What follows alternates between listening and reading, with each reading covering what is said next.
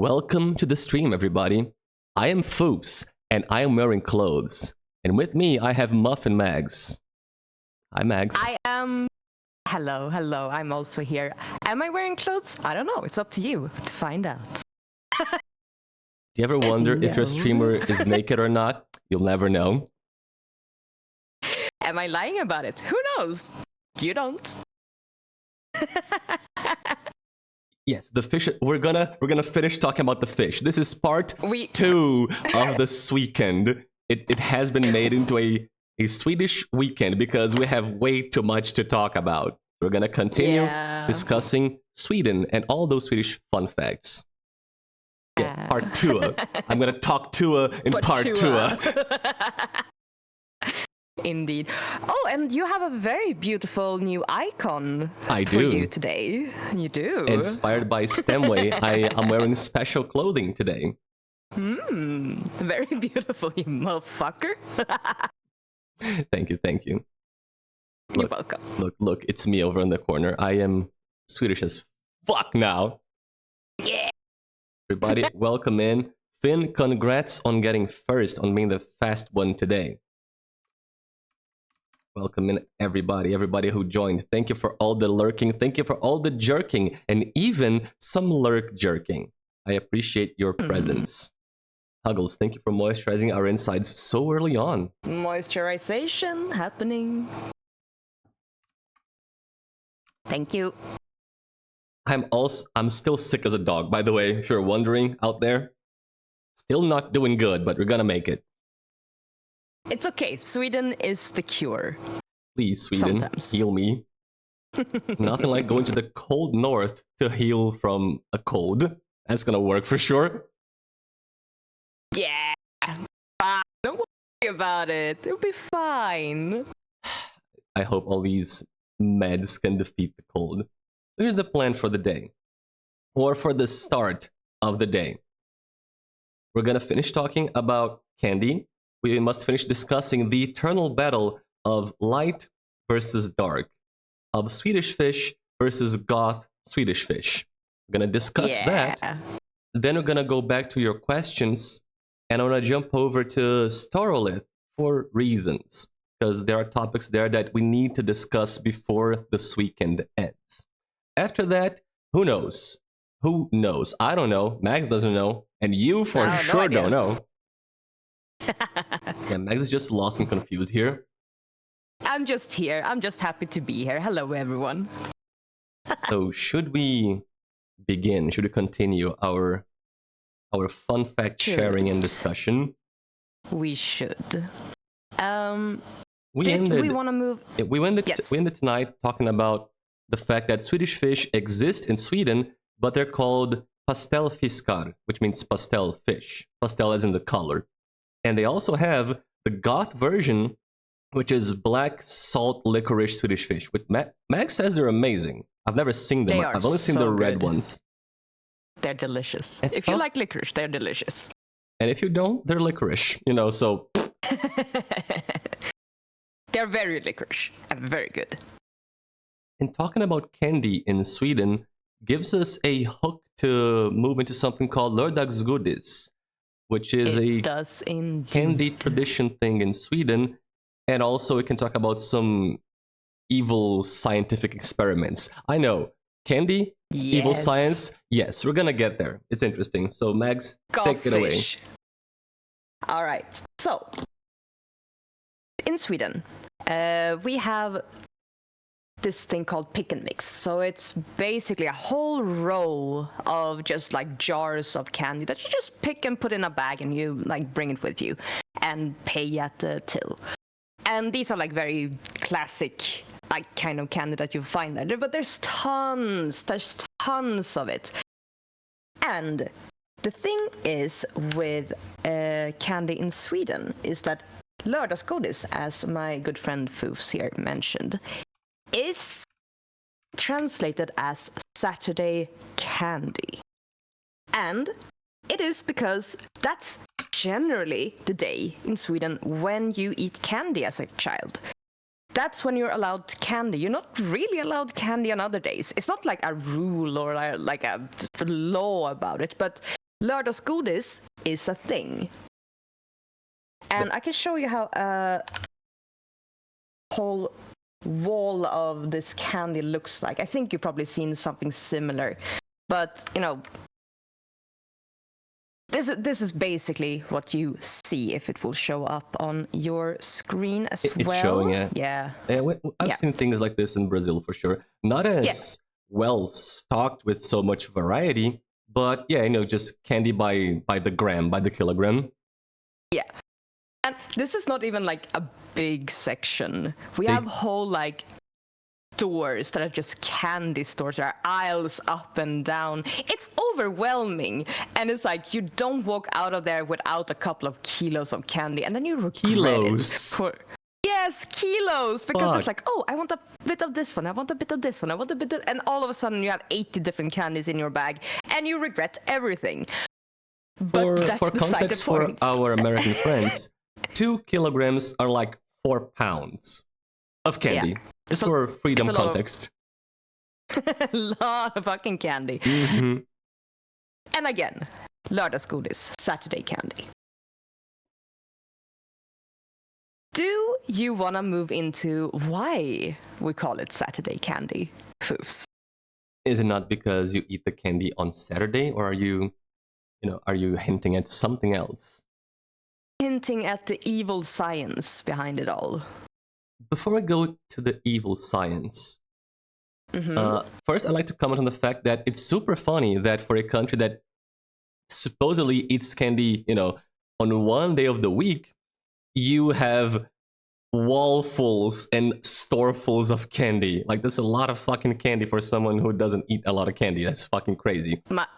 My dude, we need to pig out when we can. One day is the cheat day. And you go hog wild with it. It's our fucking day to go off, man. Let us have it.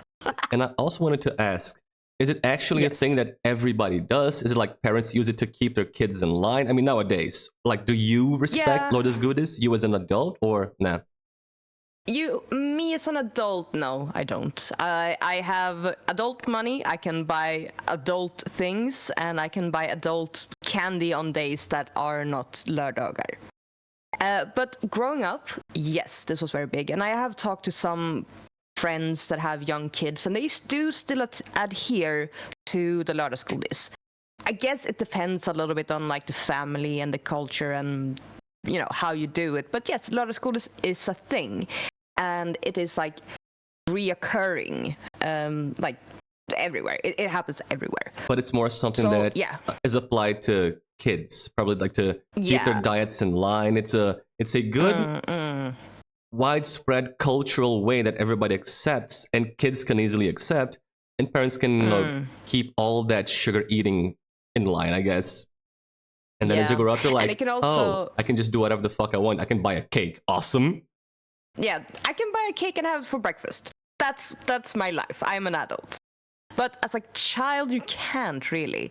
So you sort of have to behave for the lördagsgodis because it can be revoked as a punishment. Shit. Yeah. You have to be fucking careful if you're a little shit, and you can get your fucking candy revoked. For a whole week, dude. Imagine. Yeah, dude, that's 1,000 years as a child. Yeah, I gotta wait a whole other week. I'm never gonna have candy again. Oh my god, I'm suffering here. But Mags, so yeah, for how long has lördagsgodis been a thing in Sweden? Oh, I'm so glad you asked. So, in the 1950s, they decided, scientists decided, we should probably figure out the correlation between health and dental health and sugary foods and sweets and how they are correlated, because they hadn't done that kind of research before that.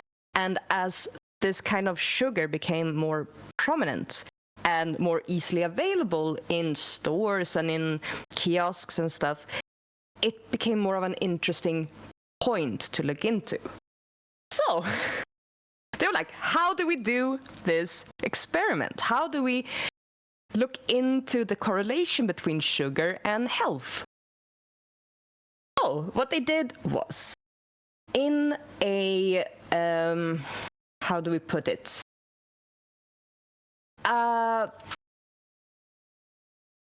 Home for mentally slow children called Vidaholm. They were like a bunch of children, like many. I think there were like 200, a lot of kids. And they were like, had some sort of like, back in the day, if you were autistic, if you had ADHD, if you were in some kind of way problematic, that's the kind of place you would end up in, because they didn't know how to behave in the 1950s, the scientific community. They just herded you into a fucking asylum, basically. Yeah, asylum is probably a good correlation, or like simile. So what they did was that they had like 3 or 4 different experiments, but like the biggest one was they wanted to figure out the correlation between dental health and sugar. So what they did was that they created this toffee, this really sticky toffee that would like stick to your teeth like really hard. It would be really hard to get it off. You could, brush it away, and you could like clean your teeth, but what they did was that they took away the need for these children to brush their teeth, to clean their teeth, and gave them these sticky toffee that would stick in their teeth and like around their teeth, and then had like reoccurring checks. Okay, how much like caries? No, like cavities, dental cavities. decay. Yeah, cavities. How much dental decay do they have? How many cavities are they getting? Like, what's the deterioration? And they found like a massive correlation between sugary diet and poor dental health. Like today it's like, yeah, obviously, but that's sort of where it started. And this was an extremely bad, like, bad experiment, because they ruined the teeth of hundreds of children, and the teeth and the health of hundreds of children that were mentally, like, they didn't have anyone to advocate for them. So they just ruined these poor children. The Vidaholm experiments. Just turned kids into guinea pigs and completely, irreversibly fucked up their teeth and health. Yeah. For science. For science. So the scientists came to the conclusion that, yeah, you know what? Probably should limit the sugary intake to 1 day a week. And that's why it was put on Saturdays. And that's why Saturday candy happened. So this is a thing from like the 1950s. Because of ethically fucking terrible experiments made on children. So that's the dark, evil backstory behind the delightful Swedish fish. You're welcome. I seem to understand that after the experiments, the government itself began a campaign for Saturday candy to make it a thing. Yes. They pushed hard for that to become a thing. They did. They really did. So it was like approved by the government and like endorsed by it. And they used the findings to create like, not rules, but guidelines about how you should like eat candy and sweets. So yeah. Delightful. Fucked up shit. Delightful. Beautiful. Saturday candy. Swedish fish. Yay! Yeah. No, there was no informed consent by these poor children. And if they had parents, they were not informed. This was made purely for, like, we need to find this out, and ethics be damned. Yeah. Fuck these children, pretty much. Like the end, really just to find the means right there. Yep. But then again, we did find out that it caused teeth decay, so yeah, yay! The conclusions were solid, just their teeth stopped being solid in the process. Yeah, they turn like squiggly, soft. Not good. Well, that's not as Not good very as good at all. the fun tradition of Yeah. eating candy only on Saturday. That's how it works and where it came from. Now, whenever you're eating candy, think about the children. Think about these poor Swedish children. And brush your teeth, please, people. Yeah, brush your fucking teeth.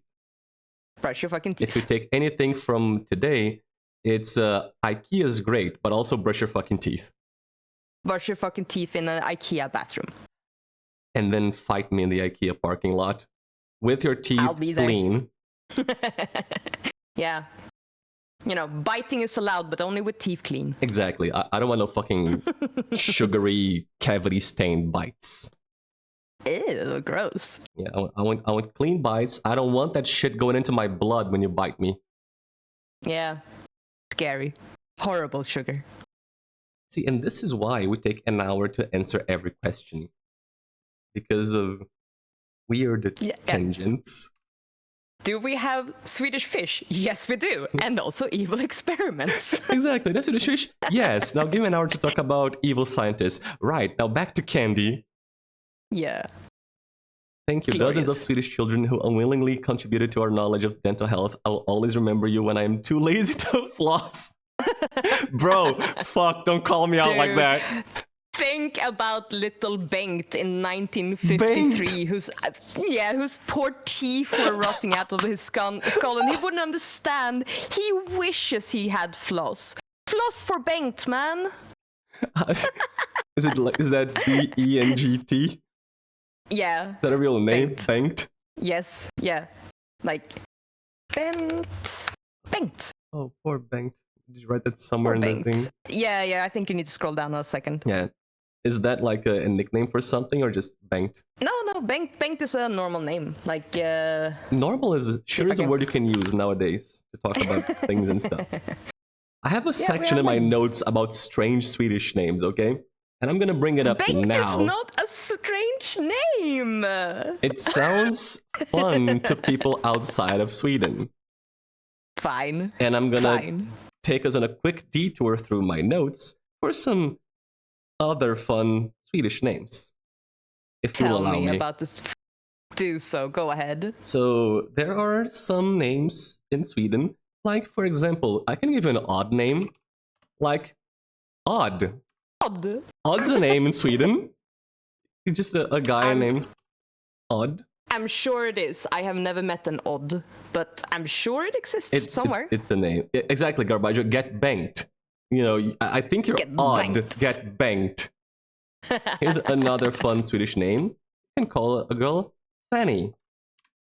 I have a lot of friends named Fanny. See? It's an actual normal fucking name. Funny. It's Funny. like it's very funny. And can I go on a slight little baby tangent on About Funny? Fannies? It is about Funny. Tell us about Fannies. All right, so there is this film by Ingmar Bergman called Fanny och Alexander. And it's about two children. It's very sad. Everyone's upset. But it's about these two children. It is a very good film. It's very upsetting. Everyone should watch it once and never watch it again. That's my tangent. Sorry. Go back to your funny names. Oh, okay. Your funny names. Yeah, so... It was a quick tangent. It was a good one. Surprisingly, shockingly, the very first ever short tangent in these streams. Fanny is a funny name that Swedes have commonly. Let's see. Oh, here's another fun one. This one's for the Americans. This is a normal Swedish name. Gun. Oh, I know. Yeah, Gun. Just kids Gun. called Gun out there, or Gun. Gun is the pronunciation, but yeah, they're called Gun. Their names are literally Gun. Yeah, Goon. You can call kids Goon. Goon. Do these kids get bullied for being called Gun and Fanny, or no?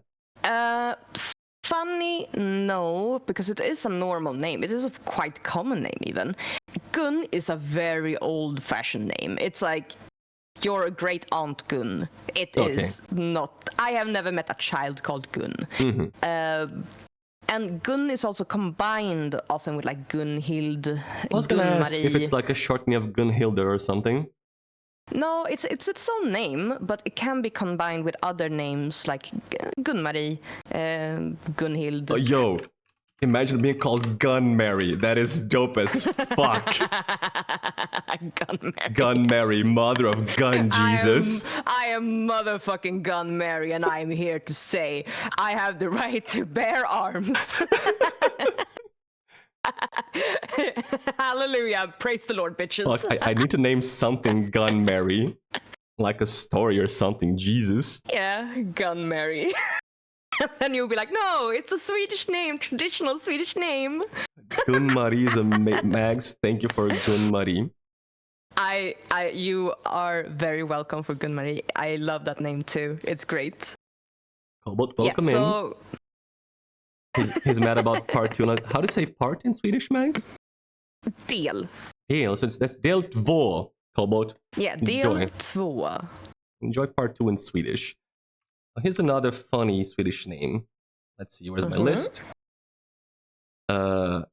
This one is the top of the list, okay? I saved the second best for last because I have something even better. But you can be a person in Sweden and be called Jerker or Jerker. Yeah. Little Jerker. Little jerk. Yeah, Jerker. It's a name. It's not a common name, but it is a name. I have met some Jerker. Yeah. Yeah, and then you can sometimes get in Sweden, you can have like a first name and a middle name. So it stands to reason that you could have somebody called Odd Jerker in Sweden, for example. No, first name, middle name. It is very possible. You know what? I'm gonna go look up on like the name statistics sites. Is there any odd jerkers in Sweden? Let's see. Apart from you. Oh, dear. Hey, motherfucker! Fuck you, bitch! Fuck you! Fine. Whatever. You could be a fanny jerker. You could have an odd fanny. There's a name called Jerkers dotter, so the daughter of Jerker. Aren't we all though? Aren't all daughters daughters of a jerker? Wow! What did you find? Do you want some sad statistics? Please. During 2023, there were no Jerker. Oh my god! Everybody stopped jerking during the pandemic. Everyone stopped jerking during the pandemic, guys. But then, thankfully, nature healed and the Swedes went back to jerking. Yeah. Jerker can also be spelled like this. Oh shit. You even got a fancy font in there. Yeah, I forgot to do the Control-Shift-V. It's fine. I stole it. I'm gonna start Yorkin, boys. I'm gonna yerk it. I'm gonna be Yorkin. Yerk it. But yes, I'm gonna be York it. In 2009, there were 2,280 people with that name, but none during 2023, according to this website. It might be wrong, but I don't know. I hope it's right, because it's funny if it's right. That you guys stopped jerking completely during the pandemic, which is crazy because everybody's stuck at home. Prime time for jerking. Sorry, for Yorkin. They did it too much, man. All right, odd. It is. Do you want to know what odd means? Oh, it means something. Okay. It does. It means udd, which is a point, like a point of like a arrow. That's udd. Oh, like the tip of an arrow.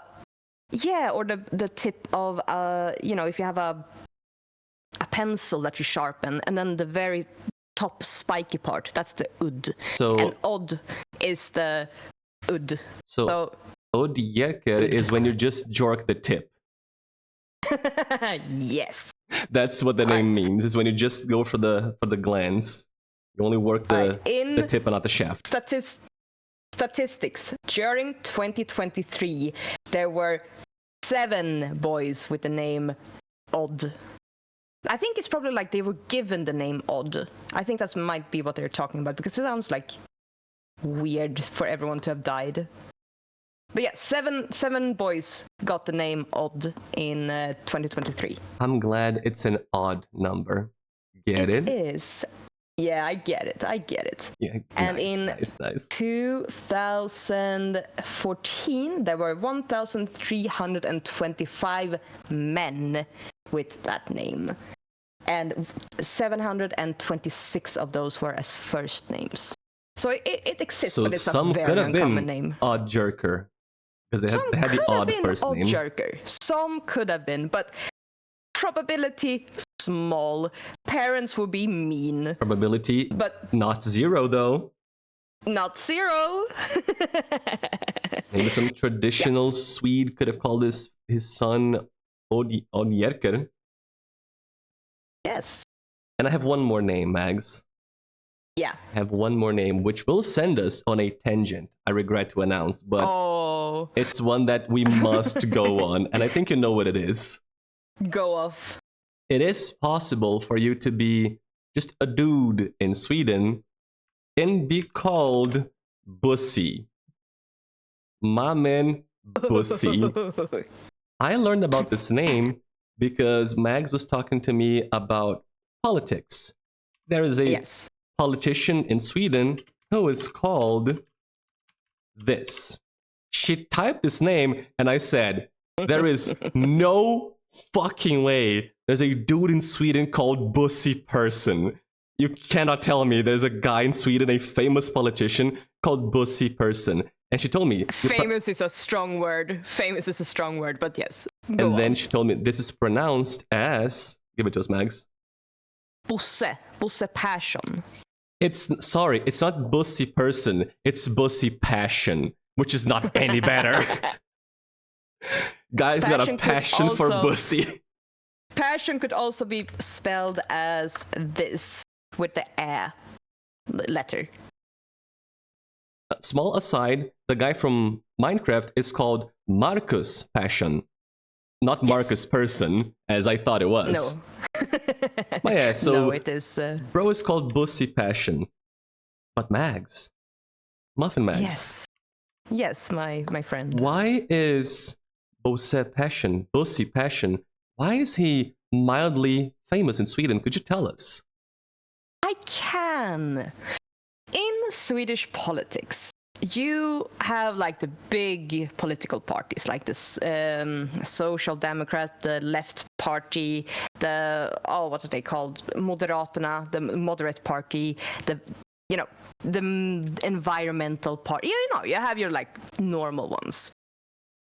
And then you have people who have opinions about politics and about how bad it's run and want to highlight how dumb it is. And that's when you get joke parties. Bosse Persson is a person who was the political leader of a party called Kalle Anka-partiet, which translated becomes the Donald Duck Party. He started the Donald Duck Party and actually got people voting for him. It's not like he was close to ending up in any sort of power, but there were people voting for the Donald Duck Party with Bosse Persson as their political leader. And here's the thing. If I was a Swede, I would have totally voted for Bussy Passion of the Donald Duck Party. Like, that sounds perfect. If I had any kind of complaint, a point to make, that is the vote to vote. Fuck, Bussy Passion? Yeah. This is how the vote slips look for the Donald Duck Party. That you put like in the voting notes that you get. Did you have to write something on it, or you just kind of put in the slip saying, "Oh, this is for the Kalle Party"? In this case, it doesn't have any like choice to like write anything, but some of them do have like you can tick the names you want to be like that you choose to be the leader. So if there are like 10 different people, you can like tick the one that you like. Otherwise, it will just yeah, I mean, there was Bosse and no one else, pretty much. But yeah, in 2002, the national election, it receives 10 votes. I was one of them. In 2006, it received 223 votes. Stonks. Yes. In 2010, it received 167 votes, and in 2014, 133 votes. Went down. You know, quite far from reaching like Riksdag position, but people voted for him. I mean, it is 0.001% of the Swedish population, but it's more than zero, and that's what matters. And ideology joke. Same shit, relatable. How many times have I told all of you that I make choices and say things based on what's funniest at the moment? That's it. Ideology joke. That is a summary of how I look at things. I need to vote for the Donald Duck Party. Shit. Yeah, but Smash Mouth. Anka. Yeah. Yeah, Anka. 100% Anka is how you pronounce duck in Swedish. So me going, Anka? No. Is, yeah. I'm calling her a duck, and I want her to step on my face. Discord cut some of that out. Thankfully, I spend another day unbanned on Twitch.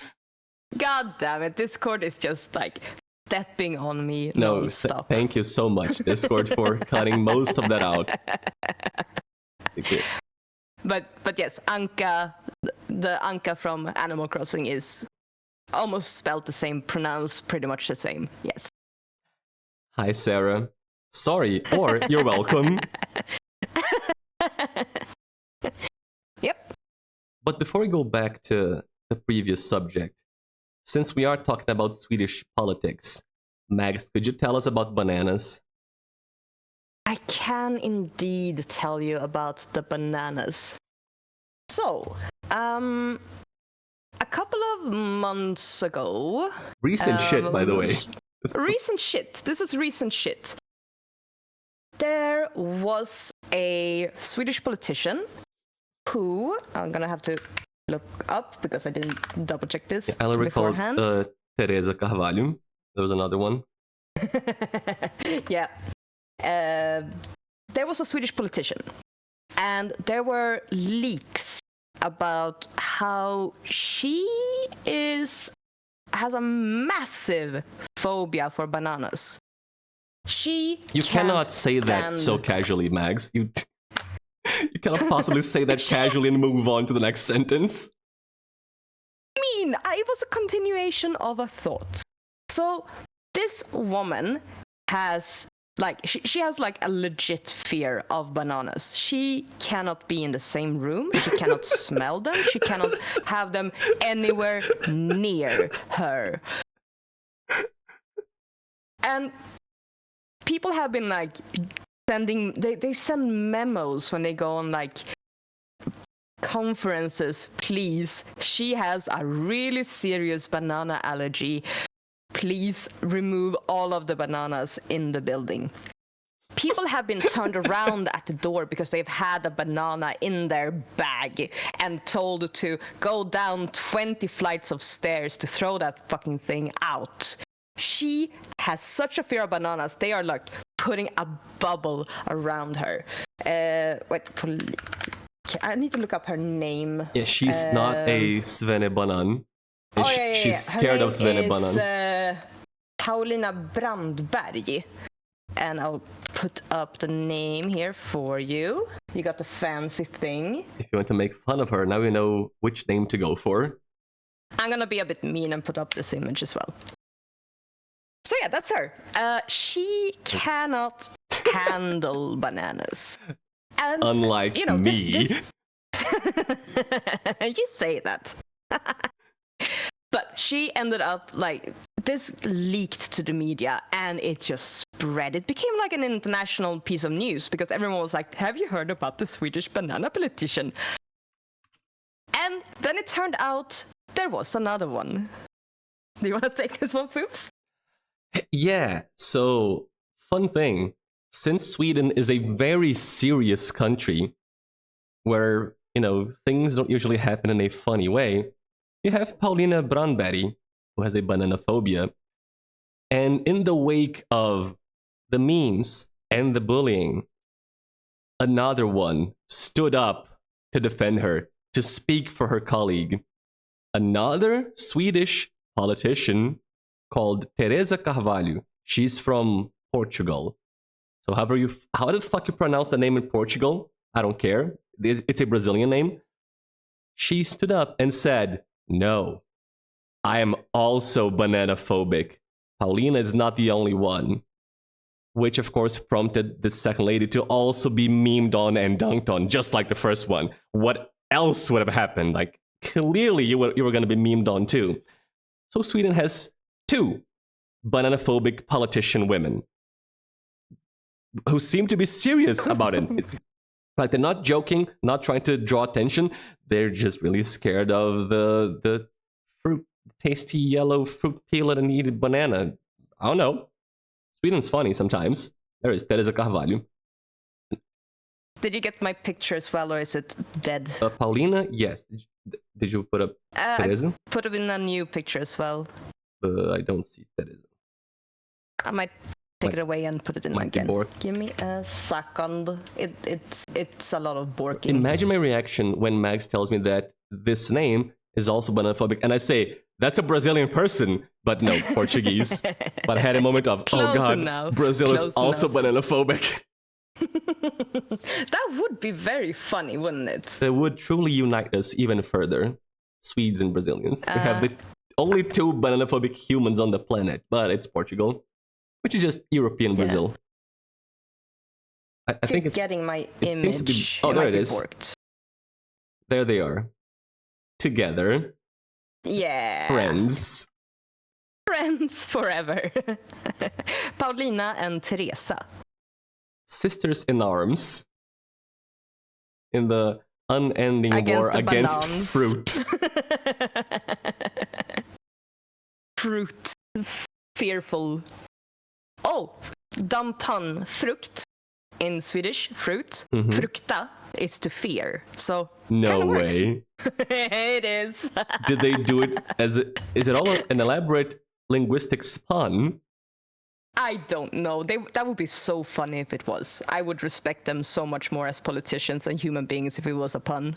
It was like, okay, but would any normal, reasonable person commit to a stupid bit like this for like months? I don't think so. No one would. And 4 months. 4 months. A commitment to a stupid joke that was meant for 1 stream payoff, 2 minutes payoff. So yes, people would. Excuse me. 2 minutes of payoff is my middle name, okay? Yes, I'm sure this has been experienced. I mean, a couple of times. A couple of times. Just a couple of times at best. Every once in a while. Yeah, no jerkers here. So that was, I had to make a little segue, a little aside, to talk about Bossy Passion and the bananaphobic politicians. The Swedish bananaphobic politicians. Which is a real thing that exists, and I think that's fucking bananas. Hey, now back to the questions. So whenever you eat candy, think of the Swedish children. Whenever you eat bananas, think of the Swedish politicians. And if you eat banana candy, think of the Swedish children politicians. Which are a thing? Question mark? I mean, kinda. Yeah, think we do of have the children like of the Swedish politicians. Oh, you can also do that. But there are like youth group, political party youth groups. So technically, yes, it exists. Do you think Paulina Brandberg and Teresa Carvalho have children? Because they are scared of bananas. Yeah, daycare would suck. No, I'm saying because of penises. Oh. Do you think they're scared of phallic Yeah. things or just bananas? I don't know. I can look it up. Does she have children? And Greta Thunberg is Swedish, right? She is. She Okay, is. Carbaggio's asking about that. She is, and she was a child when she became famous, and she's now an adult. And she does a lot of like environmental sitting down kind of protests, and she gets like arrested everywhere because of her protests. You know, every once in a while you'll have pictures of her getting dragged off by police, and she's like looking at the camera and smiling, and it's like, yeah, you go, girl. Professional arrestee Greta Thunberg. Yeah. One of my friends hates bananas, but only because she's allergic. But that's fair. If you're allergic, you should not be near that thing. Don't put it in your mouth. Yeah. Fair, acceptable. But banana phobia? Come on. It's kind of funny though. It is extremely funny. I needed to bring it up. You can't help that you're afraid of something, even if it's something as silly as a banana. But you can still find it funny. You can still find it funny. If they have a banana phobia, like, I'm not going to be bringing bananas close to them. I won't trigger their phobia, sure. However, as an adult in the real world, you need to understand that having a fear of bananas is kind of funny. You cannot expect people to not think it's funny. So if you're going to reveal it in national television, you have to understand somebody's going to make fun of you. You can't expect to have that taken seriously by every person in a country. Someone's going to joke about it. Many people are going to joke about it. They're inherently funny. Like, just the shape of it, it's funny. It's the funniest fruit. It's a fruit. It's a little tasty fruit. It is. It's fruit though. Like, I'm fucking scared of spiders. They look like demons from hell.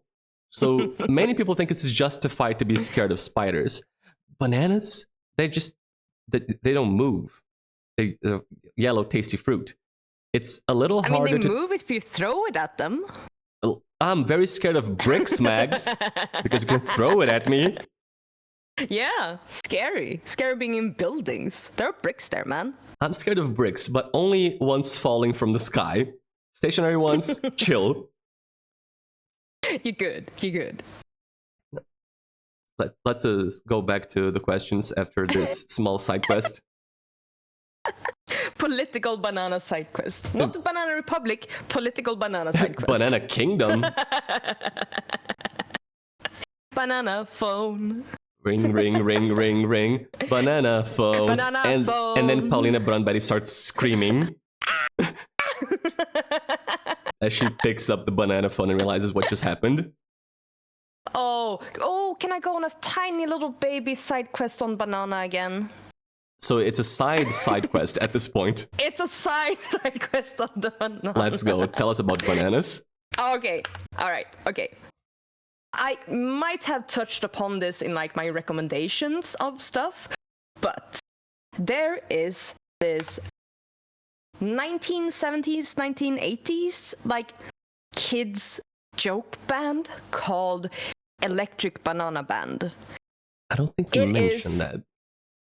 I don't think I have, but it is incredible. I will find you some fucking pictures of these kings of like existence. So these are the guys. If you scroll, oh sorry, I'm too high up. No, it's okay. I'm just deleting some shit, but I'm here. Yeah.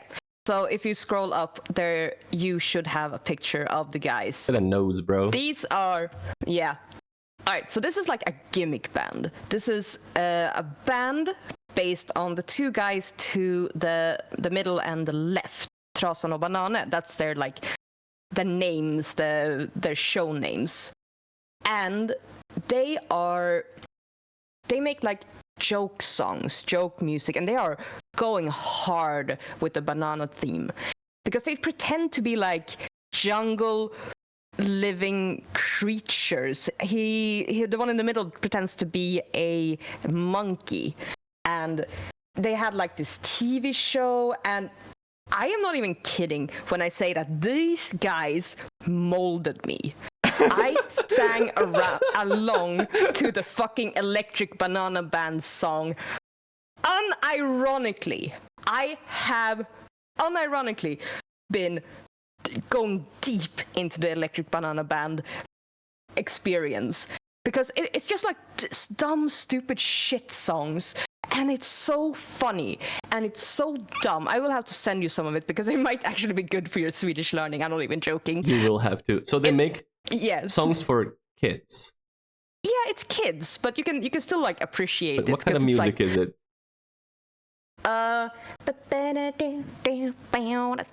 bit synth 80s, like slightly rock leaning. Fox says it's funky.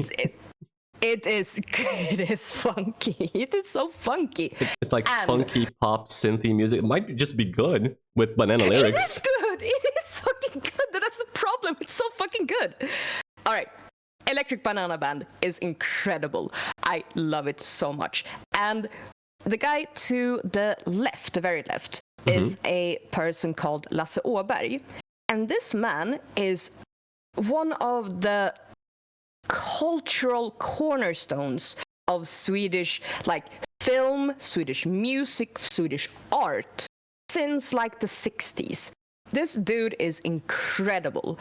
He does so much cool shit, and he has this he's an artist, and he sort of got stuck on the idea of Donald Duck. Again, Donald Duck. Yes. He took the image of Donald Duck and have like remade it in all kinds of ways you can imagine. He has this whole museum with like all of his shit. It's incredible. I've been there. Dude, in the gift shop when I was there, I was like, oh, I'm gonna like get a couple of cards for memory. And then this motherfucker is standing at the till, and I go, sorry, oh, the guy himself? Yes, the guy himself. He looks like a grumpy old man, but it's 100% him. And he's like standing there and just like fixing with the till and fixing with the money. And I go, oh my God, completely starstruck. This man has been my hero since I was like 5. This man has molded me. And he's just standing there. And I'm standing there with my cards in my hand and go, can I autograph? No, not even that. He says, oh, you want them autographed? I'm like, yes, please. And then he's like grumpily autographing them. And I go, can I shake your hand? He's like, and I shook his hand, and then I was like starstruck for the rest of the day. It was incredible. But I will get you a couple of pictures so you like can see what. He was very Swedish about it. You not so much. I was so starstruck by this fucking dude. I was absolutely having like a nerd moment. But yeah, he does like so much cool there art. He is. I don't know Donald if this Duck. is showing up. Yeah, I don't know if this is showing up with you, but it is. Yes. He does like so much like imagery of the Donald Duck. I'm sorry, Mags. Yeah. Not to call you out. All of these are Mickey Mouse. Are you saying the wrong name? Yes. What did I say? You've been saying Donald Duck the whole time. Fuck. Okay, it's Mickey Mouse. He does do some Donald Duck stuff, but he goes with the Mickey Mouse things. Sorry, yeah, that was mine. My B man. You posted the first one, and I said, "There it is, Donald Duck," as a joke, and you're like, "Yes, Donald Duck," and posted 2 more Mickeys. I'm gonna show you some off-brand Donald Duck shit that he has in his museum. Donald Duck or Mickey Mouse? Actual Donald Duck. There he Mickey is. Mouse. There's the duck. Yeah, that's the duck. I just like blanked on the name. But yeah, he does so much cool like Donald Duck, Mickey Mouse, but mostly Mickey Mouse when he does like his art shit. But he's so focused on like this imagery of the mouse, and he like fucks with it and like distorts it, and he makes it so cool. And I really like it, and it's really cool. So yeah, and I shook his hand because that was very cool. Oh God. Vatio, thank you for gifting 10 subs. Just Oh so my many God. people. We got Samurai Goro, we got Kyo who followed yesterday, we got Holy Sharkbear, shit. we got Pox, we got Drakes, we got Norway Stang, the neighbor, and Dewey-Chu. Everybody enjoy your subs, your emotes, your ad-free viewing. And we have triggered a hype train, Vatio. Thank you so much for single-handedly triggering a hype train at level 3.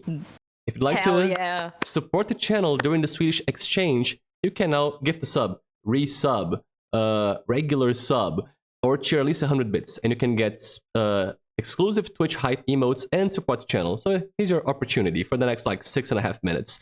Vatio, thank you so much. Thank you again. Beautiful, beautiful. Good job. Everybody enjoy y'all's subs. Was there any reason he was so grumpy? He's Swedish.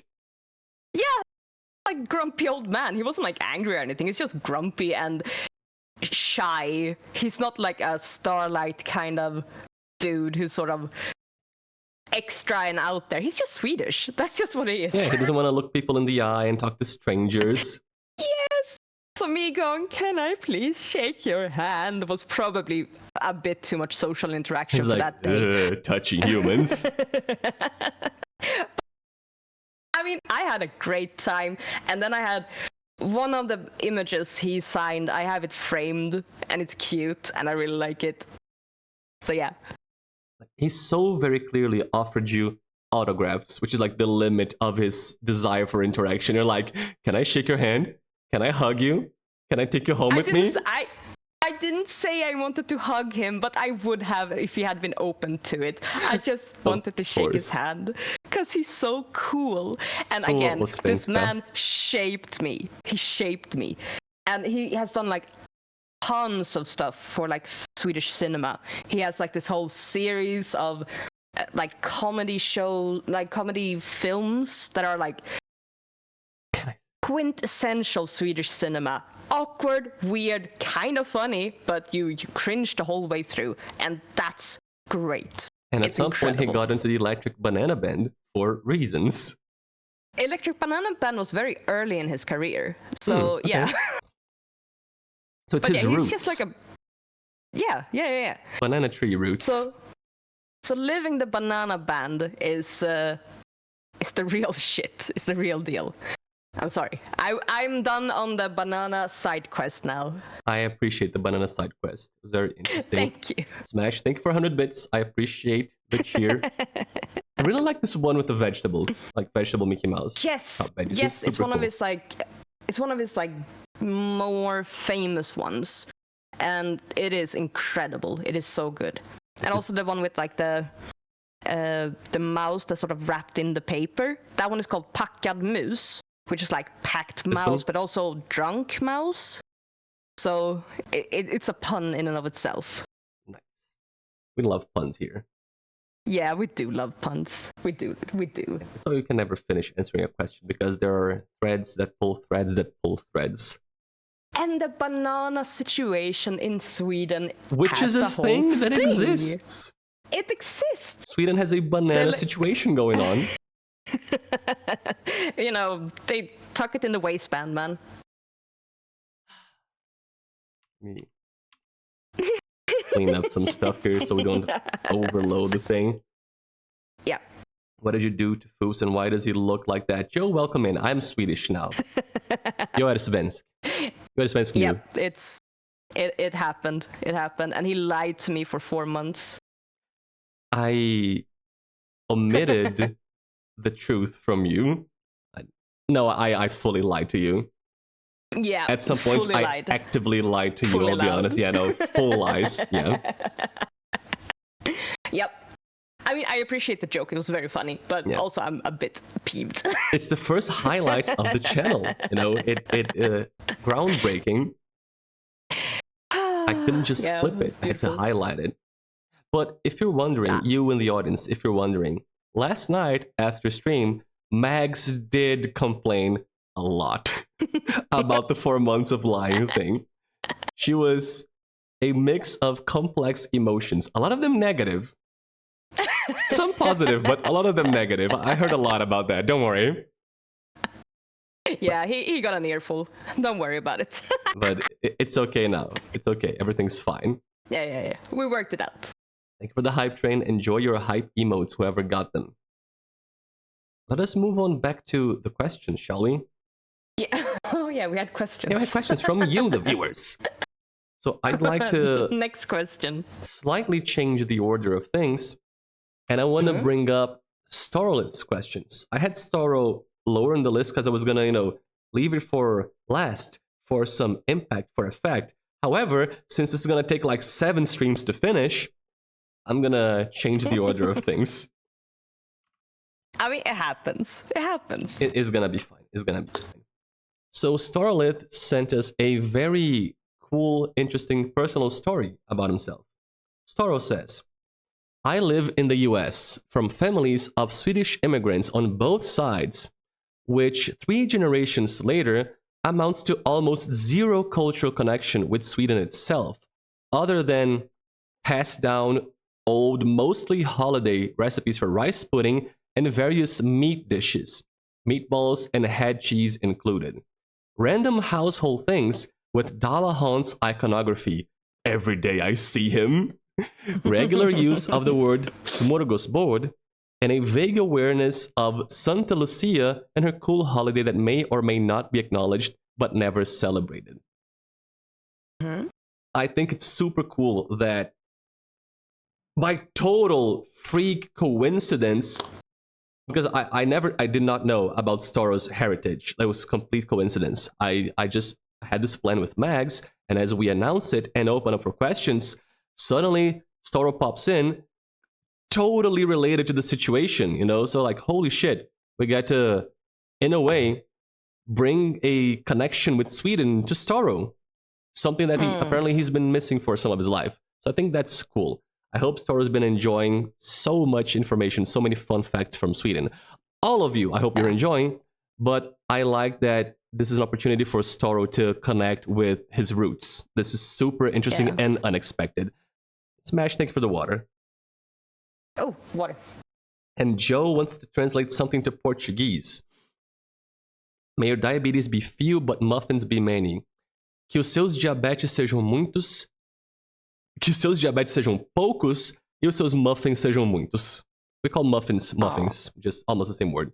Anyway. So Starro wants to know, are these... Can I just yes? Put in first, when I read Star's question, I had to fight not to dive into it and just write all of the things, because I was like, this is incredible. I just want to throw everything I know on Starro. And it was I was so excited. It was just such a beautiful question. Actually, I got oh, so nice. But you managed to hold yourself back for today. Yes. For yesterday. Yes. And today. Yes. And tomorrow. And the day after tomorrow. Forever. We're just going to keep... This is now the Sweekend podcast for never stopping. Indeed. Now, Starro wants to know... To continue. Are these things significant in Sweden itself, or not really, or not at all? So, I guess we'll go over what was in the intro, and then go over questions after. So, for example, holiday dishes like rice pudding and meatballs, head cheese. And on the topic of rice pudding, he asked, does raspberry jam go in rice pudding, and is a single almond a thing as I have been led to believe? So I guess Mags, go off on, rice pudding and meatballs and holiday dishes or something. Have fun. I will go off on rice pudding. And yes, rice pudding is a big thing that you eat around Christmas time. If you want to have raspberry jam on it, go for it. That is really delicious. I have that sometimes, but it's really open to interpretation what kind of jam you want. Some people don't like the jam in it and will have cinnamon and sugar instead to sort of sprinkle it on top. It's also very nice. But yeah, raspberry jam, 100% valid. Very nice to have. Sorry? Cloudberry jam? Yes, you can. Nice. Absolutely. If you like the jam, put it on. I haven't seen anyone put lingonberry jam on it because it doesn't really go. But you could if you wanted to. You could. Is rice pudding a sweet? It is sweet, yes. It does lean towards sweet. So it is savory, like food that you eat in the morning, but there is a lot of sweetness to it. So yeah. Because I see lingonberry jam paired with savory dishes usually. So maybe you don't use it with sweets a lot, perhaps? I mean, you could. There are like cookies that you make with lingonberry for like the purpose of making it with lingonberry, but it is a little bit on the unusual side. It's not wrong, but it's unusual. Mm-hmm. And the almond thing, yes, that is definitely a thing. It depends a little bit on the family if you do it. What you do is that you peel the almond so it's not noticeable. So it's like white and sort of mix in with the rice pudding, because the rice pudding has like big rice grains. They're like thick, quite thick. So the almond disappears. And the tradition is that if you get the almond in your porridge, in the rice pudding, you will get married in the coming year. So it's one of those. We have a lot of those you'll get married, like small tangent, but when you like get a piece of cake, you cut it up and you scoop it out and you put it on your plate. If it's standing up, you will get married in the coming year. If it falls over, no marriage. So we have a lot of that apparently. Every time you eat cake, your marriage is at stake. Yes, pretty much. Good slogan, it rhymes. Yes. So yeah, almond in the porridge is 100% the thing. You can have whatever jam you want. It's up to you. And what was the next question? So was this all on the porridge? Yeah, rice. On the rice pudding? It was funny because I went over some of these with Mags beforehand. And I was like, oh, I think these are going to be quick answers like rice pudding, the almond. And Meg said, no, I have feelings about rice pudding. Like, okay, buddy. Go off, queen. And it's also okay. I can go off a little bit more on rice pudding if you want to. I'm sure that people do love to hear you going off about rice pudding, Mags. Right. So you know how in the American Christmas tradition you put out milk and cookies for Santa. Mm-hmm. We do similar. This is like old tradition. It doesn't really happen that much anymore, but it is definitely an old tradition.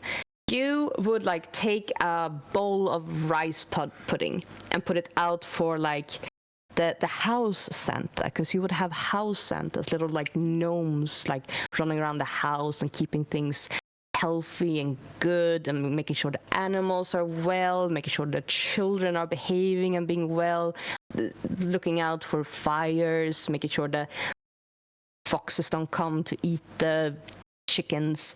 So you would like make the offering of the rice pudding around the Christmas time, putting it out in the snow for them to eat. So Junimos. So yeah, Junimos. Yeah, kind of. So yeah, like hustomte, like the house Santa. It's not like big Santa Claus. It's like little gnome Santas that just exists around the yard, around the house. As added context for the Swedish Santa thing, Swedes have the hustomten, the house Santas, the little gnomes, because the usual imagery of Santa Claus with red and white is just too Danish for them, so they just chose to not use it. Yeah. I mean, we do have like the red and white guy, but I don't know, just made that up. Sorry. I mean, the traditional like house Santa was like a little gray dressed guy with, imagine a little angry little gnome. That's what you have. No, none of this like jolly old Santa with a big belly. No, this is like the working man who's pissed off. So you have to like keep on good terms with him. That's why you put out the porridge for him. He needs to be held like happy and content. Otherwise, it's gonna set your house on fire. Yes. Thank you, House Santa, for not setting our houses on fire. Thank you. Delightful tradition. Delightful. But again, this is a very old-fashioned, out in the 1800s rural tradition. Nowadays, you just do regular like Santa, like Coca-Cola Santa. Yeah, that's like the normal kind of Santa look, Santa feel we do. I could go off a little bit more, but we might come back to that with traditions. So I'll keep off on it for now. Okay. Yeah, so now Sorry. you do the red and white Dansk Jævel Center. Yeah, we do red and white Dansk Jævel. Now, I think we should skip part of what Staro asked, because Staro asked about Santa Lucia, which I think comes up during your traditions section, right? Yes, it does. But the holiday exists, is celebrated, is acknowledged. We're going to talk more about it in the traditions section. Santa Lucia is going to come up. That's why we're going to skip. I have a lot of things to say about it. She does. So, yeah. I've heard some of them. Mm-hmm. Now, Staro asks, is boned ost cheese huge over there, and should it or should it not contain caraway seeds? Thing is with bondost, I know it's a thing. I had to look it up. It's not a big thing. It's not like I go down to the store and get bondost. No, not really. But I know it exists. I can't remember if I've had it, so I don't really actually have an opinion whether or not it should contain caraway seeds or not. So, but from what I understand, it's one of the things like Americans with Swedish heritage have held on to, because there seemed to be like a lot of production of bondost in America from like the research I did. So yeah, interesting, like kind of tradition that's sort of being held by the immigrants and not like the original country. Yeah, those thought it was interesting. Very cool pre-discussion we had about these topics, because we found out that apparently a couple of these things from Staro's questions are still held dear as traditions by Swedish immigrants in America and other countries, not so much by Swedes in Sweden, because these immigrants left Sweden like 100 or more years ago, like centuries ago. So they took with them the traditions from those times, and they held on to those and passed them on to their children, but they haven't received quote-unquote new traditions from the country of Sweden. So some things that Sweden has let go of with time, the immigrants outside of Sweden have not. So you have this disconnect between the two cultures because of when people left. So for somebody who's in America, boned ost is more of a thing than for somebody who's, in Sweden right now. There's a super interesting phenomenon that we just discovered by looking things up during research. And there was the question about head cheese as well. Yeah, head cheese. Yeah. We do have it. It's called sylta. It is disgusting. I am so sorry. It's fucking vile. What is head cheese? It is... I'll pull out a fucking picture for you. Oh, no. I'm so sorry if this is like hurting the traditional That is Staro's favorite cheese, Mags. It's not cheese. It's not cheese. What is it? Head? It's a meat. What the fuck is that? Piece. Yeah. Some people have it on like the Christmas smorgasbord because it is the traditional thing to have, but it is not good. I'm sorry, what is it? Is it like it's spam? Not good. Yeah, it's like meat chunks of different parts. Usually like calf and like pig, and I don't know. Is it cooked? Is it raw? Yes, it's cooked. Together with it's cooked together with spices and sometimes like vegetables, and then it's sort of put into dice, sort of like little cubes. It's sort of pressed, yeah, and yeah, it's not really good. It's sort of like become gelatinous a little bit. It looks gelatinous as fuck. Yeah, it looks like meat jelly. Again, going back to the 1950s salad jello from America, it looks like that, but worse because it's like raw meat jello. Yeah, and I'm so sorry, but it is not good. I don't like it. I'm sorry, Starlet. You need to abandon the head cheese. Just abandon the head cheese. But they can eat whatever they want. I'm not gonna yuck their yum, but I am not a fan. of it. But you're not gonna yum the yum, that's for sure. I am not gonna yum the yum. Sorry. Nope. God. Fucking head cheese. And that's called what, you said? Yeah. Sylta. Which means... So, Sylta. head cheese. Sylt is jam. So I don't know why they go with sylta for it. I don't know. Because it's gelatinous, man. It's the consistency. It's jammy. Oh, it might be. It might be. Actually, yeah, you might be right. Yeah. Head cheese is also not better. Like head, as in your head cheese. Yeah. Why? Head cheese. I don't know, because it looks like brains, because it's... I don't know. I'm moving on from head cheese. Yeah, I'm sorry. I'm sorry. Rice pudding, 100%. Go for it. Head cheese, 0%. Maybe not. Not for me. Thank you. What are you opening there, Mags? We all heard it. Ch. I am opening my fizzy water that I am refilling right now. Well, because I everybody love heard myself. it. We all want to know Fizzy more about water. the fizzy water. It is delicious. Dude, okay, can I go on a tangent? About the soda streamer? About fizzy water in general. Only if you're ready to let me ruin your soda streamer afterwards. How do you want to ruin it? You cannot know. You cannot know. You need to shake my hand and go. Are you going to defile it, my friend? Mags, you gotta shake my hand and go, or refuse the deal and stay. Oh, I don't trust you. Why? I don't trust you. Why don't you trust me? Because you lied to me for 4 months. Just once. This is never ending ammunition, my friend. I only did it once. Everybody gets one. Everybody gets one 4-month-long lying prank. That's normal in French. Everybody does it. It's a Brazilian thing. Yeah, you wouldn't get it. It's a Brazilian thing. Yeah, it's a mechanical bird thing. You wouldn't get it. Yeah, exactly. Go on your soda streamer tangent, please. Swedes adore their fizzy water.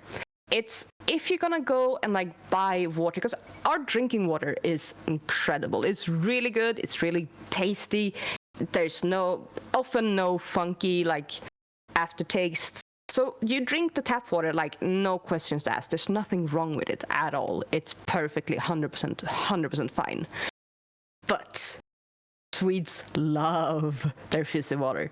If you're buying water in store, like 9 out of 10 of the choices you have are gonna be fizzy water. You have to look hard to find the still water, because people really fucking love the fizzy water. And I am a proponent of the fizzy water. I love that shit. But buying water to drink when you have perfectly fine water at home is just silly. So the concept of the soda streamer, like the carbonator thing in your home, has gone off so hard in Sweden. I know it's like very popular in like Germany as well, and I think the other Nordic countries, but we love that shit here. So you get like the what's it called? Container with the carbonator, with carbon, and you like plop it in and use it until it's out, and then you push it out at the store and get one back, and you can put like syrups in it to make like Pepsi or Fanta, whatever you want, or you can just do it straight fizzy water, and it's great, and I love it. All right, how are you gonna ruin it for me now? Tell me. I have many things to say about fizzy water or sparkling water. First of all, agreeing with Pox, fizzy water is just angry water. It's evil. Like, angry water is delicious. I love angry water. It's so good. I like soda. I like, carbonated drinks. They're good. Pure raw dog fizzy water, I don't like it. Just give me the still water. That's fizzy water is evil. Agreed. Delicious. Small thing that I just thought of. You can order online instead of Guaraná the soda. You can order Guaraná syrup. which is a very common thing to have in Brazil. Oh my god, You can just order, have like, to have a discussion about this so I can make my own guaraná. exactly. You can order like a big fucking container of guaraná syrup and make endless guaraná soda instead of getting some cans of it, since you're a proponent of the soda streamer. And guaraná syrup is a super popular product in Brazil to make drinks, to mix into açaí, so many things. It's a great thing. I sipped carbonated water one time, did not enjoy. Fizzy water. Exactly, Smashbone. Fizzy water does not quench your thirst. It doesn't make you feel sated. It just makes you feel in pain. Fizzy water is evil. But you're wrong. I get, like, my thirst gets so quenched by fucking fizzy water. And if it doesn't hurt a little bit, how do you know you're alive? Come on, let's go. Listen, the majority agrees that fizzy water is evil. You are in the minority and also kind of weird. I gotta tell you something, Mags. Yes, my friend. You recall what's Mr. up? Sausage from Ordinary Sausage? I do, yes. From yesterday's video with the surströmming sausage, right? I do. I remember well. Thank you. Yeah, I'm glad you remember. That man also has what he calls NSE, non-sausage episodes, where he just makes special creations that don't necessarily involve the sausaging of something. At one point, that beautiful, amazing man acquired a soda streamer. He did not make soda with the soda streamer, let me tell you. No. Ooh.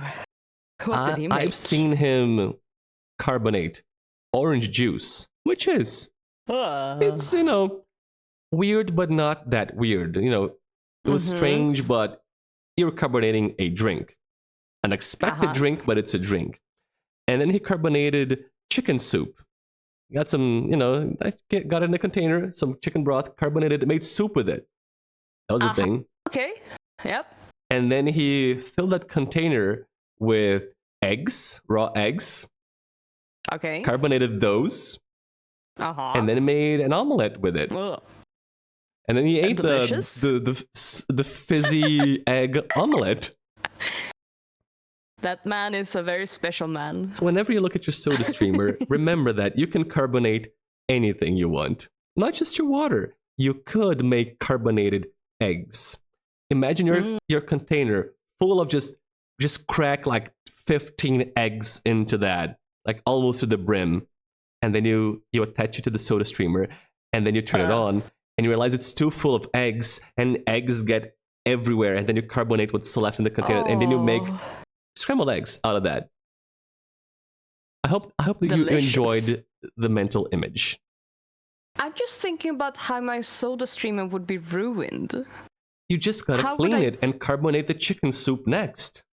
I don't want the chicken soup in my soda streamer. You know what you could, Mags, you know what you could do? Here's a thought for you. No. Here's a free thought for you. You get Tell me. You get the container of your carbonator thingy. Open up a can of surströmming, just pour it in there, carbonate it, and then you drink that. You carbonate the juice fountain and drink the results. How about that? What do you think? Listen here, foofs. If you ever come to Sweden and we end up meeting, that is the first thing we're gonna do. Also, you and me. You'll do it, but I have to die along with you. You will have to die along with me. I will make that fucking carbonated fucking surströmming with you. And you will be here to enjoy it with me. That's the only situation I would do that. It's mutually assured destruction. The only way to do it.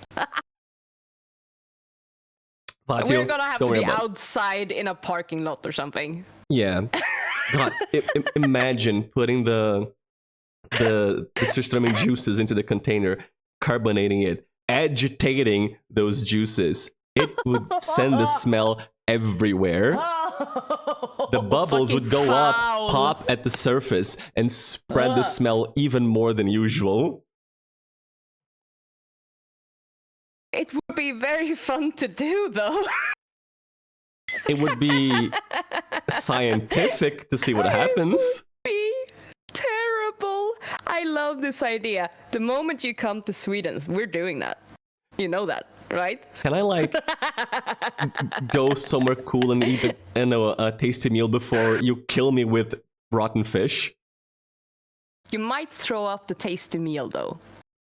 But I'm saying like, let me have one last meal before you end my life. You know, I think it's the least you could do to somebody in death row, in fish row, is allow them one last meal.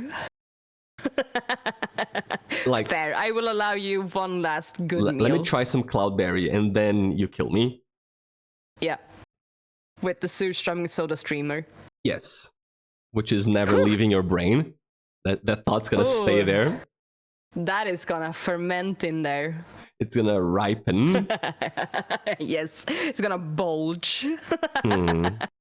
A nice bulgy wogy on my fishy. What the fuck were we talking about before this?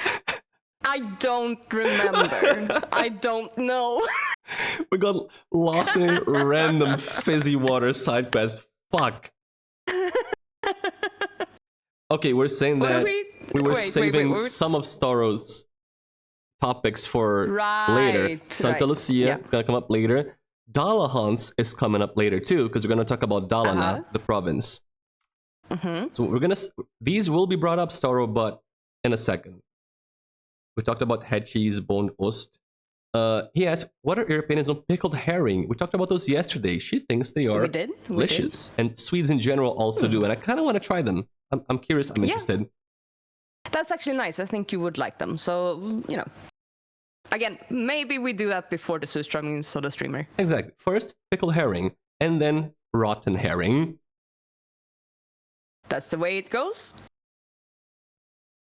Now, Mags, are there any big, distinctly foreign things that have permeated into Swedish culture or even severely warped what people perceive to be Swedish? So like things which came from foreign countries, foreign cultures, and changed how Swedes live and even got so entrenched into Sweden, like the Swedish image, that now people outside think that is a Swedish thing, and it's not. I ended up going on a little bit of a like, what shall we call it? Like a food adjacent thought on this.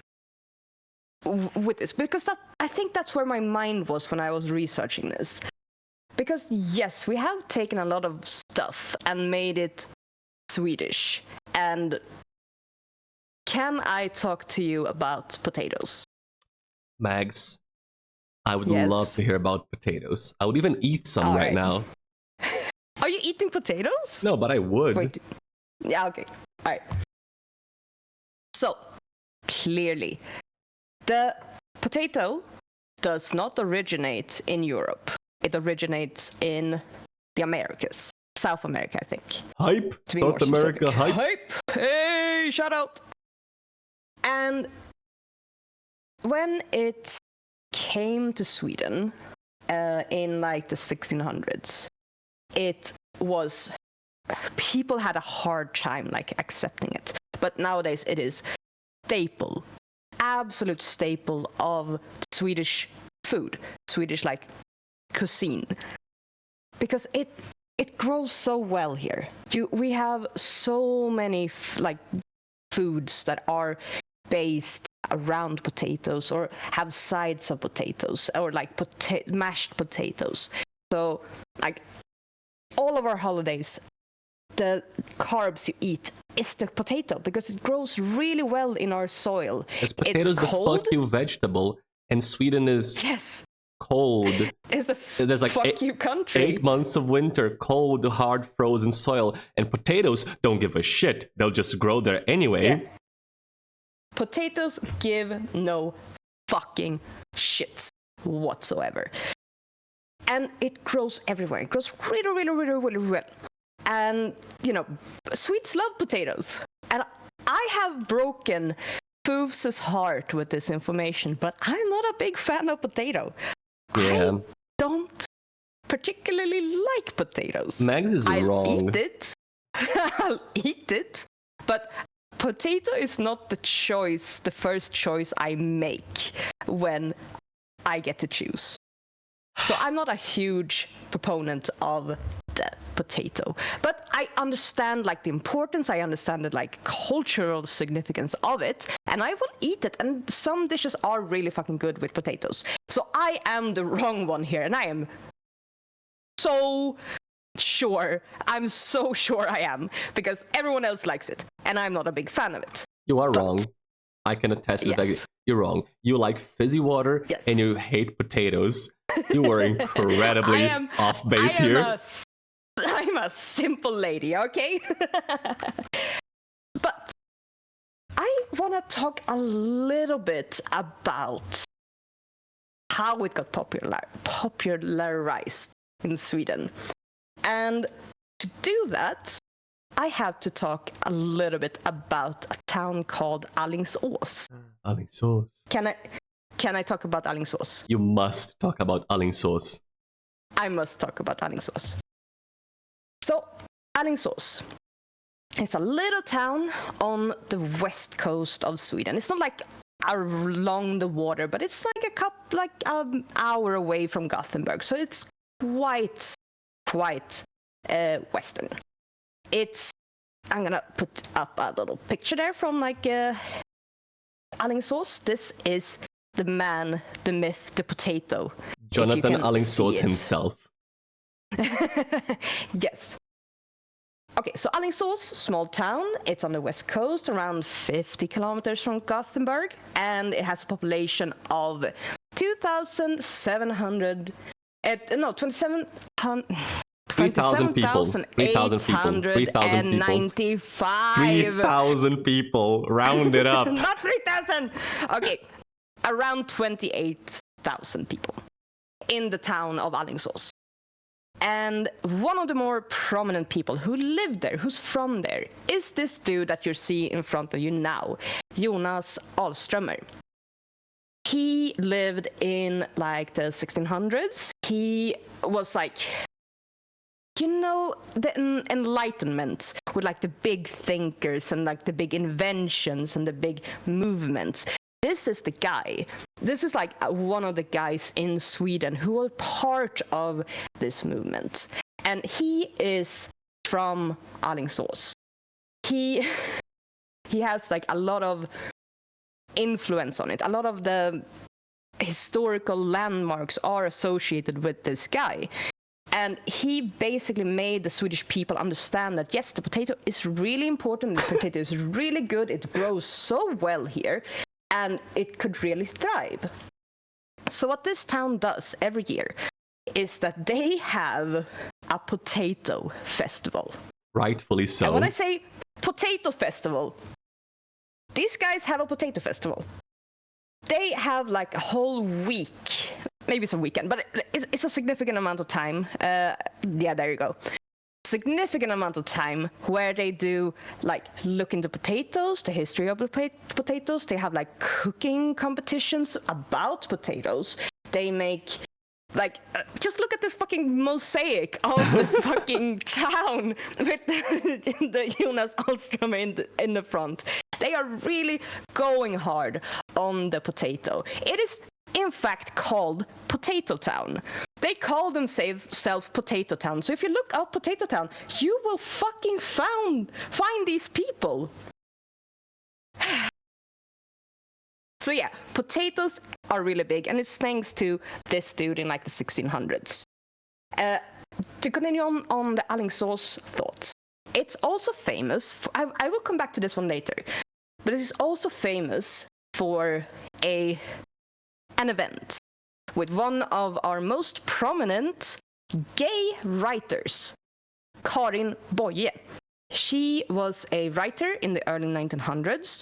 She wrote like novels, but her most prominent works, at least in Sweden, internationally it is her novel.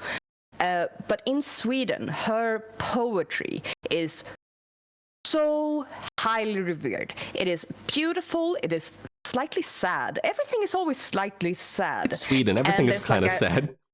Yeah, it's melancholic and it's beautiful.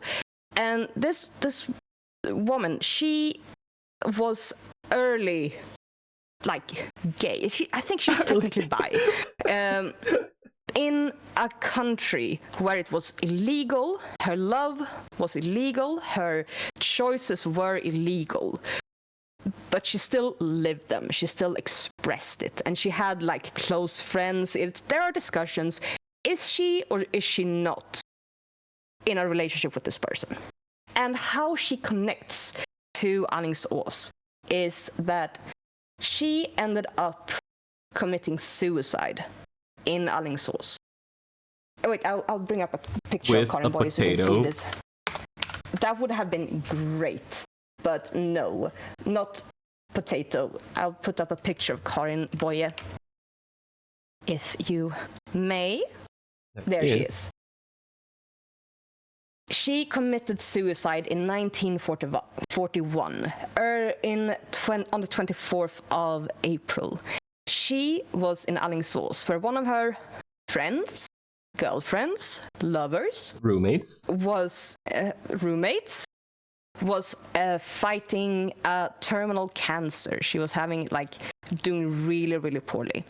So Karin took some pills, went out into forest and lay down next to a cliff, and that's where she died. And this is written about, and this is it's such a dramatic way to for a poet to leave. And she's incredible. She has such good writing, beautiful writing. The poetry doesn't really translate, but her writing is incredible. And her famous work is Kallocain, which is a, can we call it, it's like 1984 dystopian kind of deal, but Swedish. So that also puts Alingsås on the map. And lastly, I'll move on from Karin Boye. I love her so much, she's great. I'll move on from Karin Boye. And the last thing about Alingsås is that the known number of dominatrixes in Alingsås is currently 0. And that's what I had on Alingsås. Moving on from Alingsås. Yes. It's potatoes, poetry, suicide. No dominatrixes. No dominatrixes. So let's go back to the potatoes. Because I do think it's a huge thing in Sweden. During my research into Swedish food, potato comes up all the fucking time for everything. Everything's got potatoes in it or beside it. And to realize that, oh yeah, potatoes are not from there. You just kind of embraced it and made it one of the main staples of everything Swedish. I think it super counts as something that is now part of your image outside of the country, but it's not a thing that is technically from Sweden. You adopted it, you embraced it for 500 years, made it your own, and then you export potato things. Quote unquote export potato things. I mean culturally, as your image as a country. And you're talking about how food does that, because you guys also eat other things that are foreign brought, but you've made it your own, and now you do it as internal traditions. For example, pizza and tacos. Yes, you guys are big on pizza and tacos, which are respectively from Brazil and from Mexico.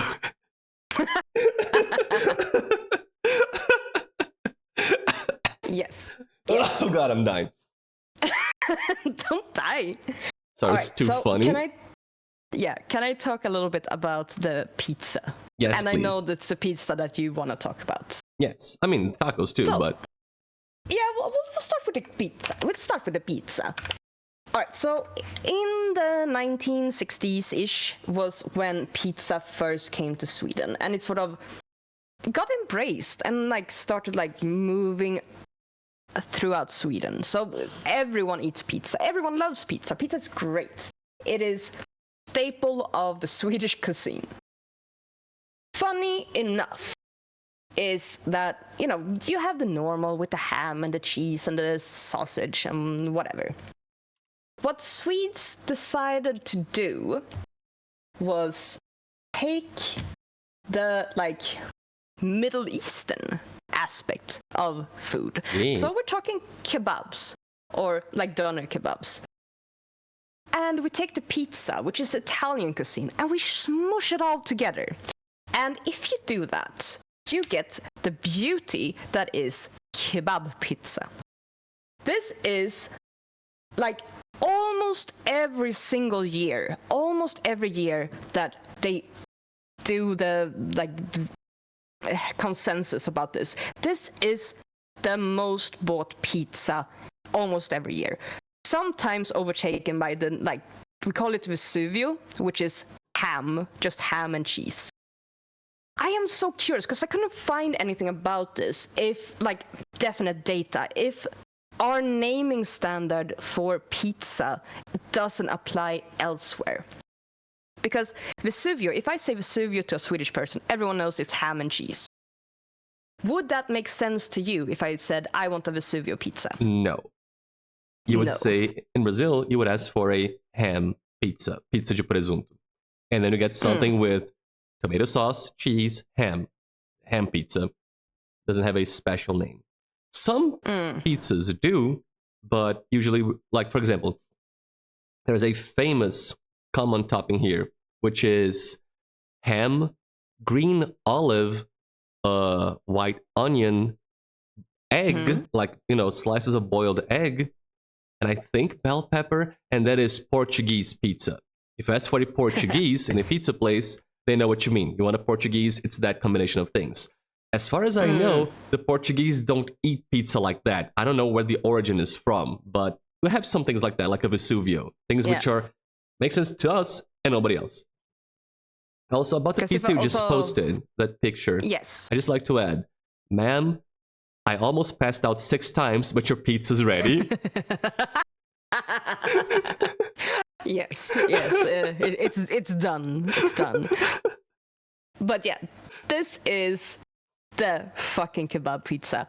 It is my personal favorite, and it's very common to have it as a favorite What's pizza. What's on that? That's tahini, probably, right? No, it's usually a garlic white sauce. That's what the white thing is that, almost died putting it on. What about under it? There's kebab meat. There's red onion. There is what more do we have? Frigatelli, What? I'll pull out the fucking picture for you. That's what they said it was, but it's the spicy little thing, spicy little food. Yeah, a spicy little pepper. I'll bring out the picture. I am bracing for the picture. Frigatelli. The word said nothing to me. Yeah. Where is it? So it's just it's coming. Calm down. It's coming too slow. Come faster. On the pizza. Yes, gotta make the sauce. So pepper, little green pepper. Yes, yeah, little green pepper. And we have the tomato sauce and the cheese. Some people do iceberg salad, just slice up a salad and throw it on there. I'm sorry, lettuce on the pizza? Yes. Do you... Now, this I'll ask you a question. And the thing is, it has no right answer. Both are wrong. When you put lettuce on your pizza, as a Brazilian, I'm saying this is fucked up, okay? Somebody from Brazil is saying your pizza's fucked up. Reflect upon that. Anyway, do you put the lettuce on it before or after the oven? After. So that's it would less look something fucked like up. this. You keep the crunch. It would look something like this. If you see the picture that I posted. You're just trying to pretend it's a salad. You're trying to pretend it's healthy. Kinda, it's pizza. Kinda. Just fuck yourself up on pizza. You don't gotta put salad on pizza. Yeah, it's not my favorite. I don't find it particularly good with this lettuce on it. But yeah, this is how it could look. And some people like it. That's why it's there. But I am of the going with just the thing without the salad. I'm not against vegetables on pizza. I like different pizza toppings which include vegetables. Olives, of course, but also heart of palm, broccoli, onions, peppers, tomatoes. They can all work on pizza and other options too, if you think about it. There are good pizzas with the spinach, watercress, different leafy things. But like straight up iceberg lettuce, just crunchy water on top of the pizza. Y'all are No, don't ask me. Y'all are mad. Don't ask me about that one. That one was that's one is special. It's special, and it's not the most common one. The most common one is the one I posted first, but the other one does exist, and you can order it. I mean, people like anything. Yeah, people like cock and ball torture. They're gonna like lettuce pizza too. They do. Yeah. So it's like we have a little bit of a Brazilian vibe here. We take things from two cultures, mush them together to confuse and anger the original cultures. Both of the cultures. That's basically what we've done. Yes, that's basically what we've done. We just became straight up Brazilian with that shit. Yeah, you've angered the Italians and the Turkish in one go. Yes. But it is so good. And it's not like anything else. It's so good. It's perfect. If you go to Sweden, kebab pizza. Take my word for it. Not the one with salad, the one without. Get a Vesuvio. You will have a good time. But I seem to recall reading about Turkish pizza being a thing, like, not just in Sweden. I'm looking for the correct name. There you go. In my research, I came up on something called, I cannot pronounce it, but lamakun, or lamakun. It's like a... How do you spell that? Lahmacun or Jun. It's a Middle Eastern flatbread topped with minced meat, vegetables, herbs, sauces. It is kind of like a pizza, but instead of, regular pizza dough, you use a flatbread and you put things on top. That is like the Middle Eastern / Turkish pizza. And I seem to have read that the kebab pizza from Sweden was inspired by the lamakun. Like the concept came from that, fused with, Italian traditions. That's very fair. I did not come up on this, but I am not disputing it. It might very possible be where that came from. I read about it. It may be true, may not be true, but it's something that I read about on the internet where nobody lies. Yeah, no one lies on the internet. Mags. Yes. This was the easy part of this two-step conversation. And it wasn't easy at all because I didn't know about the fucking lettuce pizza. Lettuce, I need to keep you move on from bit. The lettuce pizza. Because we gotta talk about... How to anger foofs.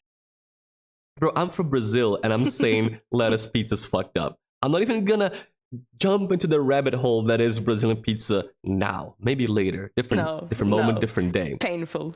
I gotta ask you about the Swedish tacos now. Which I thought was gonna be the most difficult part, but I may have been wrong, unless you have more surprises.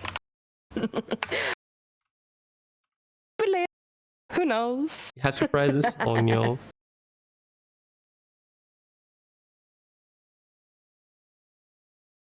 Are getting pictures to torture me with? No. I don't have anything more right now, but maybe later. Thank God. If you ask nicely. I'll think about it if you deserve it. These pizzas to the side here. Not you. You're getting deleted. Now the Swedish taco, Mags. What about it? Yes. All right. So, tacos. Meat, tasty meat on top of tasty tortillas and tasty sauces. Swedes looked at the taco and went, "That's too exciting for me. Let's scale it down a bit. Let's take out all of the spicy shit. Let's take out all of the interesting taste. Let's remove lime. Some people put it back in, but the standard, no, we don't have any lime. And let's just make it as mild and as inoffensive as we possibly can." And that's where we want to go with the Swedish taco. That's where you want to go, the Swedish taco? You Swedes. Yeah, it's inoffensive in a lot of ways. But at the same time, it could be so much more. It could have so much more taste. It could have so much more like interesting stuff. But this is a very standard like Taco Friday. Taco Friday. That's right. We're gonna come upon that, yeah. So we will come upon we that. see canned corn, cubed up cucumber, red onions, cherry tomatoes, cheese on the left, I believe. And on the right, is that peppers? Yes, but it's not spicy whatsoever. And that's the worst kind of pepper. That's like it's bell peppers. Essentially bell pepper. It's bell pepper. Yeah, it is bell peppers. It is. It's not spicy. It's terrible. I hate the green one. They are wrong for putting that in there. And then you have meats and hashtag taco sauce.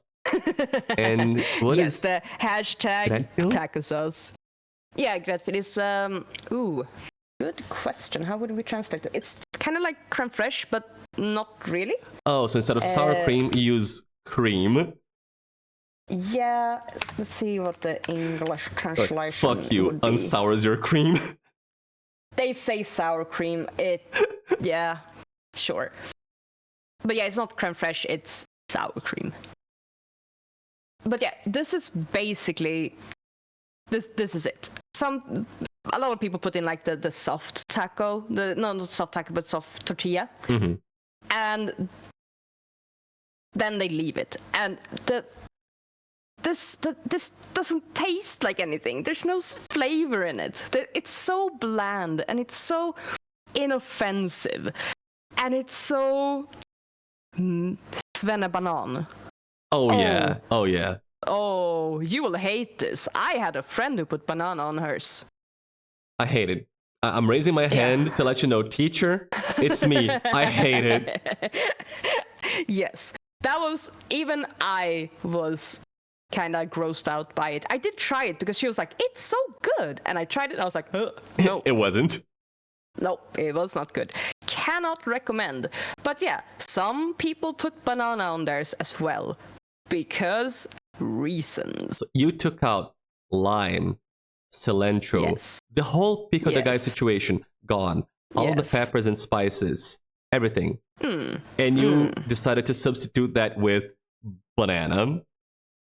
Yep. Sweden, please. A taco pie. But Poxuz, if this is anything like the sandwich cake situation, I am deleting my channel. I refuse. Don't start the taco pie. What is a taco pie? It's not that bad, actually, because it's... you said that about the cake sandwich. I know you have looked up Västerbotten pie. Yes. It's kind of like that, but with taco meat in it. Like this kind of taco meat. Instead of cheese? So it kind of works. Or you add meat to the cheese? No, yeah, meat to the cheese. I mean, if it's a meat and cheese pie, that's very fair, but that's not a taco pie. No, but it's called taco pie. Okay, so the food itself is fine. You just fucked up the name. Yeah, pretty much. It's just a meat and cheese pie that has some hint of there exists a spice in this. Not spicy. We have sprinkled over some paprika on it. It's like, that's pretty much it. We spiced it up. It's Mexican food now. It's a taco pie. Oh. It's got meat and spice. Yeah. And like, I would be remiss not to mention this. I know this is like a big brand outside of Sweden as well, but this fucking guacamole dip thing, and it's not even guacamole. It's guacamole style dip or sauce. We looked up how much avocado was in this. I think it was 1.5%. It was non-avocado. Wait, what? Did I mix it up? It was none. Offensively Basically, small non-avocado is nothing. Yeah. And this is what they do. Yeah. Yeah, none. No avocado. You just eat that. And here's guacamole. I bought it at the store. Exactly, Drakes. Yes. When it's like guacamole style, it's because they cannot legally call it guacamole. They're not allowed because there's no avocado in there. So it's like, guacamole dip mix, guacamole style dip. They gotta put an asterisk in there. It's not real guacamole. So yeah, a lot of people would use this as the guacamole situation with no fucking avocado in there. Of course, you can make your own. Then you put in whatever you want. Yeah. You should make your own because it's better. It's always gonna be better. And you can put the fucking lime, you can put in the fucking, like, all the spices, you can put in the fucking real ass fucking avocado. But this is a very standard thing you would have on there. Guacamole without the avocado. Party. And when do you eat tacos usually, Mags? Have a day for it. It's called a Friday. So, every Taco Friday. Every Friday. Swedes seem to like doing things weekly. Very organized, very neat of them. On Saturday, they eat candy. On Friday, they offend Mexicans. Yes, we do. But yes, so this is what standard, like not everyone, not all of the time, but you would find a really good percentage of Swedish households on a Friday evening sitting around a taco table, Swedish taco table, and putting together their little tacos. Because Fridays is when it's mys, and mys is like cuddle. Mm-hmm. Do you want to talk about fredagsmys, foofs? We should, but first, good question by Spartan. It's not taco tisdag, it's taco fredag. Why? Yes. To pair with fredagsmys, or why? I don't know why it's Taco Friday. We don't have Taco Tuesday. It's not a thing here. I actually want to talk about the side note about the Taco Tuesday. Mm-hmm. That is made for... That also created in a, what's it called? A PR situation. So that one has not appeared organically as either. That one is PR. Wait, Taco Tuesday or Taco Friday? Yes, Taco Tuesday. Taco Friday, I don't know why it's Taco Friday. I might look up why it's Taco Friday. Okay, we actually have some information on it. It is a very well-established phenomenon in today's Sweden. Why then?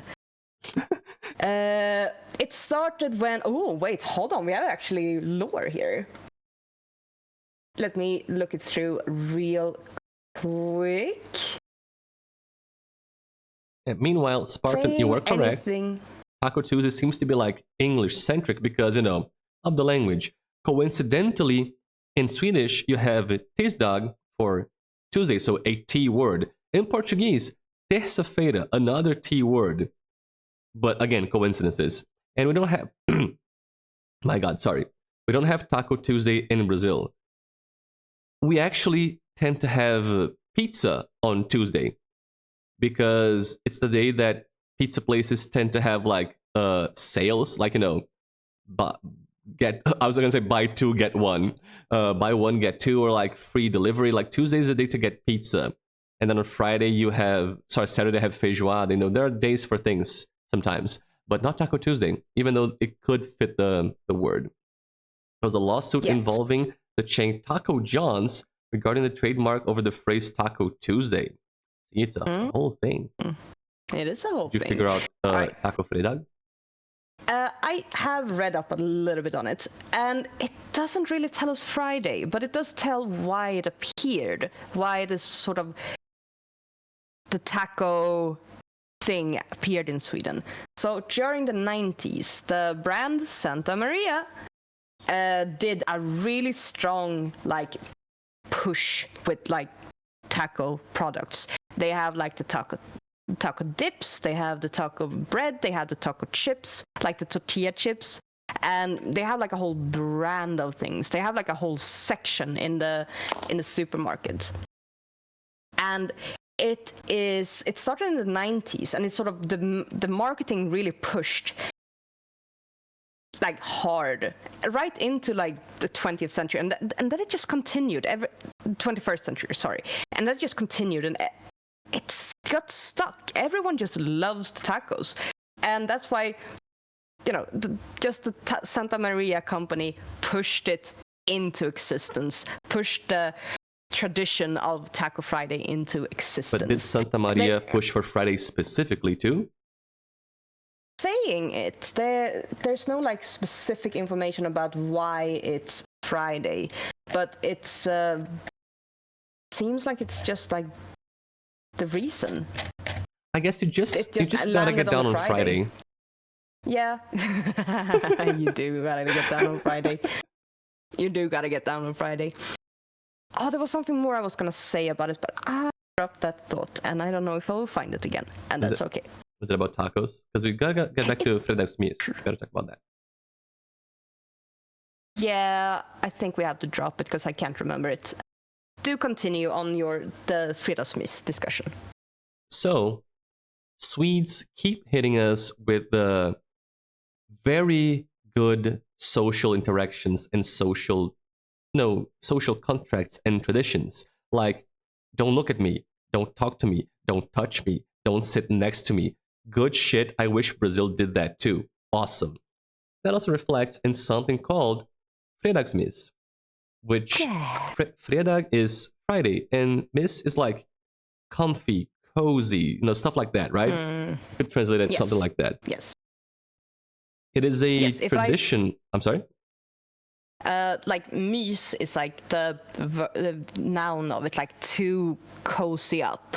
Mysigt is the like, oh, it's cozy. So you made the verb out of the not the verb. You made the noun out of the descriptor, the adjective. So fredagsmys is Friday comfy, Friday comfiness, let's say. What Swedes tend to do on Friday is, instead of going out to the club, to the bar, to party hard, instead of doing that, they stay at home, watch TV, combine that with Taco Friday, have some tacos, just hang out, relax, a nice night in, lights off. And I think that's beautiful, because that's the kind of shit that I do too. Yes. Just let me stay in and be a gremlin hidden away in my hovel. Point for Sweden. Well done, Sweden. Yes. So this is how we live. Just chips at home on the sofa with the children in the background screaming. I could do without the children, honestly. Just 3 varieties of chips and TV. It seems like it's common to do specifically watching TV on fredagsmys, right? Yeah, that's like a very common activity. You can also like play games if you're very like, oh, I don't want my children to have screen time.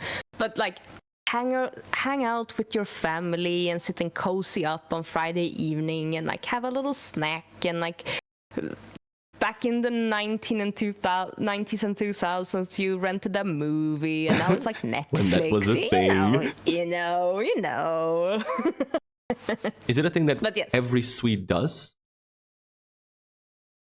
It's a thing that's very common. The phrase to say that every Swede does it is a very like broad statement. That's why I'm like dancing around it. But it is a very common thing to do. Fredagsmys is very common, yes. And that is why you don't meet Swedes, because they stay inside instead of going out. Inside with our chips and our popcorn and our dips and our tacos. Swedish tacos, not tacos. Yeah, not real tacos, just the Swede version, criminal version. Every citizen more than likely lived it. So even if you don't do it every week, you've gone through it at some point, I guess. With your family growing up, something. You've been through fredagsmys. There was even that you linked me like a marketing campaign of some sort about fredagsmys. What was that for again? I did. That was for a chips company. Right. I think it was OLV. Do you want me to find it again, or maybe for posting it in some channel on your Discord? Surely that wouldn't be copyrighted, right? Oh, I have a hard time believing it would be copyrighted. I could play the ad for fredagsmys, because Swedes apparently love brands, and the brands love the Swedes. And there are ads for everything, including like, here's chips, use it on this weekly tradition that we all have and we know you have. Enjoy. Like, I have memes about Giflad and fucking Yes dish soap and all the other brand memes. Yeah. Yes. I sent it to you if you wanna add it at some point. I'll get it right now. It's like a minute or something. Yeah, it's 45 seconds. It's short. Yeah, we can take a little break to show you how hardcore Swedes are about fredagsmys. And this is like me and Sven when we have been like in talks with each other. We will just go fredagsmys together. It's true. It is real. This one stuck with us. You at some point, I think I mentioned fredagsmys because of the collab, and you two broke out about it like fredagsmys and started just saying words which are lyrics to the song that I'm gonna play right now. You just it's in your brains. I bring it up, so I got lost in the sauce. Let me play this for the people, then we'll talk about it. 3, 2, 1, go. Det finns en dag då man kan andas ut. That resolution is amazing. Give me 1 second. 240p. Oh. That's the best we got, friends. That's the best we got. It's I'm 240 or 144. Let's go. 3, 2, 1, video. Det finns en dag då man kan andas ut. Man slipper chefens tjat och kommer hem till slut. Since I moved here, all I do is mys and mys. Yes we do. Det är dags för fredagsmys. Om det så är det sista jag gör. Snart är det fredagsmys. Hoppas inte föräldrarna stör. Nu är det slut på veckan. Det är dags för fredagsmys.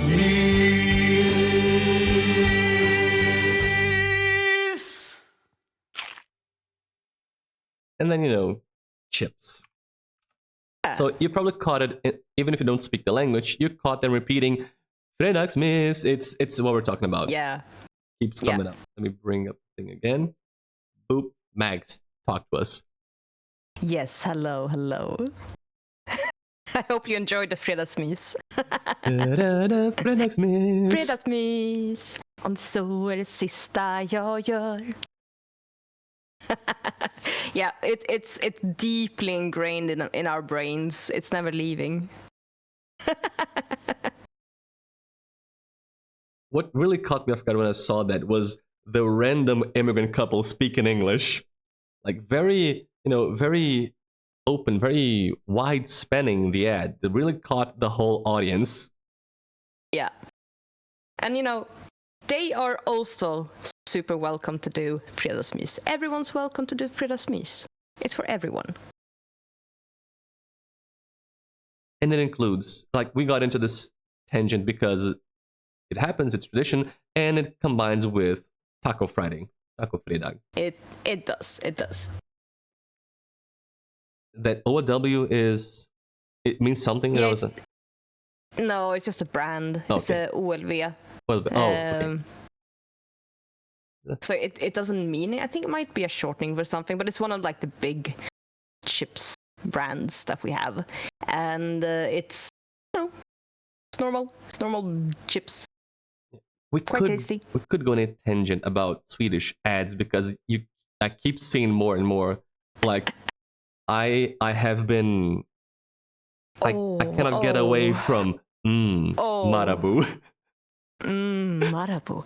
Oh, foofs. What? Oh, if you want me to go off on the brands and Swedes' obsession with the brand, do I have a fun thing for you? Just for me, not for everybody. For you, for the stream, for everyone. Is it an image, a video? Can I play it? I can find it. Dude, I'm not even fucking kidding. It is 1,000 commercials.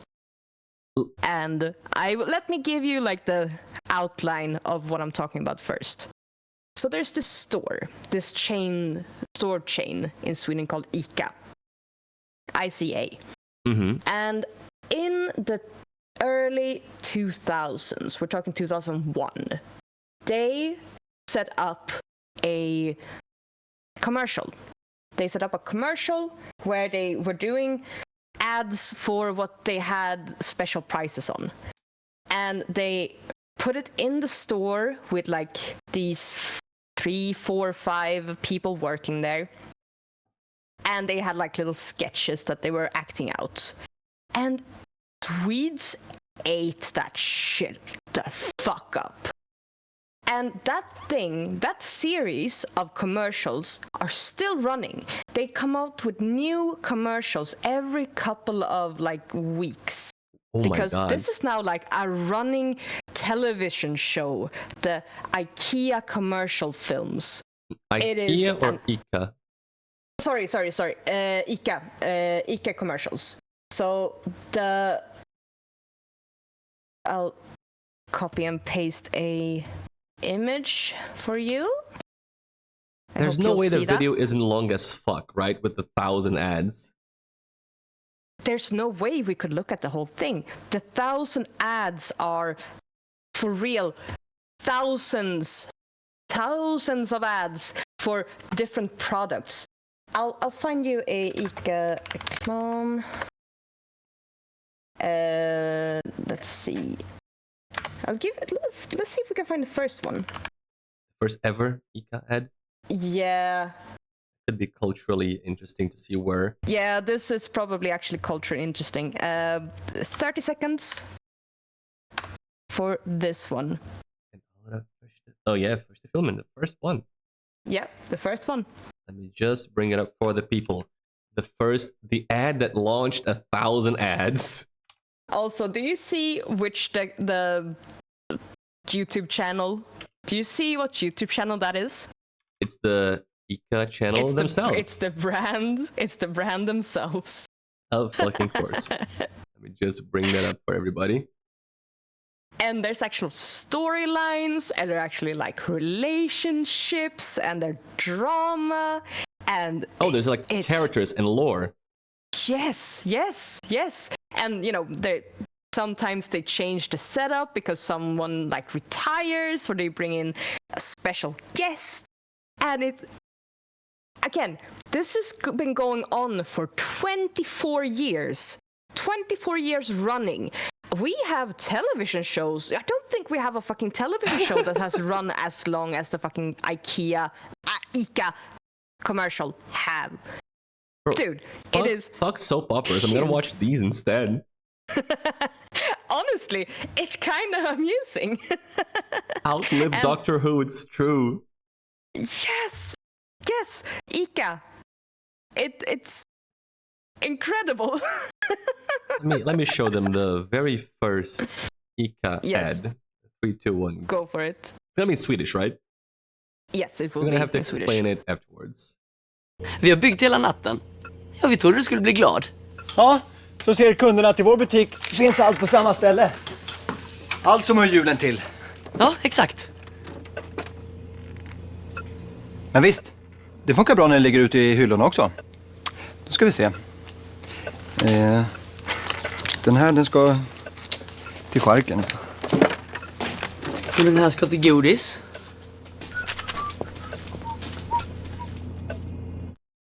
Okay, now, explanation, please. All right, so those two, like, the two next to the big Christmas tree of food, they are like the dummies. They're like, I think we thought it would just make you happy. We've been building this all night long. And the guy who's looking angry is, of course, the store boss, grumpy old man. And we thought it would make you happy. And then, like, him just staring at them. They're like, but this is probably should go to the meat section. I'll bring it there. Oh, and this should go to candy. I'll bring it over there. And it's like, we have everything for Christmas. Welcome in. So it's basically like a small skit of the characters playing off each other, and they're showing off the things that they have for sale, and like, we have everything you need for Christmas. So yeah. That's the beginning of the Ica lore and the characters. The Ica lore. Are they actually actors, these people in these ads? Yeah. Yes, they are. And they became very, very, very I was gonna ask, are they famous now? Yes! The grumpy dude is called Ica Stig, because that's how everyone knows him. His name is Stig in the store, in the show. And yeah, his name is Ica Stig. And then, like, the characters change, and, you know, people come in and they quit, and yeah. Have they acted in other things? I have never seen. Oh, that's not entirely true. But like, these people, like in this show, in this like episode, I've never seen them in anything else apart from the Ica commercials. But they do sometimes get like other famous people doing like guest spots. So we have like this Swedish actress called Susanne Reuter. She came in and was some sort of person for a while, and another Loa Falkman, another famous actor person, he came in and was the store boss for a bit. So they do get famous people do guest spots, but yeah, these people, never seen them in anything else. 24 years running. So Ica Stig is famous exclusively for this. Yes, and he's famous. I think, yes, Sweden is great. Sweden's awesome. Yeah. Yeah, unfortunately, he died a couple of years ago, so Rip Ica Stig. The man worked until he died. At Ica. And that's anything ever knows about him. It's hilarious. I mean, bro found his calling. He was Ica Stig until the end. Dude, it's a solid gig. 24 years for every week for 24 years. So yeah, that's gonna put, you know, bread and candy and other Ica products on the table. It will. It definitely will. So yeah, Swedes do love their fucking commercials. I mean, at least you guys are good at making them, because you got some funny fucking commercials. Yeah, there are some good commercials, but there's some trash as well. But I mean, there are some really good commercials. As the nature of all things, but you got some good ones. Again, I cannot get Marabu out of my head. Marabu. No, it's so effective marketing. Even a little Brazilian is now stuck with the Marabu. And I can't even get Marabu here. Just need to stick with the slogan and nothing else. Yeah. No Marabu Mags. There's no Ica. There's none of that good stuff here. Oh, sad. Marabu. They make. Is it just chocolate candy in general? What does Marabu make? Yeah, they make chocolate candy. That's their like main brand. I think they sort of slip into other kinds of sweets, but chocolate is what they're known for mainly. Yeah. And their slogan, as the commercial ends, they always go, Marabu. And it's catchy for some fucking genius reason. Sven is Marabu. always going, Marabu. All the time. Yep. I got it from him. He kept saying, I was like, wait, what the fuck is that? Looked it up, and now I've been caught too. I meant it. Marabu. Fucking hell. Let's go back to the questions. Oh yeah, this was a tangent. This was a long tangent. After a tangent, after a tangent. Yes. Now, let's continue. Let us talk about the final topic before our first break. Yes. It's one of the reasons why I reordered the questions, because there is a topic we have not yet covered in the Sweden collab. And if we don't, I think the government is going to get us killed via sniper bullet. Starro asked, a silly one no one has mentioned yet. So, what is the IKEA situation over there? We have to fucking talk about IKEA. Otherwise, again, sniper. Yeah. the IKEA situation Is over here very is real. very real and very strong and very prominent. When that question was asked, I had a massive IKEA build in pieces all over the floor. I felt targeted, all right? Starro, when you posted that, Mags had been complaining about building an IKEA wardrobe for a couple weeks. And before that, she built an IKEA thing before that. After that, she was building another IKEA thing. It's not a joke. Swedes are very into IKEA. I currently have an IKEA box waiting for me to build it. See, when one is done, you start another. It's just how it is. Yes, IKEA is very, very, very fucking real. We love that shit. It is incredible. Because it's not only like, oh, I'm gonna go to the store and buy...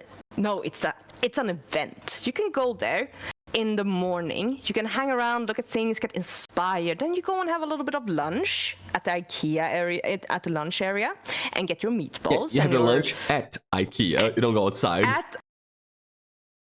Dude, IKEA has a lunch section. This is how they get you. This is how they get you to stay. Because they feed you. They don't even have a lunch section only. Some places have fika points. They have small cafes. Of course they have like IKEA spread fika. out in areas around there. And they have food at the end, like where you pay after. They have like a little store with like frozen foods or different kind of food. They're not a food company, but they have that, and they have a little like you can buy sausages and like hot dogs and stuff, and it's that's how they make you stay, because people have a limit how much they can manage to like stay in a store. And it's usually like when they get tired or when they get hungry. When they get tired and when they get hungry, they have a fucking restaurant where they put you. And you eat, and then you can go back and pick up more, buy more. The IKEA psychology is so deep. I am not even fucking joking with you. This is so deep. How IKEA is built is in a warehouse without windows in general. There are exceptions. But in a warehouse without windows, built in a maze-like way to make you lose your orientation and make you get confused where you should be going. And what I done instead is that they marked up on the floor and on the ceilings this way to get to lamps. This way to get to the kitchen section. So you snake your way through all of these sections to get to where you want to go. If you want to buy a lamp, you have to go through furniture, you have to go through chairs, you have to go to office stuff, you have to go through fucking bathroom shit to get. I mean, it's the usual kind of shit. It's where you tend to shit. Yes. Bathroom shit. Yes. So they snake you through all of these sections and they display everything. And you go, oh shit, that looks really cool in that display with the setup and the lamp. Oh, I really need a lamp. I should get that lamp. And oh, I just broke my coffee cup. I should get a new one. Oh, that's a really cute coffee cup. I'll buy two. And that's how you end up buying so much more than you ever intended to buy. It is an actual joke. Like, if you manage to leave IKEA without buying anything, you have won. You're a person of resolve and determination, because you will always find something and go, oh shit, yeah, I need that. Because they force you to go through the labyrinth. They force you to snake your way through and see everything and see it being displayed and see it being used in a daily fashion. They have little displays of rooms, of kitchens, of bathrooms, of how they have solved it. And it's genius. It is absolutely fucking genius on a like marketing psychological level, it is incredible the amount of work that they have done to make people stay, make people buy, and make people see what they have. And make it is people so fucking smart. love it, because you know about this and you still love IKEA. Like, you don't care they are, running you through the IKEA labyrinth. You don't care. You do it and you love it. And you get the things and you enjoy the things. Yes. Because it's all okay.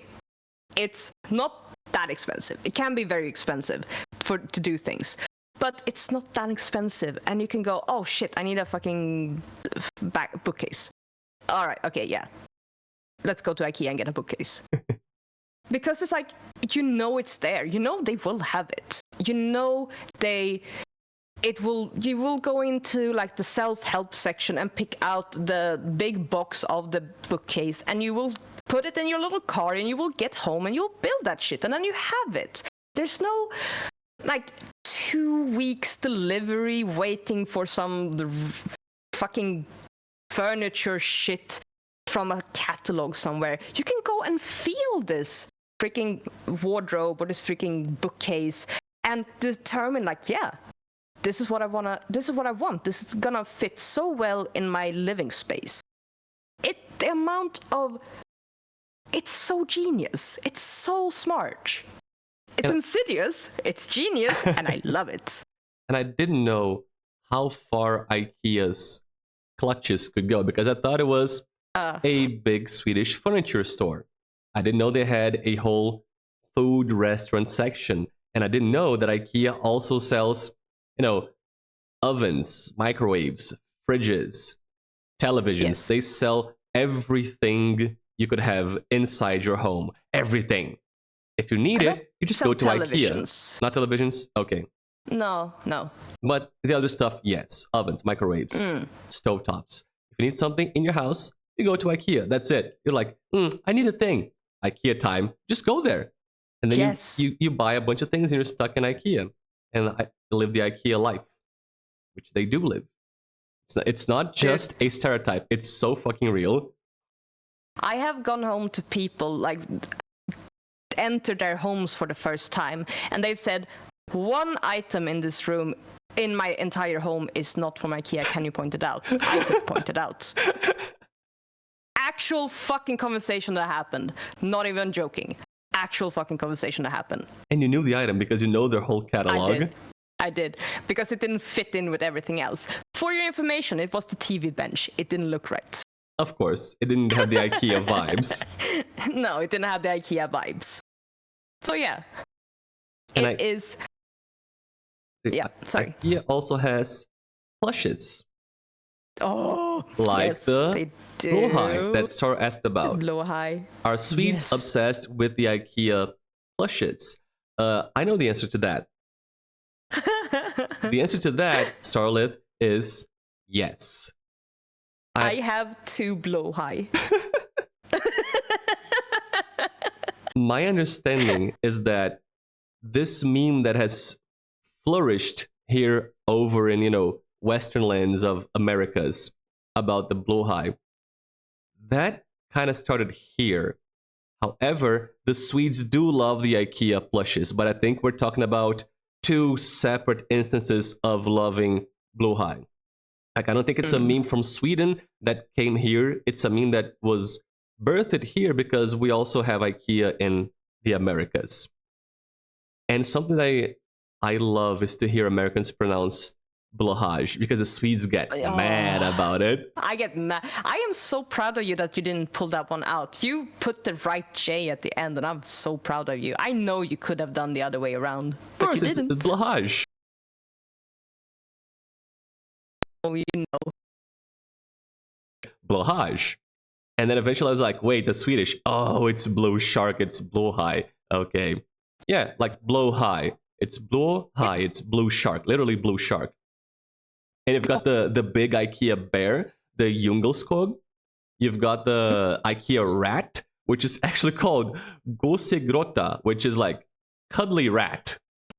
Yeah. Crush the audio. Oh no, it's fucked. Mags, hang on. It's fucked. Now it's unfucked. All right. Do I sound better? Yes, My bad. Yes. But yeah, Gosirota. Yeah, Gosirota, so Cuddly cute. Rat. You got the Jungelskog, the Blowhigh, and others. It was the Blåvingad, the whale? Yes, I think it was, Blåvingad. Yeah, blue-winged. Blåvingad. It was like a blue whale. There's several IKEA plushes that haven't become memes, but Swedes love them. And they trade them out like through the years and bring in new ones to take them away. For instance, Jungelskog, you can't buy that anymore in store. Oh. Yeah, he's not there. But he was there like a couple of years ago. So they do like switch out the like what they have like in production. Like they cycle the plushies. Sorry? They cycle the plushies, like they come and go. Yeah, they do. So yeah, but Blåhigh has been here for a while now. A while. No, sorry, not Blåhigh.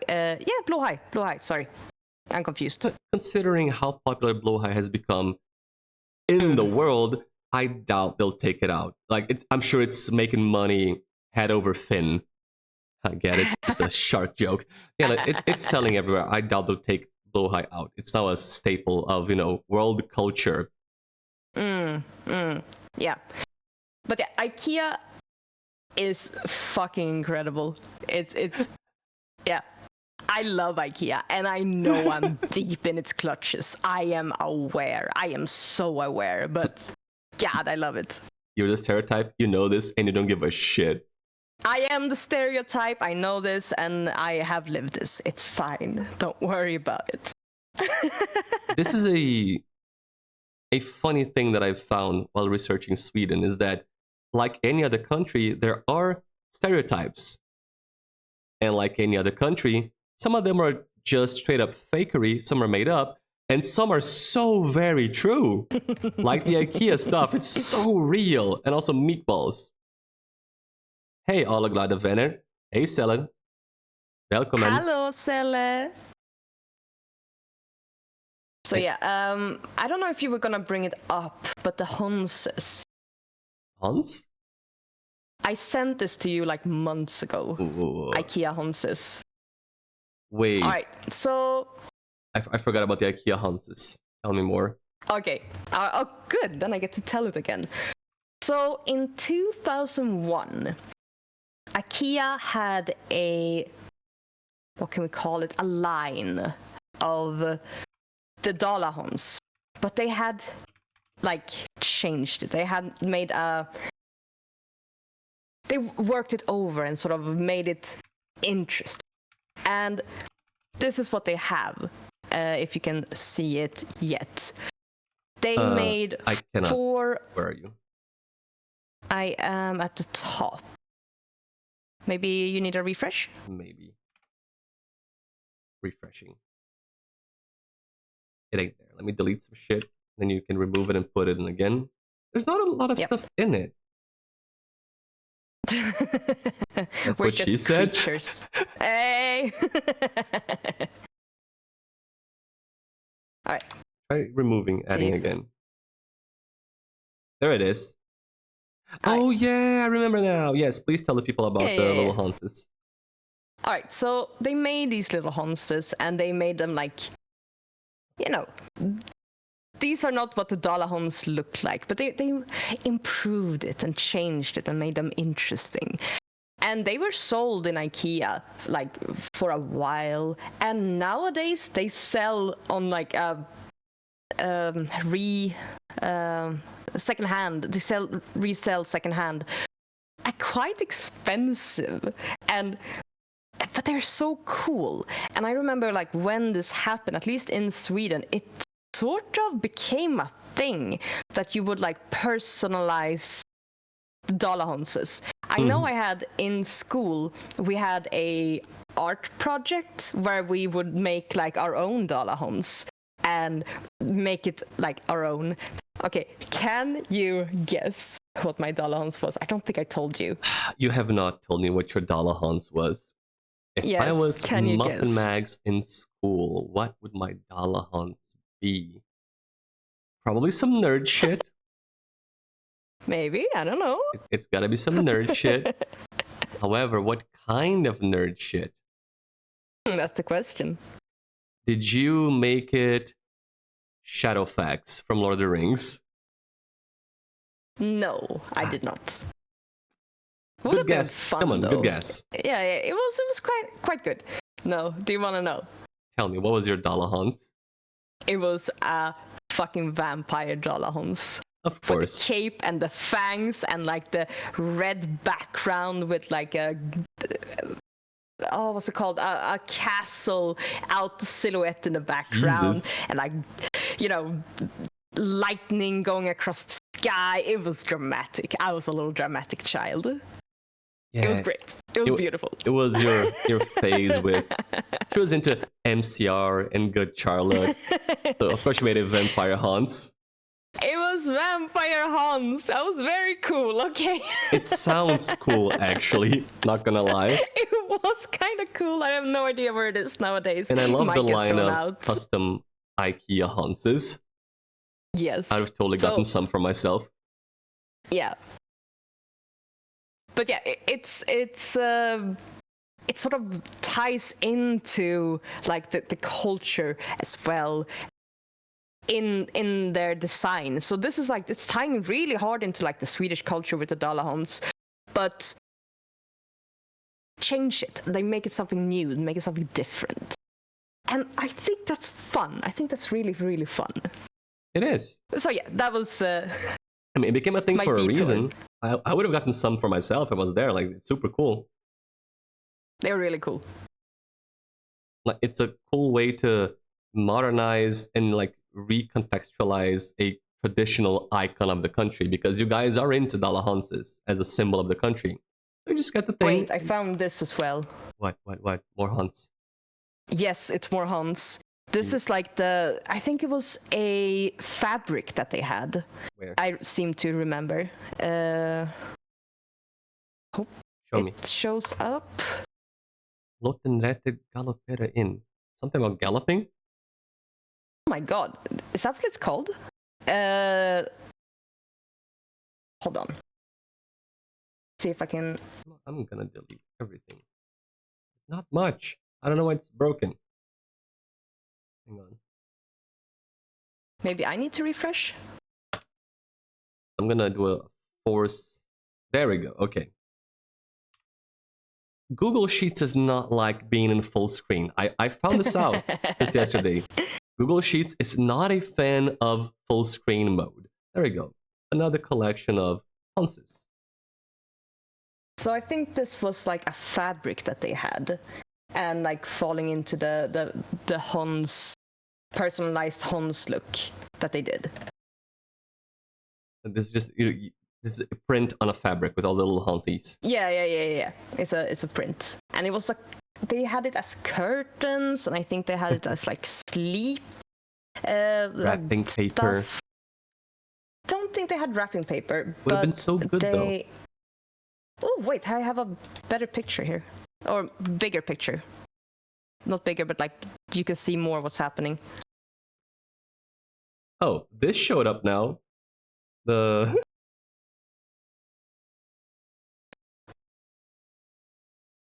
is that the Greflid? I don't know. Did the thing break again? My god. Testing. Hello. Yeah, so sorry, I was asking about the weird chips and stuff. But yeah, the chips was from Fredagsmys discussion. Yeah. Way back. Yeah, gingerbread Hans, I would eat it. I will put in another one here because it shows like the bigger picture of it. But it's a little worse, but Rainbow Hans. because there's like there's a rainbow Hans. Yeah, they missed one line. And it's a pig Hans as well. Oh yeah, the pink one. There's a pig Hans, a rainbow Hans. It's a little pig Hans. So yeah, people would make their own, Hanses, like personalized Hanses with it, and it's so fun. It's just such a fun idea. I would have made my own Hans. I would have made my own like Yeah. orange Hans. There are orange Hanses. Pickle Hans. I mean, maybe you can pickle your Hans. I'll pickle your Hans. Oh, baby. Oh, baby. Behave. Oh my. Oh my. I did make a bunch of custom Hanses in Pocket Card Jockey. That's true. When I was in Hans Racing. Did you witness Hans Racing, Mags? No. That was before my time. There's a game I called think. Pocket Card Jockey on the 3DS, and it was remade on the Switch. It is, and I am not joking, the genre is horse racing plus solitaire. Again, not kidding. Ah. You play solitaire to also race horses. It is adorable. It's got a ton of custom Hanses. You got like Dragon Hans, little witchy Hans, unicorn Hans. I need to show you. It's so fucking cute. It's got so much. I'm gonna show you the Hans game. It's adorable. You're gonna love it. And it is a game by Game Freak. That's why the Pokemon composer made music for it. Game Freak said, you know what? Let's stop Pokemon for a minute. Let's make it a great little Hans racing game plus solitaire. Now back to Pokemon. That's the detour. It was a side quest. Great side quest. I played good side quest. like 80 hours of that game on the 3DS and then more again on the Switch remake. Max, I have no idea. I was watching a Nintendo Direct at some point in the last few years. I forget when. Just watching it, and then suddenly I see Pocket Card Jockey come up, and it's a remake. I had been asking the gods for that for the last like 7 or 8 years. I was freaking out when they announced that, and I got it day one, played it, streamed it. It was amazing. It was a good time. Anyway, sorry, back to Sweden. Yes. Did you have any more thoughts and ideas about IKEA? Maybe I had, but I got lost in the sauce because of Hanses. The Hanses. There are so many Hanses. We need to talk about the IKEA songs. The IKEA. We do need to talk about the IKEA songs. We can't play them because those are very copyrighted. But there are multiple songs out there about IKEA. At least 2. There are. Max posted one. At least 2. I posted one. Max was like, here's an IKEA song. She posted a song by Jonathan Coulton. And then I said, fun thing, here's another IKEA song. And I replied with a different one by Nano War of Steel. Yeah. Would you like to highlight some lyrics from your song, Mags? The one that always comes back to me is Billy the Bookcase Says Hello. That doesn't leave my brain. It just appears every once in a while. Just Billy the Bookcase Says Hello. He has a friend and his name is Ingo. Dude, it just never leaves me. It never leaves. But let's see if I can find... there was a really good rhyme in the chorus. Yes. Norseman. That's the one you're... Yeah. Yep, that's the one.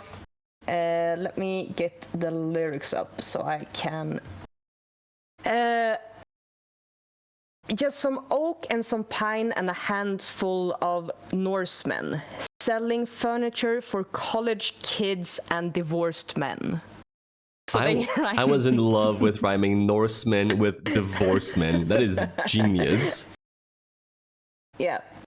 So it's a beautiful, stupid song, and it's great.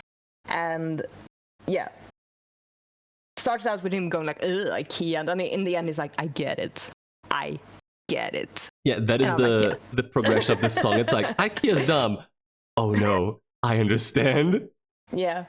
I'm sorry I said IKEA sucks. I just bought a table for $60 and a chair and a lamp and a shelf and some candles for you. That is I also doubt they're just the average like you. IKEA visit. Till I saw the American dream come true. In New Jersey, they got a goddamn Swedish parade. And they do. It's true. Yeah. Yep. it's a beautiful fucking song. I love that song. It's a good song. It's called, what is the name? Is it just called IKEA? IKEA. Yeah, IKEA by IKEA by Jonathan Colton. And I replied with a song called Valhallelujah by Nanowar of Steel. It is a rather long song. It's a whole journey. It's about this man who is lost, desperate, away from home, away from Sweden, away from all the good things that he knew. He doesn't know what to do. So he starts praying to Odin. And Odin answers, sends his message, that is IKEA, and it ends in a massive half metal, half gospel, like wide prayer session about IKEA products. It is a fever dream of a song. And it represents how much people freak about IKEA. I just want to highlight the part when Odin shows up. Because if you know, maybe you know some power metal, there is a cameo in the song. The singer for Gloryhammer, Angus MacFife, now Angus Mac6, now out of those two bands, but the singer for Gloryhammer, he shows up and he's fucking Odin. He appears with, hear my voice, this is Odin calling you, times have changed, I'm a gentle god. No more war, just design of furniture, master of IKEA. That is how Odin shows up. That is, as I've learned, Sweden to a T. Bros love their IKEA. Odin, master of IKEA. And then there's a prayer. There's something, I've been quoting this at Mags to annoy her, but it doesn't work because she likes it anyway. As it goes, just like Jesus, I'm a carpenter, forging shelves with the hammer of Thor. Gloria patri fornituribus, in nomine IKEA. And I keep saying that to Mags, the Latin part, and she's like, no, yeah, that's right. I agree. I don't mind at all. This is how we are. Gloria patri fornituribus, in nomine IKEA. Oh yeah, and then I'd like to use this to hook into another IKEA thing. Because it goes into, for the bedding and the kivik, sing with me, Valhallelujah. We gotta talk about IKEA product names, like the bedding, and the kivik, and the Billy, and the Pax, and the Marcus, and the Vithe, and you know, all the others. Yeah, we do. We do need to talk about that. And I don't have the list with me right now. I have to maybe. You don't gotta actually go over the proper list. Just give the people an idea of how IKEA product names work, where they come from.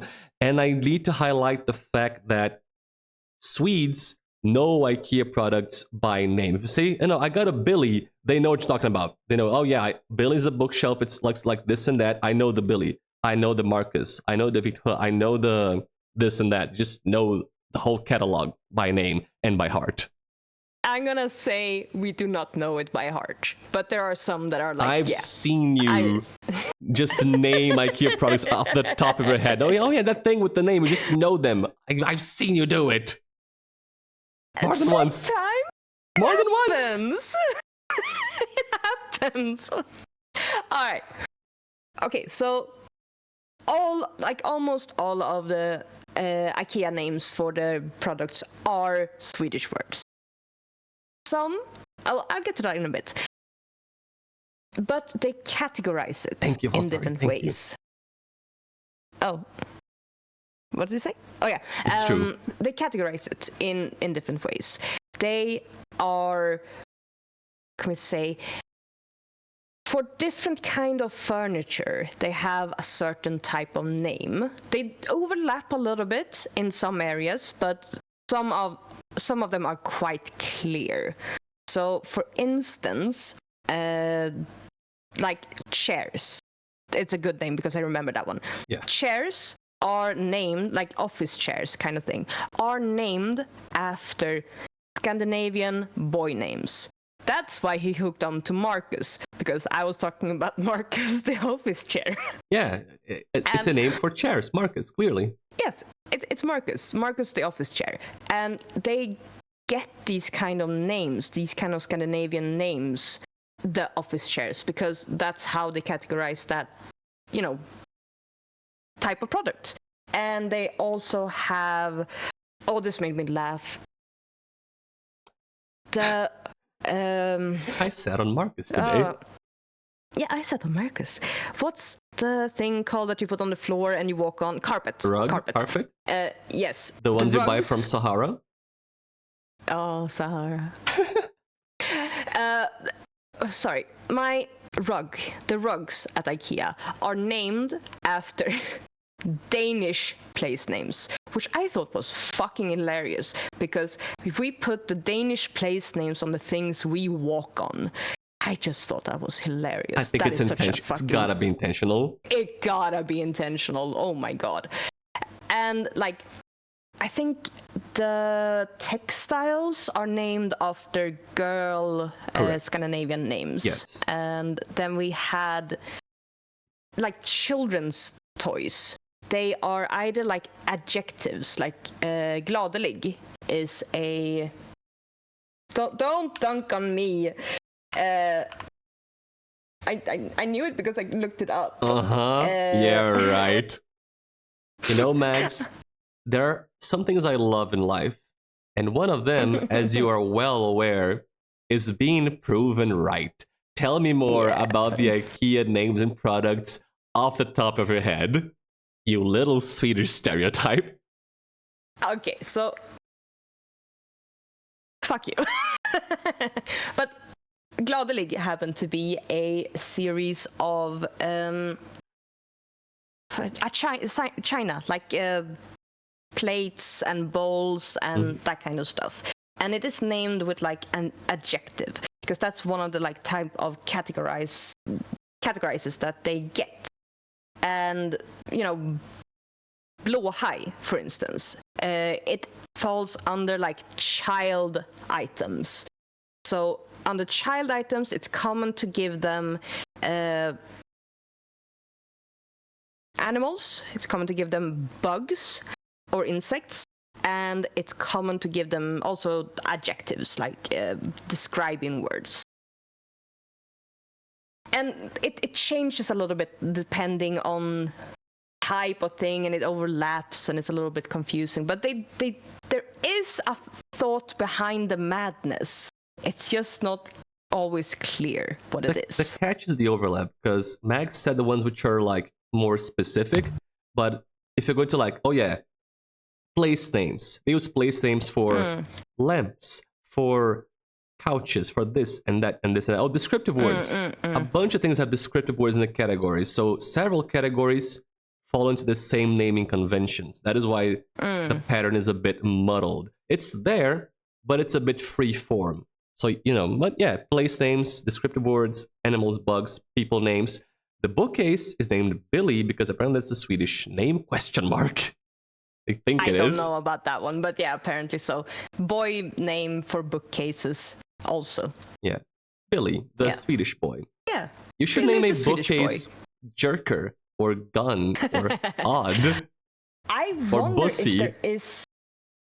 Bosse. Ooh, interesting. There might be Bosse. That feels like it should be something. No. And Jerker. You guys want to go see the IKEA Bussi with me? I couldn't find either Bussi or Bus. God, I'm taking after you. Yes. Bosse or Jerker. I couldn't find either of them in the IKEA like store right now. But there might have been at an earlier point, because again, they take things out of rotation. Oh yeah, parentheses, Mags. Going back to the thing about how Swedes can be named with a first and middle name. You could have a Swedish boy called Bussi Jerker. Please go on. You could. Bussi Jerker. Good old Bussi Jerker. I don't know if this is the point to bring this in, but some words in Swedish have different meanings in English, for instance, which makes it so that some names on the IKEA products do not work internationally, and they have to do recalls because, or renaming them for reasons. Like what? Tell us. For instance, you love this one. It's the word slut. It means end. It's spelled S-L-U-T. Slut. And pronounced... Yeah. Just slut and nothing else. Yeah, slut. It's not pronounced like anything else, just slut.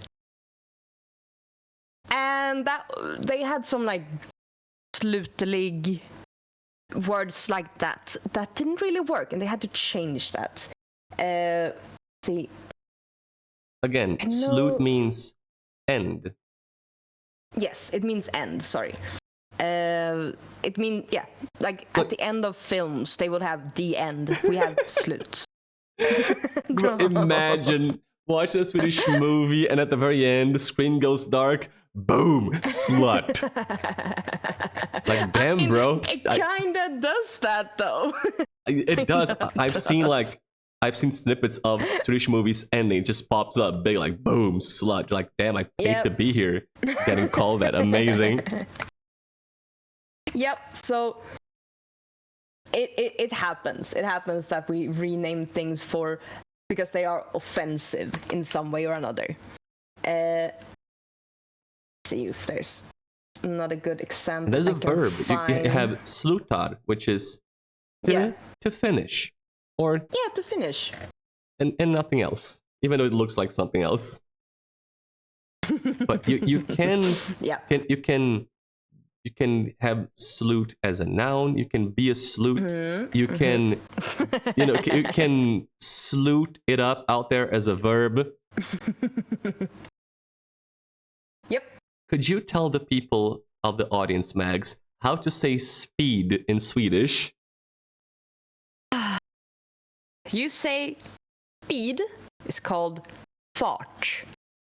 Yeah. And it's spelled F-A-R-T. Uh-huh. Fart. You can also say hastighet if you're so inclined. But I don't think foofs is so inclined. I am not so inclined. I am so inclined to get a couple of signs from the road. Yeah. Hang on. Bro, please work. I was able to... There it is. There it is. Oh, look at that shit. Come on. These are real signs from Swedish roads. You've got the fart control and you've got max fart 5. If you fart more than 5 times, the government arrests you. Yep. I see no problems with these signs. No problem at all. Fart control for about 12 kilometers. You gotta keep those farts in, buddy. Yep. No problems at all. And then I was talking to Mags about Swedish composite words. Because in Swedish, you can put 2 words together to make a new word, to get a combined meaning. I was like, Mags, what if I wanted to say like the final speed or something like that? Could I make a composite word for that? And what did you tell me, Mags? I said you can call it slutfart. Slutfart. Oh, Swedish. Sometimes you anger me, but sometimes you make me so happy. Like with slutfart. Yep, like the final speed, slutfart. Fucking slutfart. Oh, I cannot, man. I simply am unable to can.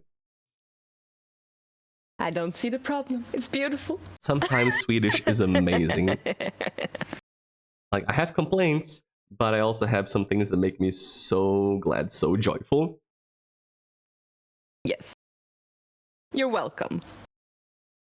I forget completely how we got here, by the way. I think IKEA was involved. Yeah, but we've been doing this a lot today, like tangents out of tangents out of tangents. Oh yeah, about IKEA naming conventions and how they had to change some names because of farts Oh, and yeah, sluts. yeah. And Yeah. slut farts and fart sluts. Yes. Slut farts, fart sluts.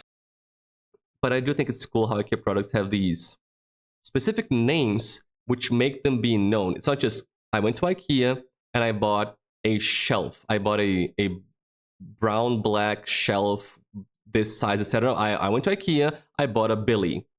And this gives a sort of personal relation with the product. Like, I'm at my home, I have a Billy, and I have a Kivik, and I have a Beddinge, and I have a Pax. You know, I know what these products are because they have a name. And also, generally, the stuff you buy from IKEA, you build yourself. There's also that. I bought my Billy, I built my Billy, this is my Billy. There are many others like it, but this one is mine. Yeah, because you get like a sort of attachment to. There's like psychological background behind this actually. If you put it together yourself, you value it higher. Of course. And yeah.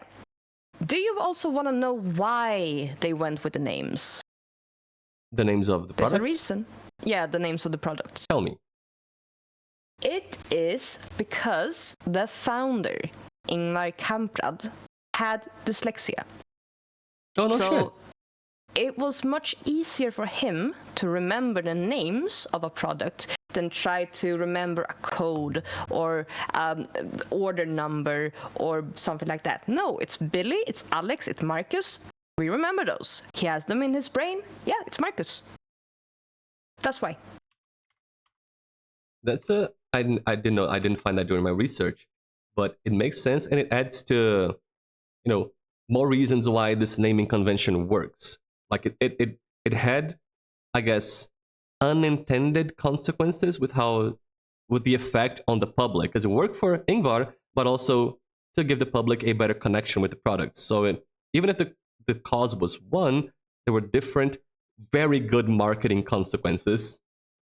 Yes, definitely. And it's smart. It just works so well.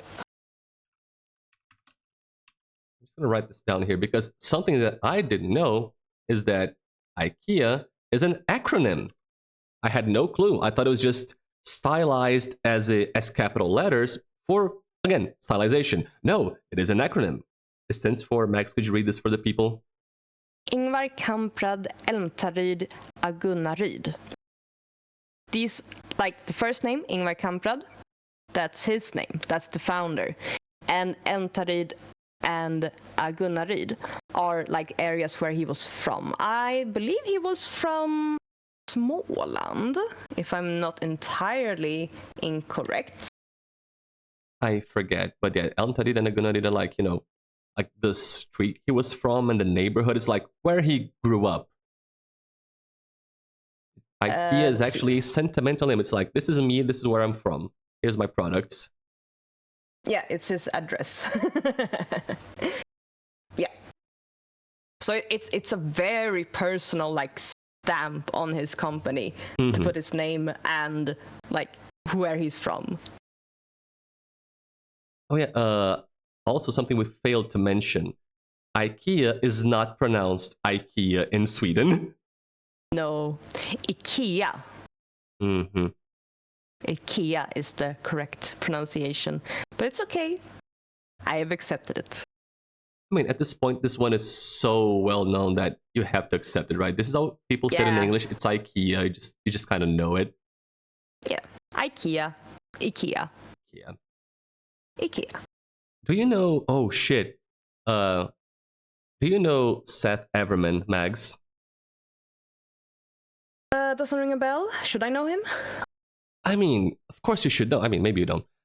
Seth Everman is a man from Sweden who used to be, because he quit YouTube. He was a big YouTuber. The bald music man. Pox is correct. He is this 6'7" bald Swedish man with crazy eyebrows who got huge on YouTube making music and music adjacent videos. He's amazing. I love Seth Everman. His biggest video was probably... I had seen him. I didn't know the name. You've seen the face. Yeah. And the eyebrows. Yeah. And the bald head. Yes. The bowling ball. He got especially big for his video on Billie Eilish's Bad Guy, because he's the bald guy. Oh, he's the bald guy. Duh. I missed the bald guy. I'm bringing him up for two reasons. One, I forgot to mention he's Swedish, so big Swedish person online that was not in my notes, and now he is. But also, the first time I ever heard IKEA said by a Swedish person was in a Seth video. He said IKEA. I was like, oh, that makes sense actually. Fuck. Of course it's not IKEA in Swedish. Oh. Like, first People time will look ever at you was strange. Seth. Yeah, IKEA. I was like, oh, that makes sense. We can talk about Seth Everman later. He's amazing. He's great. Bro's funny as fuck. I'll probably bring him up again during different sections. Yeah. Anything else to say about IKEA, Mags, that comes to your mind? IKEA. I don't think so. Apart from it makes me sad that you don't know the joy of IKEA. Oh my and god, I've told you that I've told this Right. to you, that I'm like actually a little bit saddened that you don't know the joy that is going to IKEA. Yeah, But sad thing. Not a fun fact, an unfun fact. Brazil does not have IKEA at all. There are no IKEA operations in Brazil. Not even a one. When I said that to Mags, she got genuinely sad. Like, her voice when she was like actually sad. Like, her emotions were affected by the fact that I don't have IKEA. I've never been to an IKEA. I don't know what it looks like inside. I only know it from memes and people. However, we looked it up, and supposedly they're going to open an IKEA in São Paulo until 2029. At some point in the next 4 to 5 years, there might be an IKEA in São Paulo, and I'm going to go there. I need to go. I need to see the magic. Yes. However, excellent. MuffinMags, do not. You need to lay these ambitions to rest, because it's gonna be IKEA in Brazil. It's gonna be some Brazilified version of IKEA, and I cannot guarantee that they'll keep the magic of IKEA here. It could be shit. It could be the garbage version of IKEA. I don't know. So keep that in mind. But when it opens, I'll try to see what's up. If I can go there, I'll try to go there. I gotta go to IKEA, man. Yeah, you gotta go, man. Is the biggest IKEA in Sweden? What is the biggest IKEA? It's gotta be in Sweden. I think it is. I think it's Kungens Kurva. That one is fucking big. Did you say Kurva? Yes, I did. No. Oh, that's a great story. I will get back to it. Keep that in mind. Okay. I mean, I'll write it out. Can I write it in Polish? No. I don't know. It's with single V and not W. Okay, because I was like, I know Kurva in Polish, so W. Oh, biggest IKEA store is in Pasay City in the Philippines, actually. And I was totally wrong. Yeah. Okay. So Philippines have the biggest one. How could Sweden just lose like that? The biggest IKEA title. I mean, we have them everywhere, so we don't need them big. You probably have the most IKEAs. We're microdosing IKEA, man. You're taking IKEA like in a homeopathic doses. Yeah. All right. So Smash went to that. Smash went to the Philippines. He was there recently for vacation. Did he go to IKEA? He's been to the biggest IKEA in the world. No way. Imagine going to the Philippines on vacation and just stopping by a furniture store. Like, here's IKEA during my vacation. Let's go. Oh my god. But yeah, the sideline that we happen upon here is Kurva. Kungens Kurva. The King's Kurva. Yes. Which is the king's turn. Like, the road turns. It's the king's turn. And the funny thing about that name is that it happened. Can you no, I'll tell you. the reason why it's called, I'm so excited You're about so it. It's called excited. Kungens, I am. It's called Kungens Kurva. Is that the fucking King Gustav V rode off the fucking road into a ditch. So it's called the King's died? Turn. No, he was fine. Okay. He was fine. Yeah, but he ran off the road. Then they named the place after him. And it's now a massive supermarket. Not a supermarket, but like a massive area called Kungens Kurva. You have IKEA, you have like different other furniture stores, you have a big like mall there as well. You have so much fucking shit, and it's all in Kungens Kurva, which is named after the king rode off the fucking road in like the 1940s. And it's like a metropolitan center. Just got commerce and stuff there. Yeah, commerce. It's like a why is commerce this area, so famous? it's not Oh, because a king rode off the road. Now it's a whole thing. Yeah, it is in 1946. They drove off the road. Does kurva mean turn in Swedish? Yes, it does. It's like the turn of the road. Oh, It's a interesting, kurva. because to me, kurva means something else, and I'm sure you know what it is. I know, but that one is actually, if I remember correctly, I think that one is related to turn, because I think I talked with a Polish person about it, that the turn of the road is where people would stand that provided services. Oh, interesting. I think that's actually where it's from. If I'm not misremembering, now I'm like pulling shit out of my ass, like straight up. But if I remember correctly, that is why it's called that.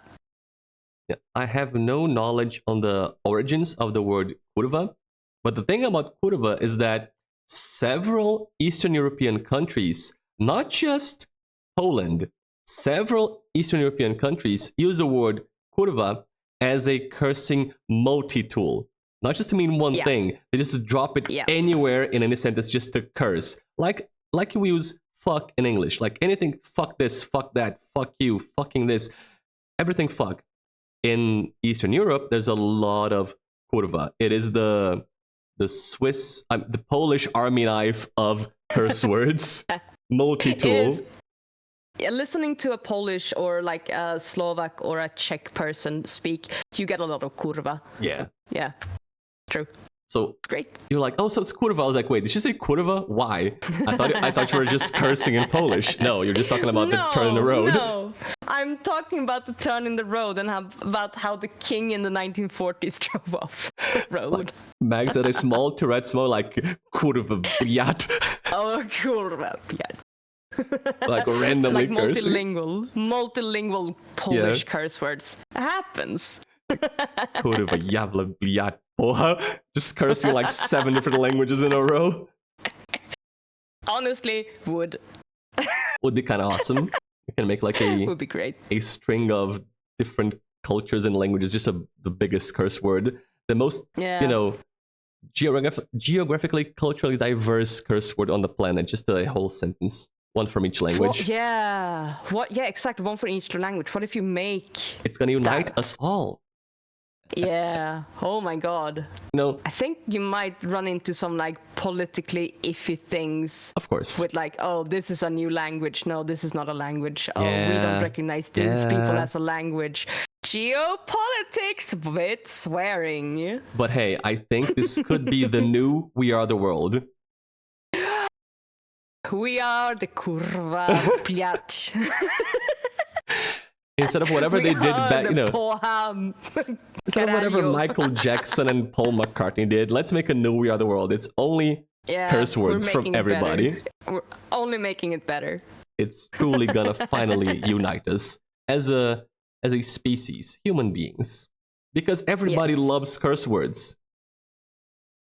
Every time somebody's learning a language, it's like, okay, I learned like how to say woman, man, milk, and water. Teach me the curse words.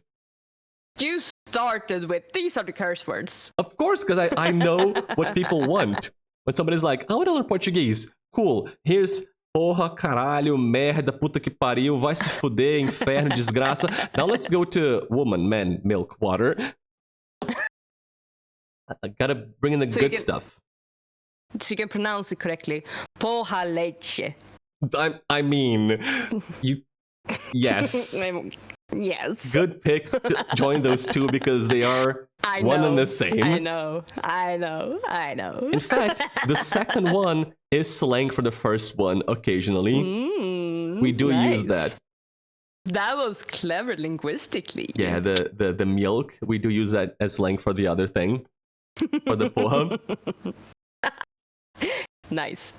Stemway, I'm blue, dabba-dee-dabba-die, because today I'm accepting my new Swedish form.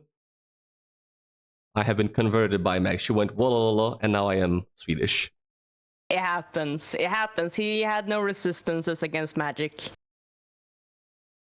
Thank you for moisturizing our insides, Vatio. Oh, I need it. moisturizing. Been yapping for a while. We have Water. Vatten. water. Yeah. Agua. Agua. Muito bem. Agua. Yeah. Would this be the end of the IKEA segment, you think? I think so. This will have to be the end of the IKEA segment. Good news, So yes, Mags. We talked Yes. about IKEA for less than 3 hours. Oh yeah! We made it, girl. We did it. Oh my god, we were so worried about that one. It was only 1 hour and change of IKEA. So under expectations, under projections. We underprepared, man. We did not underprepare.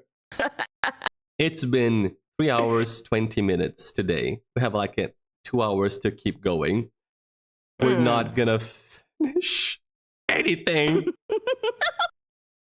Good news, though. I have good news. I have positive news. I have bittersweet news, actually. Tell us. The sweet part is that we have finished answering Starlet's questions. We finished another set of questions. The bitter part of the bittersweet is that we did skip Lucia and Dalahans. So, not fully answered, have more to go over. But we're making progress. Back to it. Making progress. Definitely. Let me give you one more. Let's finish one more set of questions. Pew Pew Meow Meow said, have foofs try strumming on stream. My answer was going to be no. The answer has now changed. The answer is, if I go to Sweden, Mags is gonna make me carbonated strumming. We're gonna drink it and die. We have a new plan about that. Yep. When and if and when you come here, that will happen. Yeah. We're gonna do the thing in movies where people cross their arms to drink something at the same time? Yeah. Yeah, we're gonna okay. we're gonna do that with the carbonated strumming, drink it, and then die. Question. Shot glasses or big glasses? My mental image was big glasses. Because you're a brave man. It's how you drink soda. Foolish. Carbonated drinks, you Foolish. drink in big glasses. Foolish but brave, my friend. Would you take a shot of soda? No. You don't take shots of carbonated stuff. You put it in a nice big glass and then you gulp it down. Nice surströmming soda. I'm sure you can make up a nice, cool name for it. I'm gonna market this, okay? Because Swedes have surströmming. They eat it. Surely there is a market for surströmming soda in Sweden. I just gotta find them. I do not think so. I do not think you will find surströmming soda eat in it. Sweden. You eat the thing. Yes, but we don't carbonate it. We don't squeeze the we don't squeeze the juices. That's like and saying, pour we into- drink actual poison, but we don't carbonate it. At that point, why not? It's poison. Why not make poison drink soda? Poison. Alcohol is poison. Come on. No, surströmming is do. poison. It's much worse. Oh, I just like imagining the juice getting like poured out into the fucking thing. The container and then getting carbonated. Oh, it's gonna have to be like a fucking soda streamer that is about to get retired because that thing will never live again. We can go wilder. Instead of just pouring the juices, you get the contents of the can, you pour it into a blender, you blend it all together, and then you put it into the container for the soda streamer and you carbonate that. You get that nice carbonated chunky surströmming drink. It's gonna have a taste and a texture now. Oh, fuck. And then you add some milk into that and you get the milk strömming. Oh my god, don't do this. Don't do this, folks. Stop. This is me tapping out. I will throw up. I am tapping out. Safe word. Red. Fucking red, man.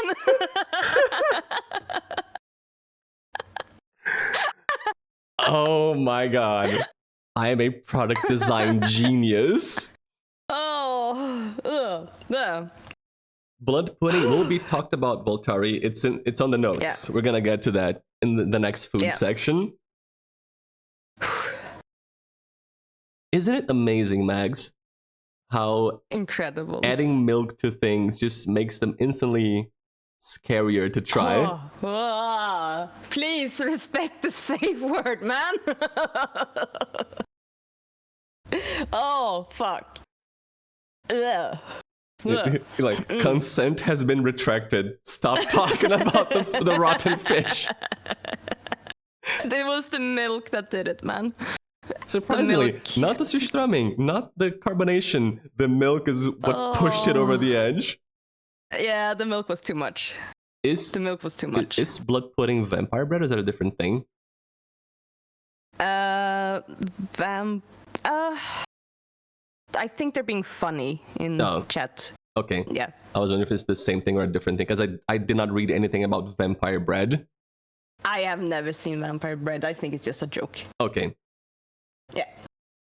So with this, friends and foes, and by foes I mean Mags because she's gonna be mad at me about this point. Yeah. So friends and foe, just one foe. We're gonna go on a short break because we're finally done with the IKEA section. We finished Star Wars questions. We finished Pew Pew's questions. Oh god. Sorry, I lost it.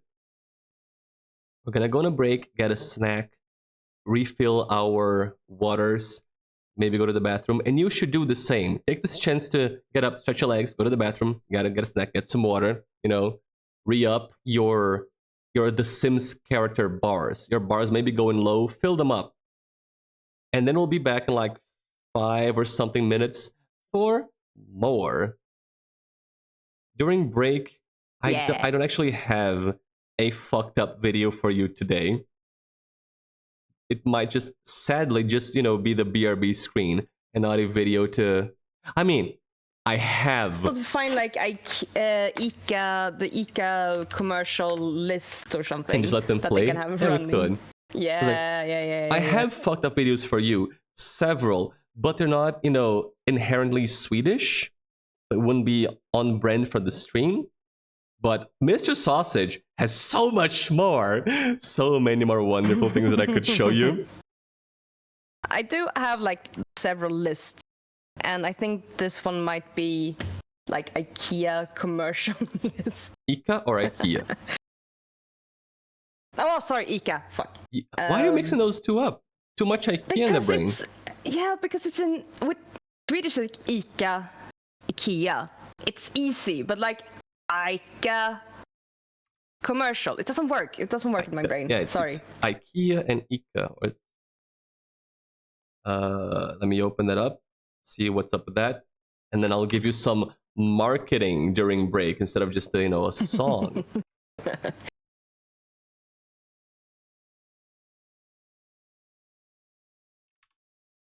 Cool. Yeah, that is a playlist of 67 ICA ads from 2012. Yes. So you get to enjoy some fun ICA ads during break time. I'm sure 67, that's like half an hour of stuff. We're good. We can go, have a drink, we can come go. back. We're not going to play them all, but, you know, it's enough for break, for sure. It is. It is. Remember the Hot Carl mags? Yes. Mr. Sausage has sausaged Hot Carl, by the way. I am not surprised. That sounds like something he would do. Do you know Century Eggs? Yes, I do. He has sausage Century Eggs. I am sure he has. Has he sausage balut? I was going to say, do you know what balut is? Because he has sausage balut. And that video is so fucking brutal that he took it down from his channel. And it's been re-upped in a side account. That video is actually brutal to watch. It is the top one most fucked up Mr. Sausage video. I can send it to you. It's amazing. Oh, thank you. You're so kind. I was expecting it not to be that bad because the problem usually with it is that it's whole, but if he's like mincing it and stuff, it's not whole. Mags. No. Recall the Surströmming video. He's got a large meat grinder. Oh, that's right. And he puts the ingredients through the grinder, even the ones that don't need to be ground. Like Surströmming is like, you know, liquid and like soft fish rotten paste. He didn't need to grind that, but he did because it's part of the format. He puts the balut eggs through the grinder. That is a violent scene to watch. Jesus. Yeah, see, that is where shit gets crazy. The grinder is where shit goes to get crazy. Jesus. Yeah, I'll send it to you. You're gonna love it. Question mark. Question mark. Oof. But we are gonna go on a short, inoffensive, uncursed break. Yep. And then we'll come back. So enjoy this ad for Taco Fredag. Clearly products for Taco Fredag. The very first one. Very fucking first one. Delicious Swedish tacos. Tag tre betala för två. So, you know, pay for two, get three. Exactly. Yeah, I know what I'm talking about.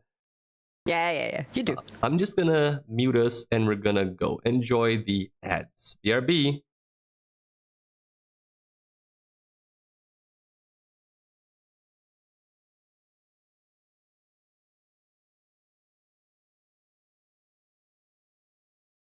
Vilken brak middag det ordnat, Stig. Jag tror aldrig jag har ätit så här många ostron. Hur många blev det? Jag slutade räkna vid 25. Vilka delikatesser den där osten var. Och humran. Och chipsen. Grymt goda. Skål för Stig. Världens bästa chef. Tack. Men då ska vi se här. Cindy har kommit upp till 1735 kronor. Och Sebastian... Vad då ska vi betala? Nej. Klart att ni inte ska. Det drar vi på lönen sen. Just det. Kaffe, glass, någon? Ingo Portor? Jajamän. Sebastian, fantastiskt trevligt initiativ det här med vegetariskt julbord. Känns modernt på något sätt. Och så fräscht och bra för miljön. Och jag som trodde att ni skulle sakna korven och skinkan. Nej, vi har ju gröten kvar. Ja. Du har inte lite mer utav den där underbara toffeskinkan? Ja, men självklart. Korv? Jajamän. Kattolett. Kylstan, var är kylstan? 5 sekunder. 4, 3, 2. Hörrni, den här veckan firar våra kära grannar i öster sin självständighet. Ack, Finland. Vilka storheter har du ändå inte lyckats fostra? Jean Sibelius tonsättare, Tove Jansson, Esa-Pekka Salonen, den ständige tvåan Hacki Hälinen, meteorologen Värmi Böljanen eller Finlands främsta bärplockare Maski Hallonen. Maski Hallonen? Vem har skrivit det här? Maski Hallonen, det var ju den sämste bärplockaren, inte den främste. I den här filmen vill jag tala om någonting som jag tycker är viktigare än priset på veckans kortvaror, nämligen Childhood. De arbetar för att barn som lever på gatan, blivit utsatta för övergrepp eller befinner sig i andra svåra situationer ska få en kärleksfull och trygg barndom. Vi på ICA stöder deras enträgna arbete världen över och ger 3 kronor för varje såld julmust och 10 kronor för varje såld julskiva till Childhood. Och för alla er som hade förväntat er en vanlig tramsig ICA-film, varsågoda. Hej, hej! Ja, Ulf. Tack för att ni lyssnar.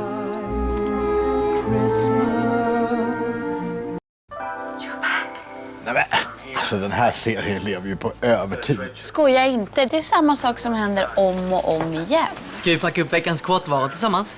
Nej, gör det du. Va? Är han tillbaka? Jag vet. Men det är ju bara för att han var mest populär. Tänk att de inte kan hitta på något nytt. Det är så ben när gamla karaktärer kom tillbaka. Titta vem som är tillbaka. Jerry! Tjena. Vad går ni på? En dålig såpa bara. Stig, har du tid att kolla på värsta grejen? Nej. Du måste kolla. Vad har du gjort med min butik? Det är Thailand. Kom. Sawadee. Men Ulf, alltså... Stig, kunderna älskar det. Ursäkta, var ligger kassorna? Man hittar ju ingenting här.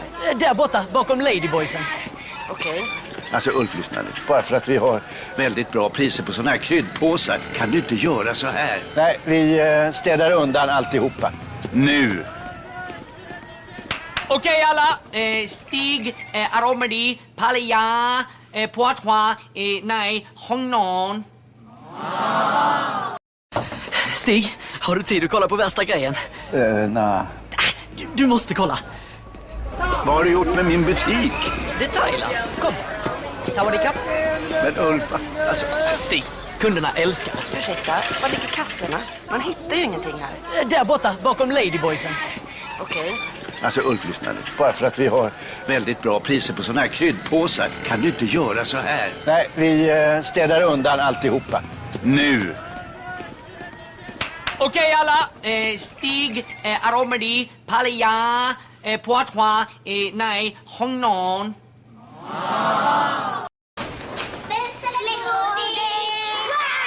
Va? Du ska ge godis, annars så busar vi för dig. Skulle jag ge er godis? Snälla! Då tar jag bus istället. För det ska ni veta barn, att det finns ingenting i den riktiga världen som är gratis. Så, ut och spela kula med. Surgubbe.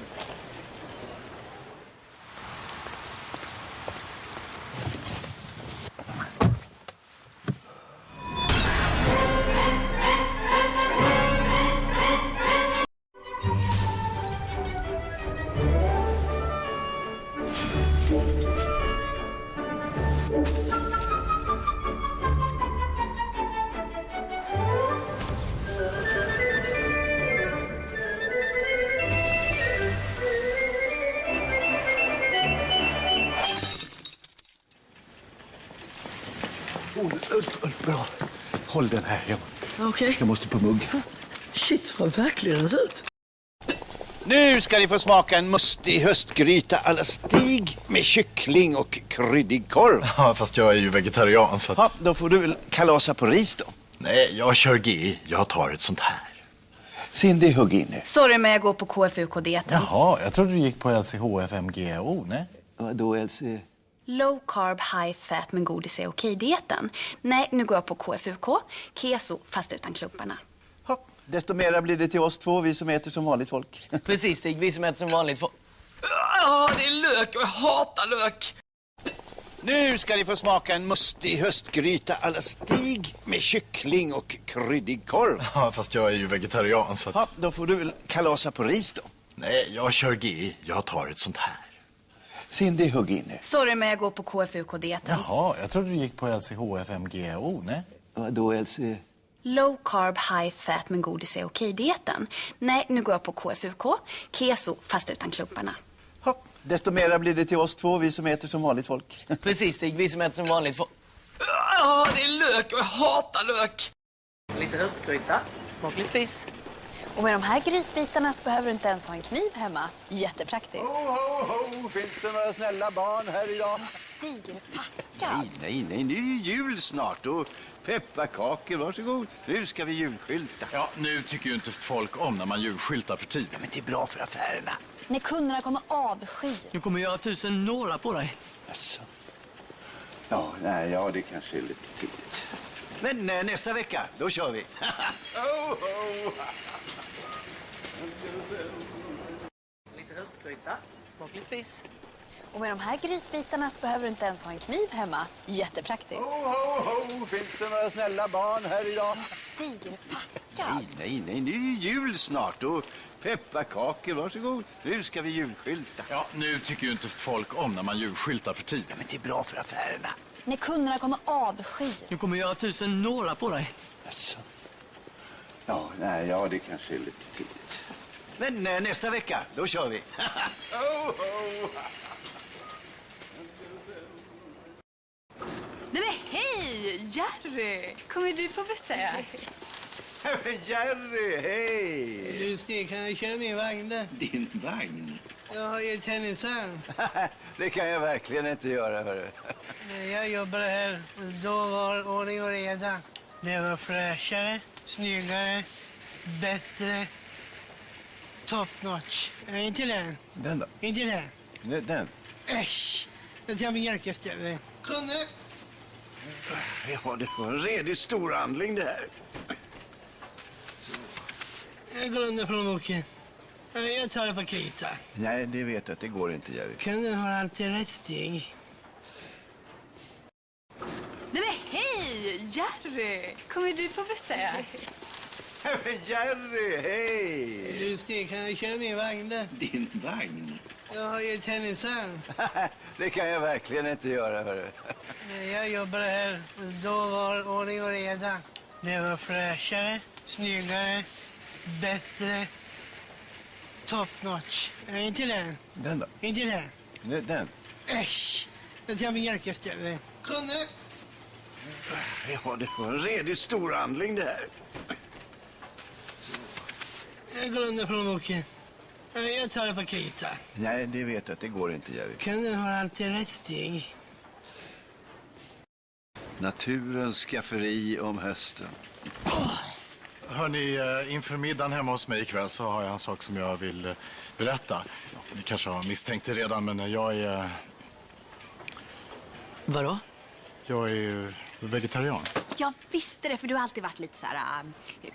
Alltså, men hur tog dina föräldrar det här då? Alltså, min pappa har ju haft väldigt svårt att acceptera att jag bara gillar grönsaker. Alltså, vad du gör på din fritid, det bryr jag mig inte om. Men här, i butiken... Men slappna av, Stig. Jag känner massa vegetarianer. De är jätteroliga att festa med. Okej, men då vet ni då. Sebastian. Hur vet man om man är sån där vegetarian? Naturens skafferi om hösten. Hörni, inför middagen hemma hos mig ikväll så har jag en sak som jag vill berätta. Ni kanske har misstänkt det redan, men jag är... Vadå? Jag är vegetarian. Jag visste det, för du har alltid varit lite så här... Alltså, men hur tog dina föräldrar det här då? Alltså, min pappa har ju haft väldigt svårt att acceptera att jag bara gillar grönsaker. Alltså, vad du gör på din fritid, det bryr jag mig inte om. Men här, i butiken... Men slappna av, Stig. Jag känner massa vegetarianer. De är jätteroliga att festa med. Okej, men då vet ni då. Sebastian. Hur vet man om man är sån där vegetarian? En kassa till. Kan någon öppna en kassa till? Eller två? Gärna nu.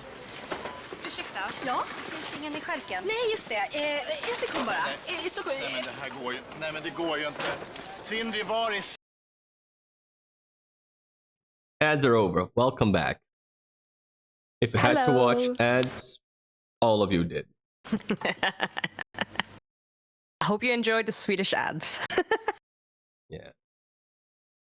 Smash was asking what there was one ad where a guy got grossed out by like a ladle of food. I don't know if that got explained. I didn't watch it, so I don't know. It was away. I watched it, but I also don't know what it was. Oh, Smash know. Mouth, let's not start down this rabbit hole.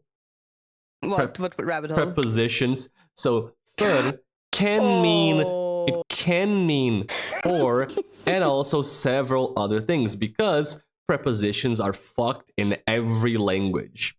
I'm going to complain about that later, not now. But yeah, prepositions are the bane of any language learner's existence. So for can be for can be so many other things. Yep. Terrible. But Mags, you haven't gotten to prepositions in Brazilian Duolingo yet. When you do, No. you're gonna message me saying, "Foofs, what do I do?" And I'll have to tell you. It comes Cry. with usage. It's how prepositions go. Oh no. They come with No. usage. You get used to every case. You learn them by getting it wrong. There's no true pattern. You just kind of do it and get it. It's prepositions, man. Oh. It's hell. Good lord. Good lord. Smashbone went not away. He looking forward learned. to it. Sorry, Smashbone, my bad. Didn't want to scare you out of here. Oh no. Like, Scary. yeesh, prepositions, I'm leaving. Yeesh. Yeah. So we're back, ready to talk more about Sweden. Yes. I'm like, I think we're ready to move on from IKEA now, like actually, properly. yeah, for real. Time to move on to a different subject. Would you like to do a couple more questions from the people? We have questions we could do from... a couple of more. So we have finished Finn's questions, Stemway's questions, Staro's questions. We skipped one of Huggles' questions about books and movies. And then there's Hannah, Hattie, and Irvin. Would you like to go over those? Would you like to go over something from your notes that you really feel like you need to bring up before the day's over, you know? I mean, we're probably gonna have to be doing this again, so... Yeah. Right? Yeah. I mean, so depends I don't on... feel too bad. Depends on how much you want to cover the rest of the content, because there's so much more. Listen, viewers at home, we still have so much more to go over. We have no idea how much more we have. I'd like to give you a notion of what we're dealing with here. Your questions from the viewers, okay, amounted to, let's see, this minus 1, 2, 3, 4, 5, 6, 7, 8, 9, 10. Viewer questions were about 20 questions. We still have like 8 to go or something. Almost half. And it's been 2 streams. I have a section with my questions from Mags. That is how many more? That is 28 more just from me. Oh, wow! Thankfully, Dude, this is a podcast series. Yes. Thankfully, I've sprinkled some of them into the conversation, so some of these are done, but not a lot. There's like 20 from me still, like 2 more streams. And then there's your notes, which are extensive, and I know this. Yeah, I have a lot. So it's a question and I can of... pull more out of my ass. Yeah, it's at the drop of a hat. It's a very deep ass. Yes, definitely. So that's the thing. We could go with this for like God knows how much more longer. At some point, we're going to have to say, okay, we're good. We talked about the most important things. We can move on from the Sweekend podcast. Or not. You know, we're going to have to decide at some point to stop. I don't know when that point is. It might not be today. We'll see. It's a matter of how much you agree to do. Like, I'm chill with this. On weekends, I'm always streaming. So, like, if you agree to do more of this, I'm super on board with it. If you're done, you're done. It happens. I'm still enjoying myself, so I see no point. Or no problem. Yeah, no. What did I say? Yeah, no point in stopping and no problem. That's what I meant to say. Yeah. So we might do more still. The Sweekend continues. Never ending Sweekend.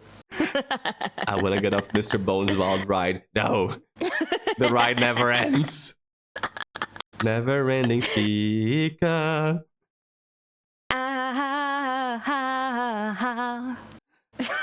Just gonna be this. We're gonna call the podcast Never Ending Fika or something. We're gonna, maybe just this weekend. We're gonna come up with a clever name. This weekend _ Never Ending Fika. We're gonna upload this to Spotify. I'm gonna have to put this on YouTube. Like, I'm way behind on VODs, but this one might have to just go on YouTube quickly as our podcast series, so the people can know the glory of Swedenland.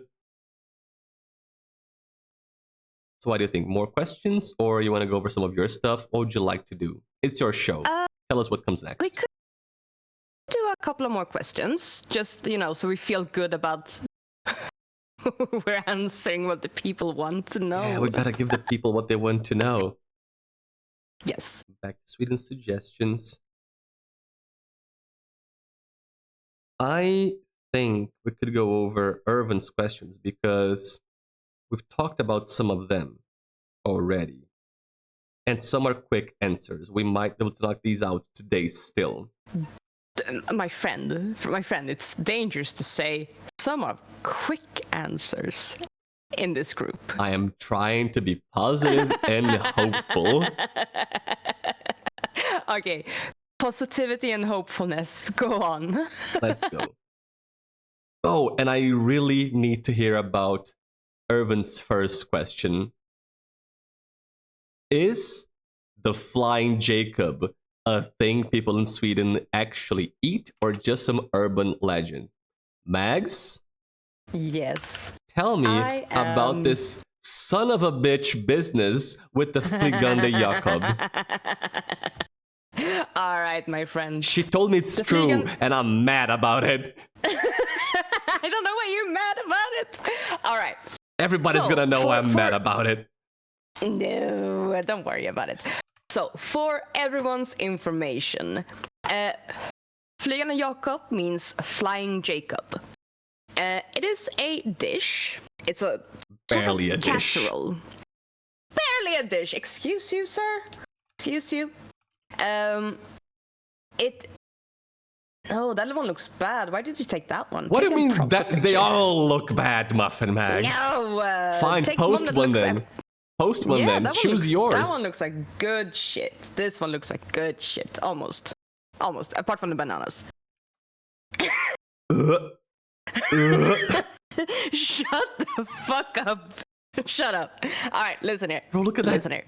Garbage. Listen here, you yuckier of yums. Flygande Jakob is definitely a thing. It is a very 70s kind of dish, like casserole kind of situation.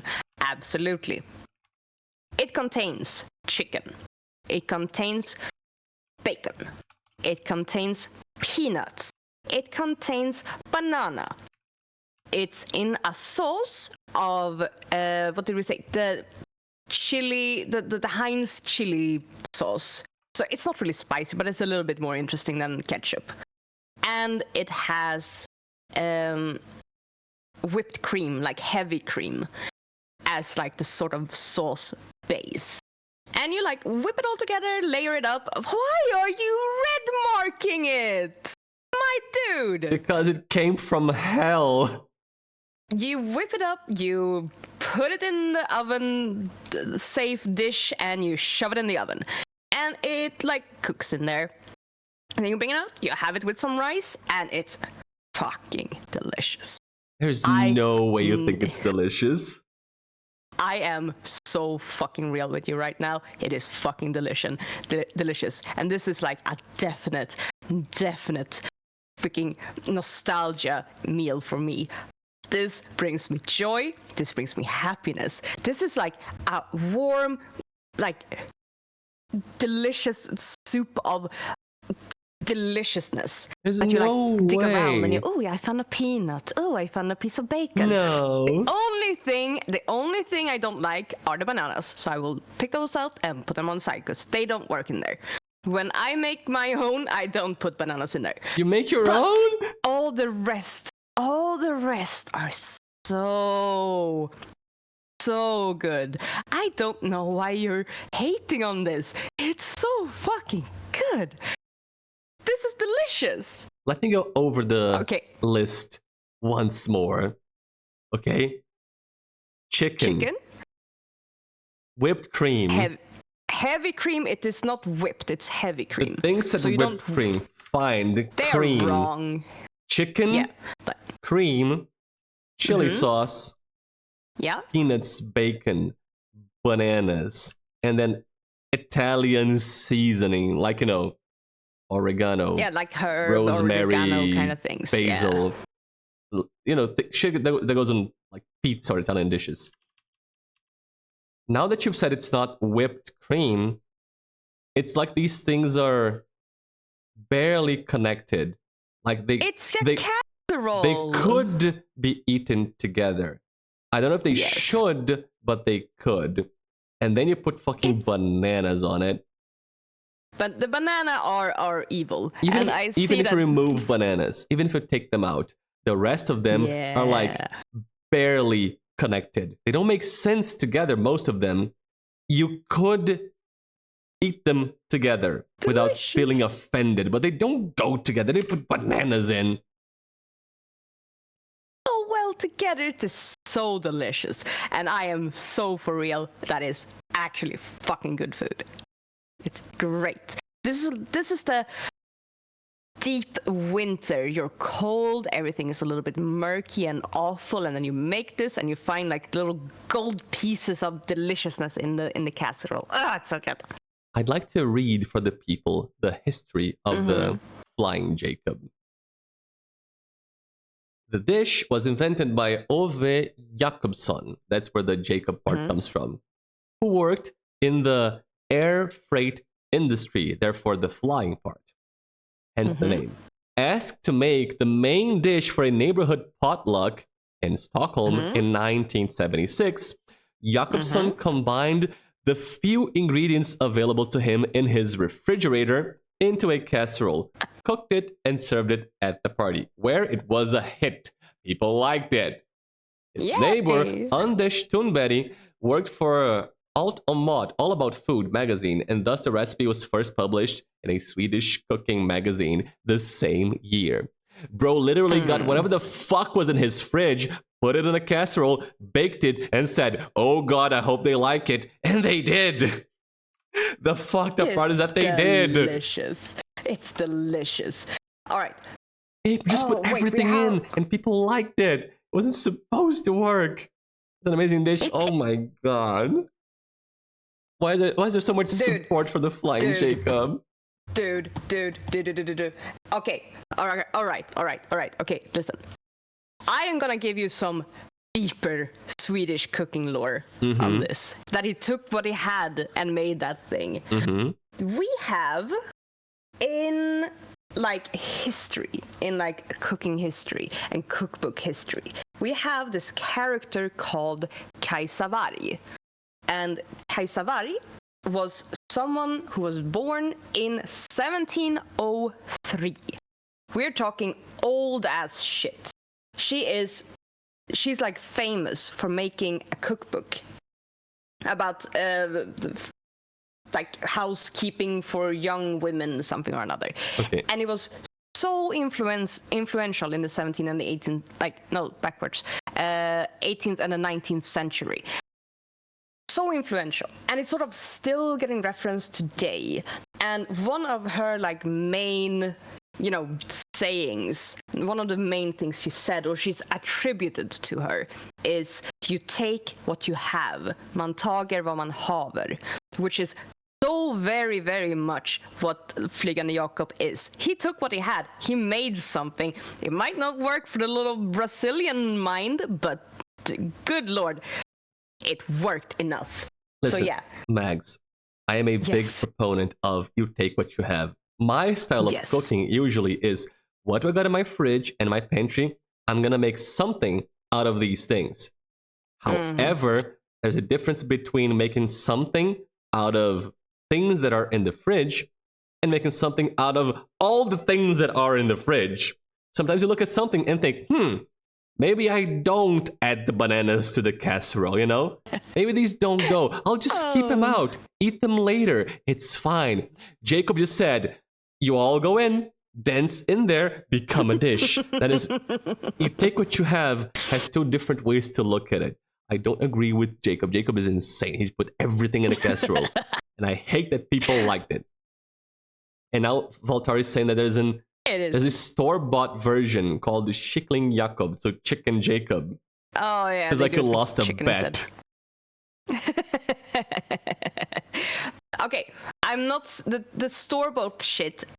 It's never good. Come on, it's never good. You can't use that as the comparison. But Flygande fucking Jakob is fucking good, and I will die on this hill. I will die on it. You take out the bananas. You don't agree with the philosophy of adding the bananas. I don't agree with the bananas. They get mushy and gross, and I don't like the taste of it. The mushy, gross cooked bananas, I don't like it. So apart from that, the rest, yes. So improvement on the dish. But some people claim that the bananas do make the dish. Like and Sally. You gotta admit, the bananas are very they're there and they're making a fucking impact. What did you say? Sorry. I'm looking for a thing that Valtari said while we talk about how good you think the Flygande Jakob is. Because Valtari mentioned Pudim Paulista, so pudding from São Paulo. And I'm trying to figure out what the fuck that is. I don't know it. I've never heard of Pudim Paulista. What is? He said it's fucked up. I'm trying to find a recipe. I have found... I'm looking for this pudding, okay? I have come across pages about atomic bombs. Like World Atomic Control. And I haven't found a recipe for the pudding. But I talking atomic... So telling that you're finding atomic bomb recipes before you found the fucking pudding recipe. Dude, my brother, come on. Oh, I found it. I think I found one. And how old is this? Excuse me? 1912. Oh, makes sense vintage. Because this is written in like old Portuguese. I see these words and I'm like, this is like not archaic, but this is old shit. Look for pics on Google. Fuck, hang on. Pudim Paulista. Let me get you visual aids on this garbage. Yes, tell me. Oh, what it is. The fuck? No. What have you found? Doesn't match the recipe, let me tell you. you know the 1950s salad jello thing from the US? Yeah. There's a lot. I can't just post one. I'm gonna do this. I'm gonna give a collection of this fresh. Oh, joy. How lucky we are.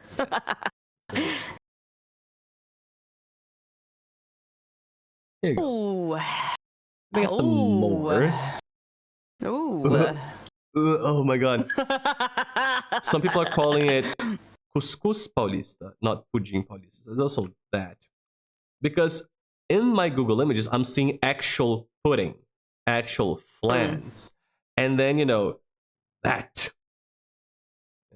This one, oh, What are we? Boy. What are we looking at? Tell me what we're looking at. I'm not sure what it is I'm seeing with my eyes. Paulista. Okay, let me try find a recipe for... No, I can't tell exactly what it is by guessing, but I'm gonna find you a recipe for Couscous Paulista. Receita. Vamos lá. Misericórdia, Deus me dibre. Oh, there's no fucking way, dude. So the images are... There's a video. There's a video tutorial. There's no way. No. I'm sorry. I know you're not going through this with me, and you don't want to go through this with me. Share your pain. Come on, share it with us all. I'm getting struck with ads too. So the images are good enough. The images you see right now, they are fine because Couscous Paulista is a kind of mishmash of garbage, it seems. Oh, delicious. So all the pictures that I'm finding are a mishmash of garbage. So, no, all these different garbages represent the dish. A cake with fucking tuna and eggs. Yeah, we're gonna go over the recipe. Is it like Jello that keeps it shape, or is it just pressed? We are about to find out. Oh. Hi, Irvin. Yes, Irvin, we're answering your questions, but I'm lost in a Brazilian thing now. We're gonna get back to Legenda Jakob in a second.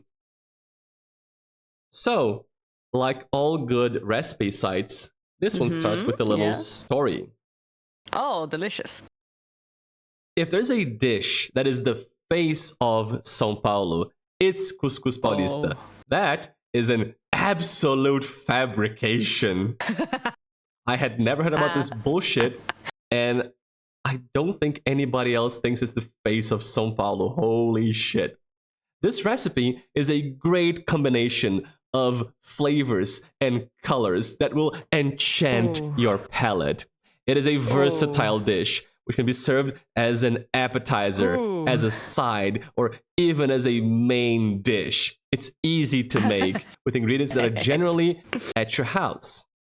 Couscous Paulista is a great option for several occasions. To prepare this marvelous dish, you'll need ingredients like fish, eggs, corn, tomato, onion, bell pepper, and olives. The secret is in the combination of these ingredients and the special seasoning that is going to highlight the flavor of the dish. The step-by-step is not complicated. You just... you just cook that shit in a pan, you stack it, let it cool down, and that's it. Prontinho. Okay. Done. You're gonna have a colorful Couscous Paulista full of textures with an incomparable flavor. Try this incredible recipe and surprise, good verb here, surprise your family and friends with a typical dish, delicious Brazilian cuisine. Lies. And then there's a step-by-step. The ingredients are olive oil, tomato sauce, a can of peas, a bell pepper, parsley, chives, vegetable broth, 3 boiled eggs, onions. I'm sorry, this has 2 cans of water. Where in actual physical hell do you buy canned water? It doesn't say cups. It's not cups for a measurement. It's 2 cans of water. Okay, can I make a suggestion what they might mean? Like they open a can of crushed tomatoes, dumped it out in the thing, then they filled up the water once, and then again. Could it be something like that? You were being so gentle. You were trying so hard to make sense of something that does not make sense. I'm trying to make this person sound reasonable. No, they're not. Benefit of the doubt, man. Gamer cats, welcome in. I assume they're from Scandinavia. So we're talking about the Flying Jacob, but also something from Brazil. We're in a small Brazil intermission going through this fucking... So 2 cans of water, okay? Maybe it's about birds. 2 cans. I don't know. 2 cans of sardine or tuna, salt, seasoning, of course, flour to thicken it up, and then more tomatoes. Yes, of course. So here's how you do it. You put the olive oil on a pan, heat it up, and then you add the onions, the bell pepper, the olives, the peas, the corn, the tomato sauce, the parsley, the chives, the sardine, the tuna, the seasoning, the vegetable broth, everything. Just everything. Put in water, let it boil. So now we're making soup, okay? This is soup now. Okay, now it's soup. It's soup. It became soup. Let it boil, and then you add all the flour let it cook down, so it's gonna thicken up and it becomes some kind of sludge. Yeah, I was gonna say stew, but sludge. And then you get like a cake thing, like a cake dish thing, where you usually make real cakes. You put olive oil on that. You put the eggs, cut up the eggs, tomatoes, whole sardines at the bottom, so they become decoration at the end. And then you add the sludge, you let it cool down, and remove it from the cake pan. What allows it to retain its shape is because it's fucking soup sludge with a ton of flour cooked in to hold it together.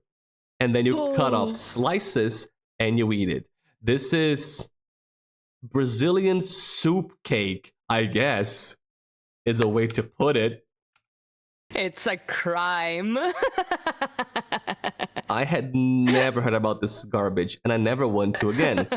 But it is like some kind of soup sludge cake. It's savory, you eat slices of it, and if you think this is bad, this is how the sandwich cake and the Fliganda Jakob make me feel. Same feeling, same vibes. Oh. Holy shit. No. Holy fucking shit, yes. No. Mags, same thing. The Fliganda Jakob and the Couscous Paulista. They are brothers from a different mother. They're both cursed. I mean, maybe, but I know that Fliganda Jakob is delicious. I'm not so fucking sure about that. Couscous Paulista. I'm not so good fucking pronunciation, sure. by the way. Well done. Ah, thank you. I never heard of Couscous Paulista. I've never tried it. And if I have a chance, I guess I need to so I can post results. I will suffer for the bit. Now. But holy this fuck. Is science now. I don't want to make it. It's so easy to make. And I don't wanna. Because like if you make a whole thing, am I gonna eat the whole thing? Do I throw it out? Or just waste all those ingredients? Maybe you can like make it in like a muffin tin and just like make enough for one muffin, and then you never have to look at it again. And you can think about me when you're eating it from the muffin tin. Yes, I can think about you and how much I fucking hate your guts.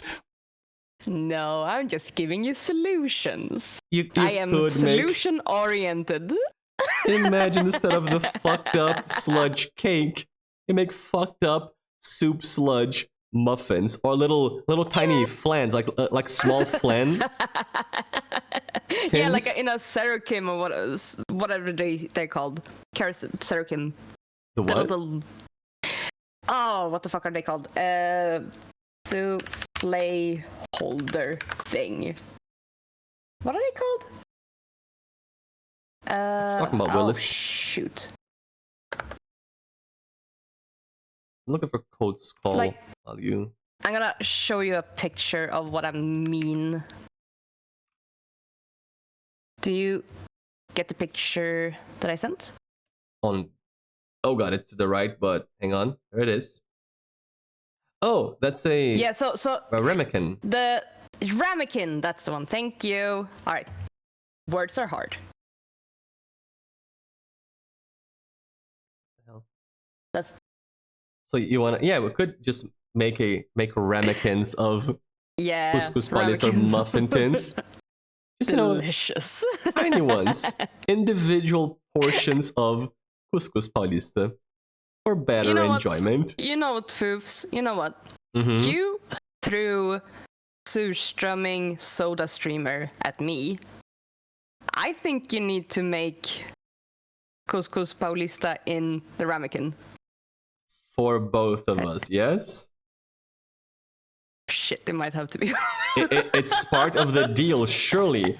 Because the equivalency cannot be, I tell you a thing, and then I also eat garbage. You didn't eat the garbage, you heard about it. And I did not bring the couscous paulista into the stream. Valtari did. None of this is my fault. All the garbage on screen is y'all's doing, not mine. am innocent in this. I am so innocent. You were Most of the you were time. so guilty. Foofs, foofs, couscous. Exactly, Spartan. I'll cook Foofs, portions for couscous. everybody. Oh, that sounds nasty, man. Sounds nasty. So, Gamer Cats mentioned Cold Skull. It's not cursed. It's a Danish. Wait, Yes. cold skull. Wait. Cold Skull. It's supposed to be a Danish drink or soup made from buttermilk and combinations of the following ingredients: egg, sugar, cream, or other dairy products, vanilla, and lemon. It sounds delightful. So it's just like, some sweet, milky dessert. You eat it with cookies. It's cold in the summer, a dessert, a snack. It just sounds Looks delightful. nice enough. Yeah, it's not cursed. Looks nice enough. I haven't tried it, so wouldn't know. I mean, it's Danish, so. No. Danish. Why not? Drink a metric fuck ton of it in the summer. Yeah, but it looks delightful. Why not drink a metric fuck ton of Cold Skull instead of, Fligande Jacobs or Couscous Paulista? Oh, Valtari, fuck off. No, what does it do? Make Couscous Paulista, and instead of tuna or sardines, use surströmming in there. Oh, Valtari, you're so cursed. That's really gonna get, those flavorful juices into the sludge. That's gonna be special. Oh, that will be special. Oh, Lord. Oh, you can't cook that inside. There's no way you can cook that inside. You have to, bring get an outside oven. Yeah, you have to bring a camping setup and cook it outside in the wilderness. Sorry, not oven. And this doesn't go in the oven. You just cook it, set it into the tin, let it cool off and solidify. The sludge becomes solid. You just gotta boil the surströmming with everything else. Oh, why are you putting this curse shit on us? Valtari's fault, not me. God, imagine how the sludge cake would taste. You're essentially making surströmming gravy by adding flour to it. Oh, wow. And I just really wanted to I wanted to bring the words surströmming gravy into your life. You're welcome.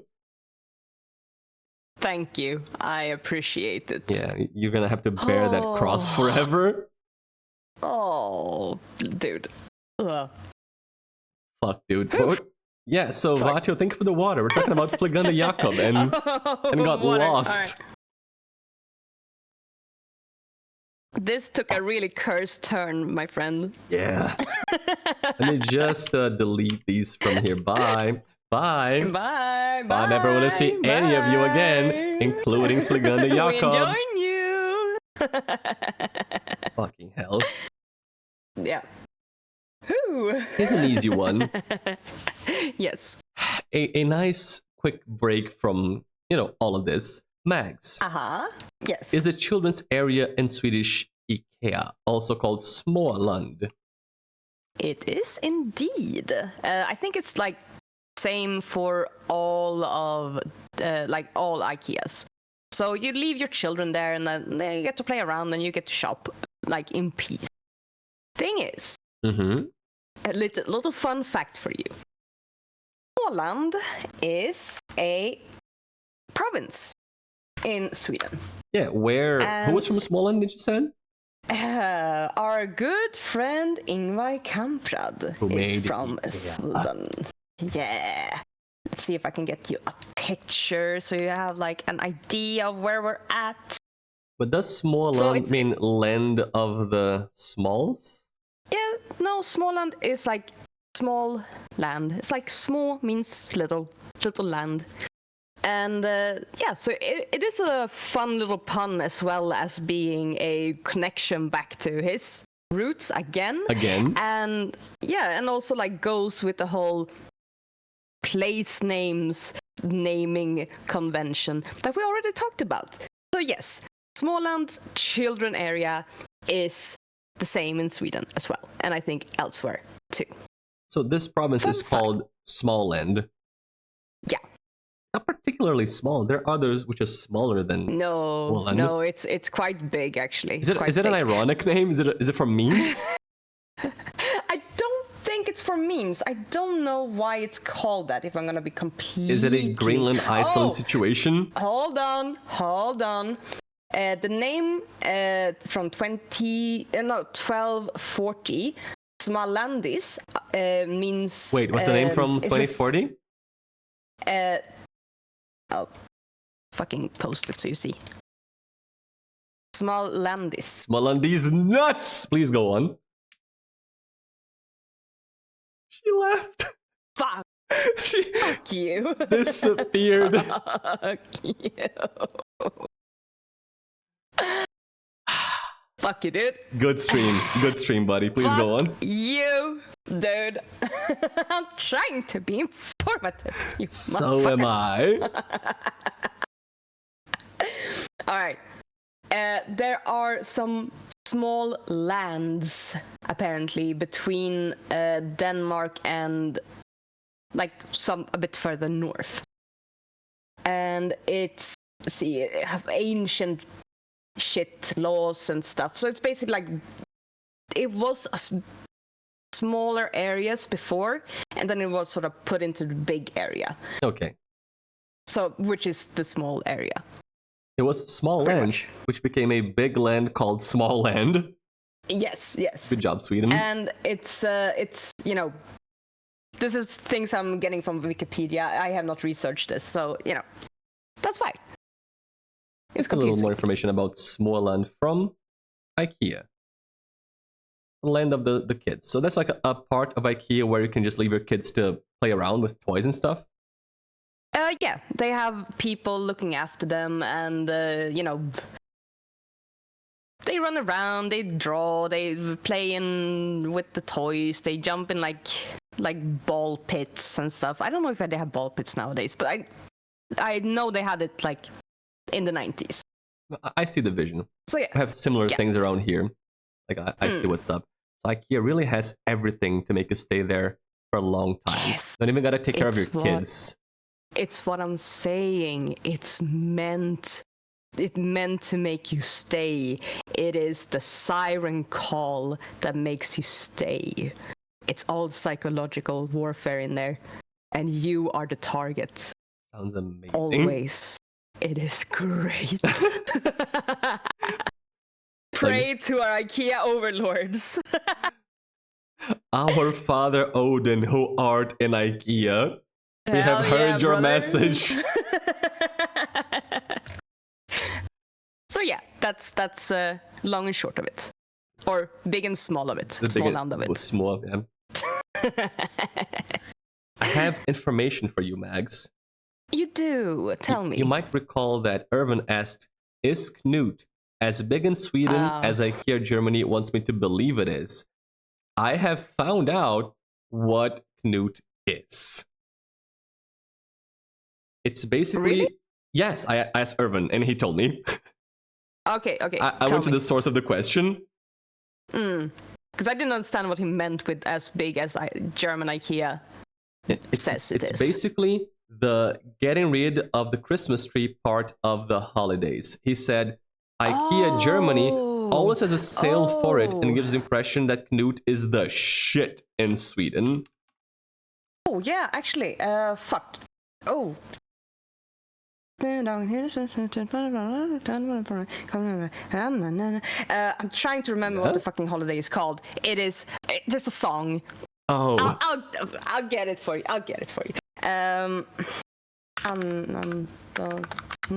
Could it be? Christmas. 20 Knut. Yeah, that's the one. It has Knut in the name. Yes, 20 Knut is, I'll put it, I don't know where to put it. There. 20 Knut. Yes, it is an actual thing. So, 20 days after Christmas, you are supposed to clear out Christmas. And it is, it falls on the name day Knut. Oh. Because that's why it's Knut. Every day in almost every day in Sweden has a name day, like has a name attributed to that day. So, for instance, today, Very I'll second. look it up. Whose name is it today? Today's name day is. There's no name day today. Holy shit! How do we find the one day? Oh, I can back up. Yesterday it was Max and Maximilian. Day after that, Ivar, Joar. Day after that, Gunhild, Gunilla, Gun. So today is Ivar? No, today is nothing. It doesn't have a name day. Oh, because so it's one of the. You said yesterday it's one was of the- Max, and then the day after was Ivar. Yeah. So the 31st of January was. Oh, the day Ivar before. and You're going backwards. Okay. Yeah, I'm going backwards. And Thursday was Gunhild and Gunilla. Gun. And yeah, that's the one. The day before that was Diana. And if we go forward, tomorrow is Disa and Hjördis. These Oh. nuts. You will love this. Yeah, dude. Fuck. Oh my god. That. Your kid is something It's called Hjördis. Hjördis. It's Hjördis. Yeah. Holy shit. Hjördis. That's perfect. Amazing. Hjördis nuts. Delicious. And then there's also Disa. Yeah, these are nuts. Disa nuts. Yeah, also that. Yeah. And yeah. And most days have at least one or two like names attributed, and today being the day that doesn't have a name is actually surprising. Yeah, and on that It's day, unusual. you like to say congratulations to people with that name. What do you do on a name day? Depends. Some people don't care about it at all. Some people celebrate it like a lot. They get cake and they get presents and you get told happy Like a full happy name birthday. day. Yeah, it's usually not as big as a birthday, but some people do celebrate it with like cake and gifts. But that's unusual. And some people don't care at all. Some people don't have their name in the calendar because some name don't exist in the calendar. Yeah, back when they made the name day calendar.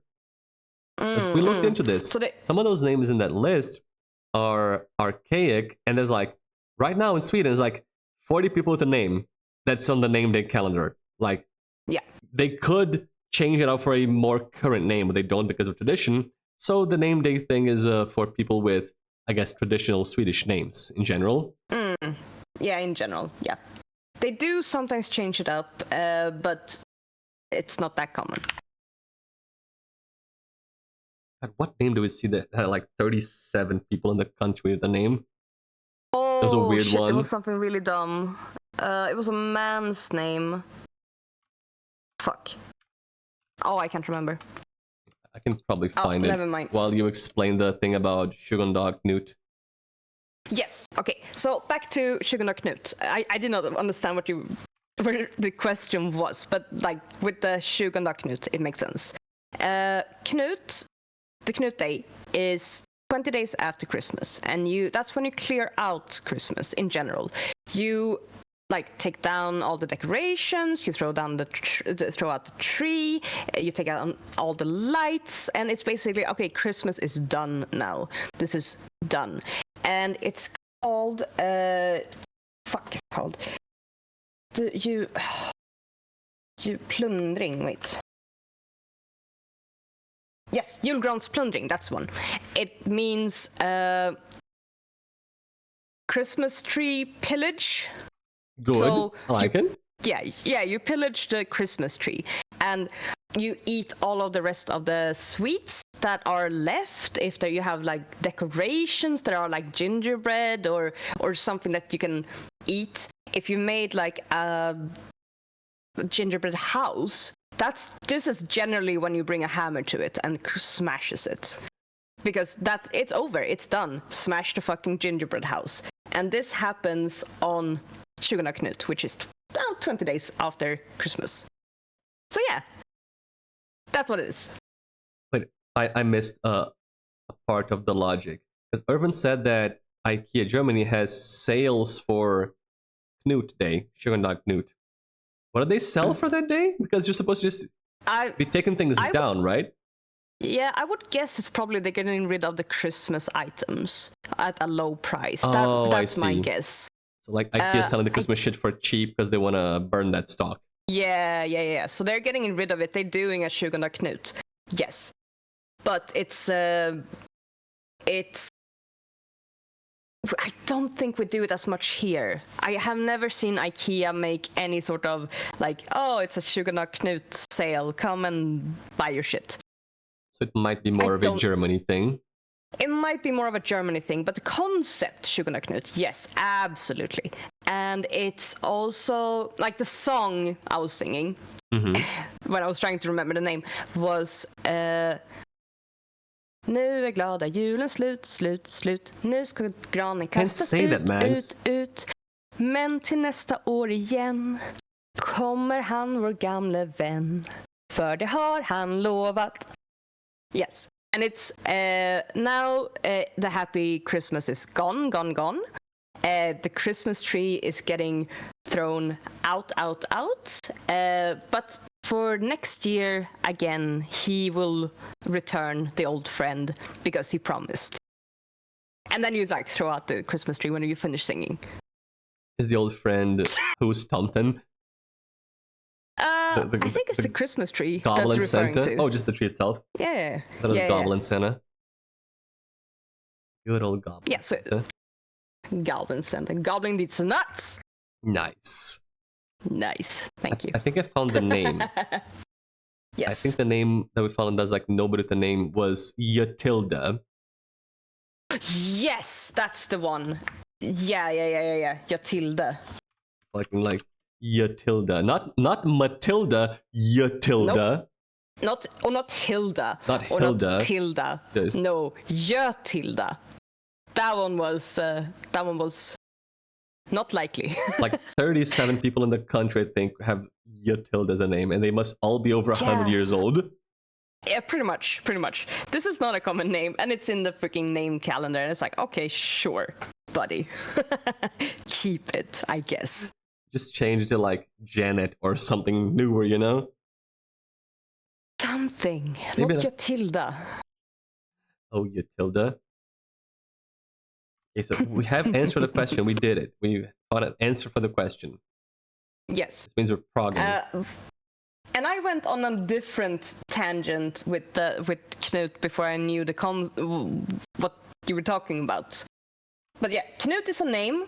It's not super common, but it exists. It definitely exists.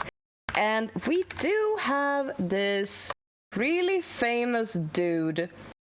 Not really famous, but in Swedish famous dude, whose name is Knut. Hopefully. How could you have guessed that? No, it's better than that, my friend. It is Knut Knutsson. It is his actual fucking name. It is his actual fucking name. Knut He Jr. is like expert in antiques. He's like antique expert.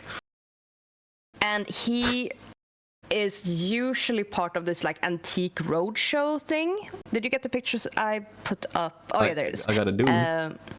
Yeah, that's him, Knut Knutsson. And people, the antique roadshow that goes around the country, and people show up with their antiques and like, how much does this cost? Can you tell me the history of it? My grandfather found this in the ground in 1948. That kind of thing. And this guy is one of the people who is one of the experts. And he's like, incredible. Look at this beautiful silver coin. If you turn it, it's he's fun and he's like adorable and cutesy. So yeah, Knut Knutsson. Yeah, he's got a cool name. Knut Jr. Knut, son of Knut. Yeah. What a guy. I looked it up. His name is like, we talked about that tilltalsnamn, like the address, the name you use to address someone, is Lennart. like middle name for this dude is Knut, but he changed it back in like the 70s because it was funnier. So he's Knut Knutsson now forever. But he was Leonard Knut Knutsson. Was his middle name Knut? Yeah, it was a middle name, so he did have it, but went ahead and changed it. But he made it Knut. his main name for the bit. Did.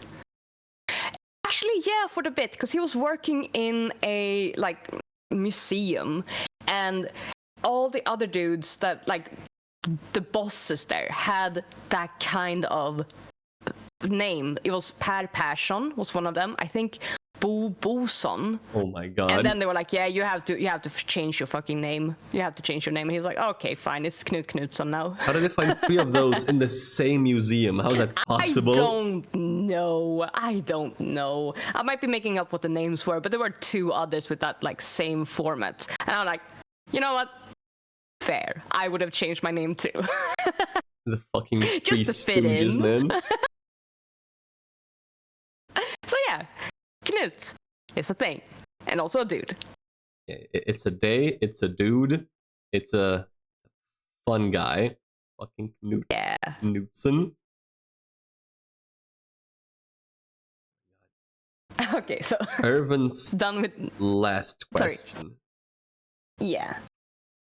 Because he did ask, like, how often a day should I have fika and for how long, but we have covered fika in the fika section. I've extensively talked about fika.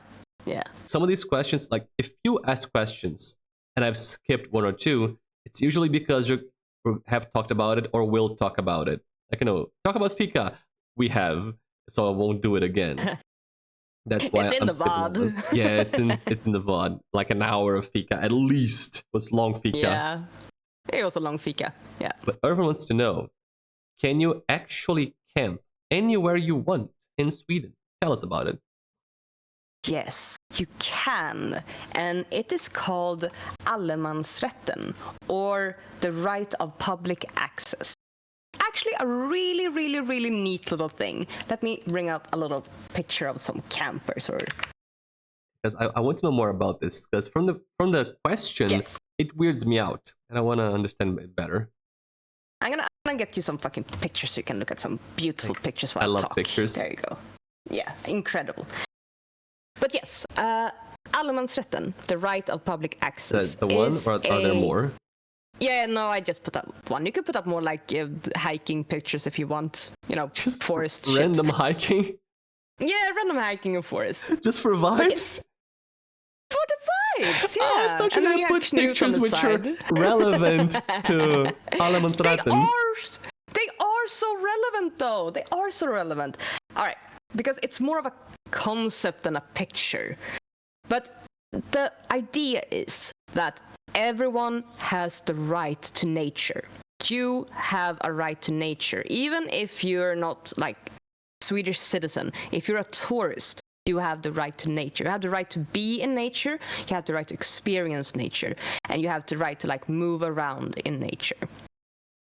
This exceeds. There are rules and regulations. There are rights and duties that you have to follow, because there is. For nature to exist, you need to take care of it and you need to respect it. So you are allowed to move in nature. You are allowed to pick berries and you are allowed to pick mushrooms under these rules. And you're also allowed to camp almost anywhere. Almost anywhere. We're talking like military encampments, maybe not those, but almost anywhere in Sweden, you are allowed to camp for 1 night. This does also include private property. And, okay, to camp on private property, someone else's private property, you should take into consideration their right for they had a good phrase for it, a home peace zone. So, to make sure that their privacy is not being like affected and you look in through the windows or like disturb the families or something, you should leave like space. But if there's a big yard and it's like way away, but it's private property still, you can set up camp But you also have a duty to leave the area like you found it or better. It is very important that this is followed, because what you leave behind, this works because people take care of it. All right? So you have to respect animals, nature, fellow peoples, and crops. So if it's like a farmer's land, don't walk into the crops and destroy it, because that's now you're affecting their livelihood. Don't do that. But it's just walking like on a field, like a non-sowed, non-growing field. Yes, absolutely, you can do that. And don't disturb things. Don't disturb birds that are nesting. Don't disturb animals that are, taking care of their young. Don't disturb nature. It's not what this is for. You are allowed to be there, but respect everything around you. Hunting and fishing are not included under these rules, but getting to a hunting spot or getting to a fishing spot, yes, allemansrätten applies to that. But for hunting and for fishing in certain areas, you need licenses, and you need that right to shoot guns and rifles, and you know how it is. This does not only happen in rural areas. This also applies in urban areas. So being in parks, being close to nature in parks does fall under allemansrätten, even though it's a little bit more, all right, don't mess with people's privacy in an urban area. It's a bit harder. Dogs are welcome, but for the love of God, don't leave them off leash and let them run and hurt animals around. So yeah, take care of shit. Make sure you leave the place as good as you found it or better, and just go out in nature and experience nature. That's the idea of it all. And it's very nice. It's a very nice concept. A very nice idea. Yes. When I read Irvin's question, my mind went to some places that you have somewhat covered, which were how does this affect private property and also urban areas. Sorry. Because sure, if you're out in the wild, you can camp anywhere. Makes sense. Sure, just camp in the wild, whatever. But somebody owns a piece of land, the property.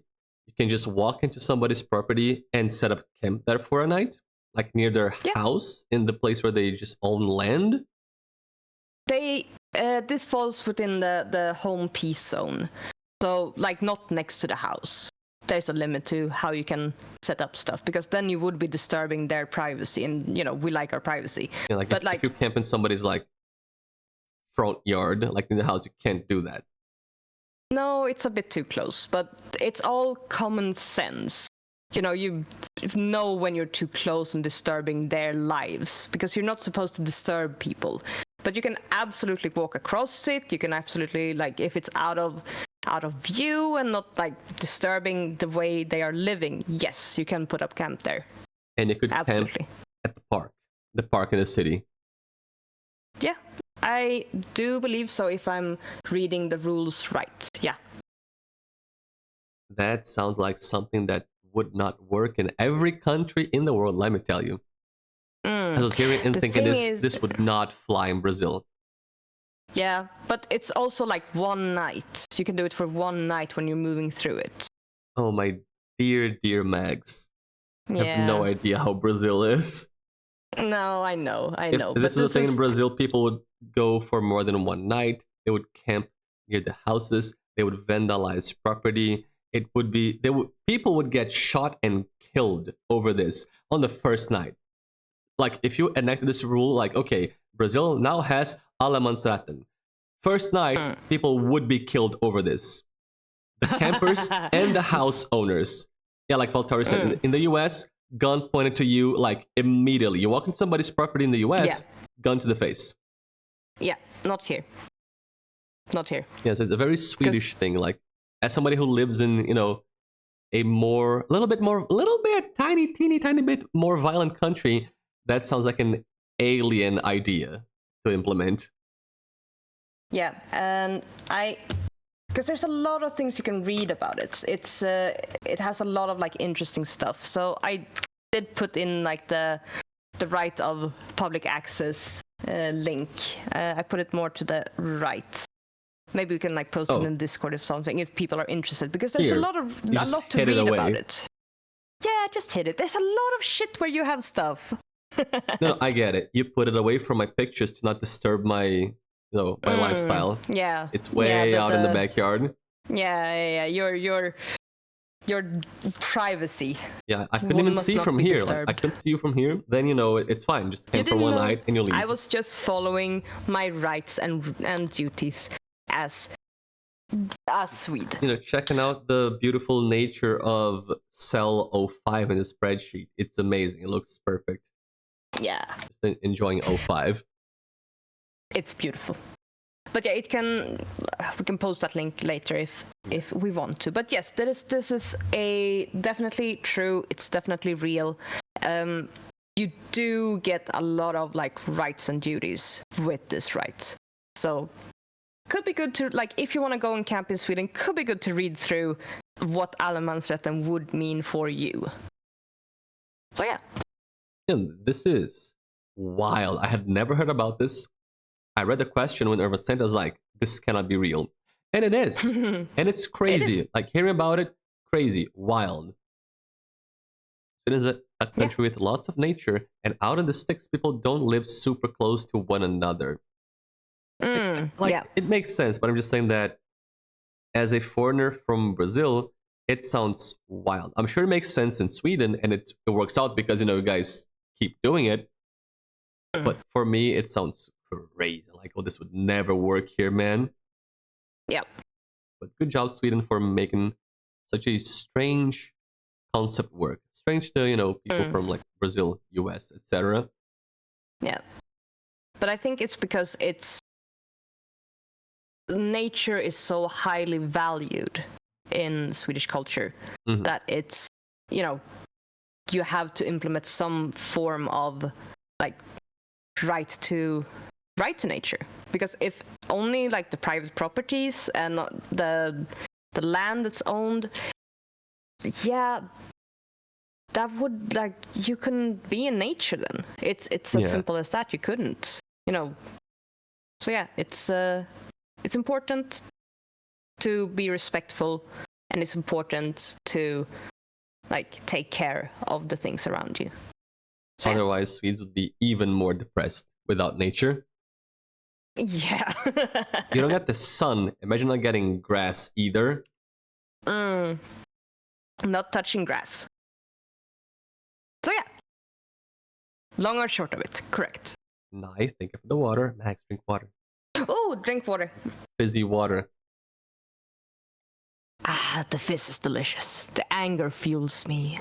Beautiful. Well preserved. Summers are heavenly. They sound heavenly. Yeah. Those they're nice. Scorching, blazing temperatures of like 19 Celsius. Lovely. And barely survive in such high temperatures. Yeah. That's sunbathing weather, my friend. I heard news today, Mags. I think it was either today or yesterday. I heard news. They said there is Rio is cloudy. It's got a cold front coming in. It's cooling down. They were talking about how Rio is right now cooling down a bit compared to previous days or weeks. That news came accompanied by the fact that this cooling down brought Rio to 35 Celsius. Oh my fucking god, that no. was a cold front, cloudy, 35 Celsius. I will never go to Brazil. Holy shit. Imagine. Never. It was like 40 before. Never. Holy shit. I was listening, and they got to the numbers like, oh, bro, the Swedes would die. The Swedes would indeed die. We would not survive. Or at least I would not survive. I would have a bad time. Oh, those soap. Oh, it's cooling down. It's cloudy. 35 degrees Celsius. Melt, die. No. Ugh. Gross. Valtari enjoys a chill session playing guitar on some cliffs next to a lake with good summer weather. That sounds absolutely delightful. That is the very Allemansrätten in practice. It is indeed. Skin melting weather. It is normal weather in Brazil, my friend. We just have that's just Tuesday, 35 something Celsius. Oh, hate it. Hate it. Don't like it. You could go to like the far south of the country to get some more manageable temperatures. Only 34 degrees? Nah, like down there, like I'm talking most southern states. You get to like, you know, the 20s, the 10s, the single digits. It's rare to go 0 and below. Very rare. Happens, especially if you go to the south and high up somewhere, like high altitudes. But it's common to see like temperatures orbiting the number 10 down there, like easy. So good stuff. Temperatures in which you would survive. I would survive and thrive probably in those temperatures. Yeah. Or you could go to the north, northeast, southeast, center west. All of them get hot. If you leave if you leave the south, everywhere else it gets hot to fucking hot. It's a scale from hot to fucking hot. Dude, terrible, awful. Like, if you exclude the south, every other Brazilian region is like from 0 to 10. How hot does it go? It's like from 8 to 10. That's the range we occupy. Jesus. And then there's wet heat and dry heat. You gotta pick one because Rio is moist fucking heat. Like I'm talking in Rio, it's like 40 Celsius, and you were swimming in your sweat. In Rio, it's so humid, your sweat doesn't evaporate off your skin. You sweat and it stays on you. And you get sweaty and sticky. And since you cannot evaporate the sweat, you cannot control temperature via sweating. So you feel even hotter than you're supposed to be if you were actually sweating off the heat. I hate that so much. This sounds like a bad time. Summer in Rio gets hot. Like, if you think you know hot weather, you should go to like Rio in the summer. Then you're gonna know hot weather. That is fucking madness. Oh, dude, one time, small Brazil story, small tangent from Sweden. Like slightly leaving Sweden, come to South America. One time, I went to Rio in the summer. I'm talking December, okay? Like fucking height of summer in December. I went to Rio. The place where I was going to stay, I did not know this. I found that out when I got there. The place where I was going to stay did not have air conditioning. No. No. There was nothing there. I had to go out and buy a fan to try to make that place like manageable to exist in. I have no idea what it's like to try to sleep on a bed in 40 humid degree weather with only a fan aimed at you to try to keep you alive. You don't wear clothing. You don't have blankets on you. You just kind of lie there and hope that you get tired enough to fall asleep and just wake up in the morning, you know, feeling somewhat rested and hot and sweaty and horrible, but at least having slept. Because it's so uncomfortable that you can't actually just close your eyes like, yeah, I'm relaxed, I'm gonna fall asleep. It's like, my eyes are closed, I feel horrible, I pray for God to release me from this, I hope I get tired enough to sleep. And then you don't. And then at some point, you open your eyes and it's morning and you had bad sleep and you feel horrible. It's time for the third shower of the day. Oh my god. If you go to a place like Rio, make sure you have air conditioning. Trust me. I believe you, buddy. Yeah, I it was believe you. sweltering, like Smashbound said. Without AC, like if you go inside, no AC, crazy. Sounds fucking torturous, man. It was actually physical torture. I never want to do that again. Oh man. I would go to somewhere like Holy Rio shit. if I had air conditioning inside. I can be outside, it's hot, do the things, but knowing that at some point you're gonna go inside a building, a house, or something, and have air conditioning to save you, like at least that hope, that knowledge can make you face your hot day. But if inside you also don't have anything, there's nothing will save you. You're just there you're there in the pan, boiling, ready to be added to the soup sludge and become couscous paulista. Nothing will save you. I hate this so much, man. Yeah, if you go to Rio, watch the fuck out. Nature might kill you. Yep. That's awful. I hate it. That was a little Rio side story. Like how Valtteri went to 35 and minus 35. The full spectrum of humanity. Yeah. No, not like dramatic or extra at all.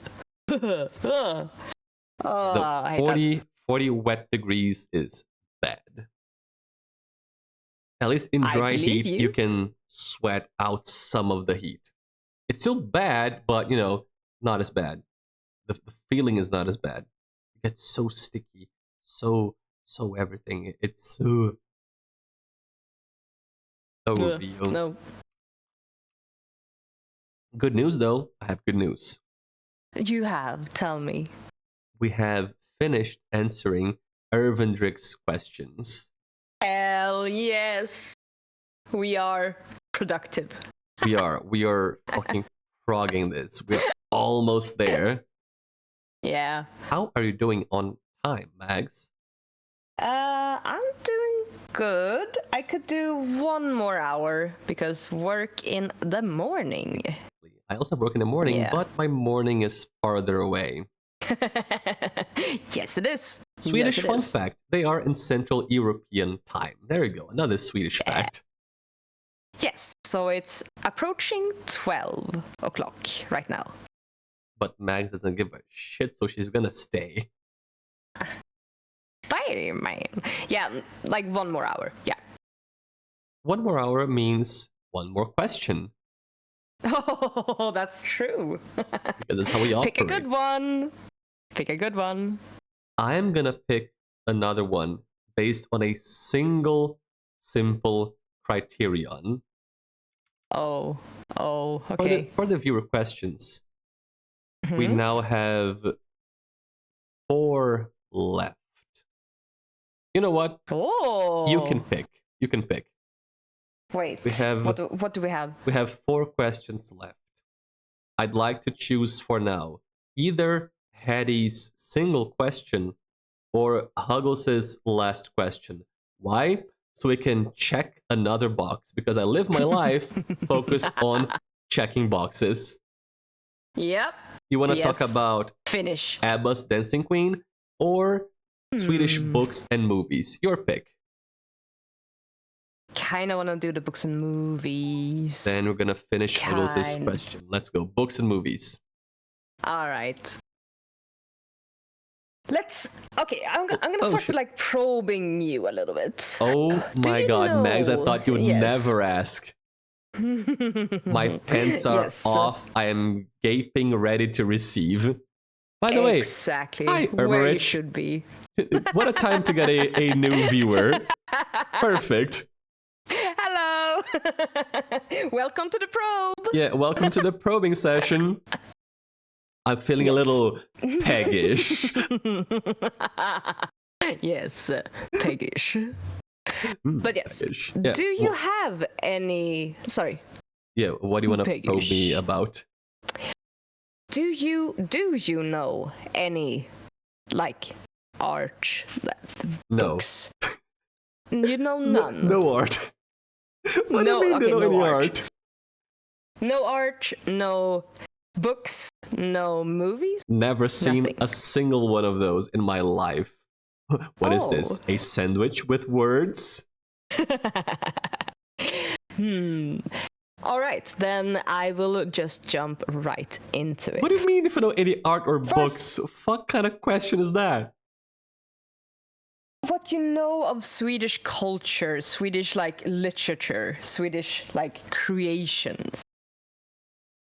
I mean, I want to know if you have anywhere where we can start in a beautiful probably way. have seen Swedish movies and maybe read Swedish books. I know several Swedish bands and musicians.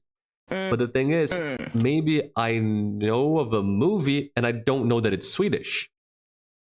Which is what's going to happen. You're going to be like, oh, this movie's Swedish. I'll be like, oh, no shit, I've seen it. But I couldn't tell you that it's Swedish unless you told me, you know? Fair. If you're going to go bands, I got so many. Then I will start with, give me a second and I'll get you a beautiful little picture. Can you put it next to Knut Knutsen? I can indeed. My hero, my man, Knut Knutsen. Yeah, Knut Knutsson. The man, the myth, the Knut. Oh my god, Right. Pippi Longstocking is Swedish. Pippi Longstrump is indeed Swedish. Okay, then I'd like to tell you that I know Swedish books. Good. I know Pippi Good, because I Longstocking. was like, how does he not know Pippi? I just didn't know yeah. she was from Sweden. She is so Swedish. All right. Pippi Longstrump is, for those who are not aware, she is the strongest little girl in the world. She lives alone in a house and she has a bag full of money that she uses to live from. Her mother's dead and her father is a pirate king somewhere out in the tropics. She has a horse, Lilla Gubben, and she has a monkey, Herr Nilsson. And then she makes friends with the neighboring children, Tommy and Annika. And then they go on shenanigans. This series of books are written by the one and only Knut Astrid Knudsen. Lindgren. That would have been funny. No, but Astrid Lindgren. This woman is an absolute icon. She is incredible. Okay, she's dead, but she was incredible. And she has written so much. I think the most well-known delightful. would probably be Pippi. And she was like, fun fact about her, before I go into like all of her stuff that she's made. She has when all her books and stuff got big, she became rich. She became very rich. She became so rich that the Swedish taxing agency couldn't figure out how to do the taxes correctly. So she got taxed 102%. No. She did. They had to change the rules afterwards because they were like, I can't pay 102% on my income because now I'm behind. So yeah, fun fact. She broke the Swedish tax system. Was she like, at that time, the richest Swede ever? No, I think Ingmar Kamprad is that. But I think he probably like put money in other places. Makes sense. But yeah, but she got taxed like over 100% at one point, and they realized, oh, we probably can't do that. But yeah, about her stuff. She was like born in, I think, 1900s. Yeah, 1907. And she died in 2002. So she lived a long life, and she wrote so much. She was, she started out just writing for her child, and then it sort of became bigger and bigger and bigger, and she made more and more stories. And she's an icon. She's an absolute queen. She also wrote... How do you pronounce Pippi? Pippi Longstrump. Oh, because Valtteri said Stella doesn't improve on my PP pronunciation. It's like, isn't it just... Maybe Valtteri said PP, like a bingus. A bingus. Maybe that's what it is. She also wrote a series called Emil I Lönneberga, which is email in... What could that be in English? This one I do not know. No. Yeah, Emil of Lönneberga. So Lönneberga is an area. And it's about a little kid. Today, probably, he would probably have gotten an ADHD diagnosis. But, at the time, he was like a really naughty little boy. And he did so many naughty little things. And he got up to so many little bad stuff. And it's kind of delightful. He has, the characters that she creates are so rich and so real and so funny and have such quirks. And they are basically living very rurally. Him, his sister, his mom and dad, and their servant people that live with them.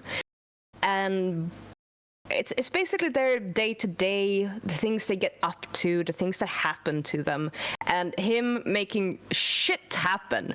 He makes dumbass shit happen all of the time. And it's a beautiful, beautiful series of books. It's absolutely awful. Is it a Dennis the Menace type of character? Kinda, but I think he's nicer. I think he's nicer. He's just... Again, ADHD. This kid is not evil or bad in any way. He's not out to make any bad happen. He's just, I have an idea. And then he does the idea and shit happens. Generally, he gets yelled at by his father and chased into, what's it called? Snickarboden. It's a little house outside where he sits and does woodworking, and he can lock the door because he's been bad, so he sits and does woodworking. Shed. Yeah, a little shed. Yeah. Or a wait. Sorry, I made a Swedish joke. I'm finally in. I'm in. But yeah, but he's. It's a delightful little story, and it sort of paints a picture of 1980s Småland. Same thing as our good friend Ingvar Kamprad, because it's located there and in the villages around. So yeah, it's a very nice series of books. Next one I want to talk about is if this is where we end, I am fine with that, because Astrid Lindgren is a queen and I love her. Next one. You have more from the same lady? Yeah, man. Yes, I do. But the topic, by the way, for the viewers is Swedish books and movies. So, it's going to be about 7 hours of Max talking about Swedish books. Yes. Maybe a movie at some point. I will throw out Ronja Rövardotter. Ronja the Robber's Daughter. This is so influential. It is such a fun story. It is... She goes into... What can we say? The world she's building is in the Middle Ages. Ronja, she's the robber's daughter. They live out in the forest and they get up to shenanigans. And all the forest is filled with creatures. It's filled with gnomes, and it's filled with bird creatures, evil human bird creatures that... Oh, I'm gonna try to find a picture of it. The evil human bird creature? Yes! The Dark Souls enemy? Yes! Dude, this thing... Do you have any idea how horrifying this thing was? Yo! That's kinda creepy, especially for a kid. Yes. This is called Vildvittra. It's evil bird creature that wants to eat you, basically. And it's incredible. Newts on here, just give him a little bit of sauce. There we go. Yeah. So this is the evil bird creature that you have to hide against and try to not get torn apart by them. And they speak human language, so they will taunt you like, little beautiful girl, I will tear your bones from your meat of your bones. They're fucking terrifying. Do you know how many nightmares I had from these fucking things? At least So one, many. because it sounds like you're summoning a very real memory, like your own memory. Yes. But yeah, and there's like little gnomes and other creatures in the forest. And the story tells about Ronja like living in the forest, exploring the forest, learning about the forest. And then also there's a rival robber band that appear and they start fighting. And they have a son that's her age and they become friends. They have become like, this is a Romeo and Juliet kind of forbidden friendship. I don't think they end like kissy, but it's a great little I story. was going to drink water, almost killed me with the kissy. Calm down. But yeah, it's an incredible book. It is so good. So good. Do you want me to stop talking about Astrid? Because I will continue talking about her stuff. I will continue. Unless you stop me. I fear that you might go the last couple hours in one author. Would you like to maybe bring up some different Swedish authors? Okay. Alright, okay, fine. I will bring up some different Swedish authors. Authors said that Netflix made a show about Ronja. Yes, it's fairly recent. They made a show. There's also the old one, the one that gave me nightmares. But the fairly recent one is not bad. I haven't seen the whole thing. I saw the beginning, and it's not bad. So yeah, check it out. What is it called? Just Ronja? Ronja Roberts' daughter, I think. Should be on Netflix. Is it only for Swedes? Because I have not seen that. Let's see. Netflix. It is in Swedish, but they might have dubbed it. I don't know. I don't know what the Brazilian one is, but yeah. Oh, it's from March 28th, 2024, about a year old. I have to see if it is at all in Brazilian Netflix. Like, because I've never seen it mentioned, never showed up on any list. I'll have to see. I can't vouch that it's good the whole way through. But the little I saw of it, it was nice. Boo. Oh yeah. Boo. Is that a thing? Which one? Walter said that. Yes. Yeah, yes. There's a Ghibli 100%. Ronja. Yeah. Yes, they started working on one, but I don't think they ever finished it. I might be wrong. But yeah, they did. They definitely. Studio Ghibli did do attempted to do a Ronja.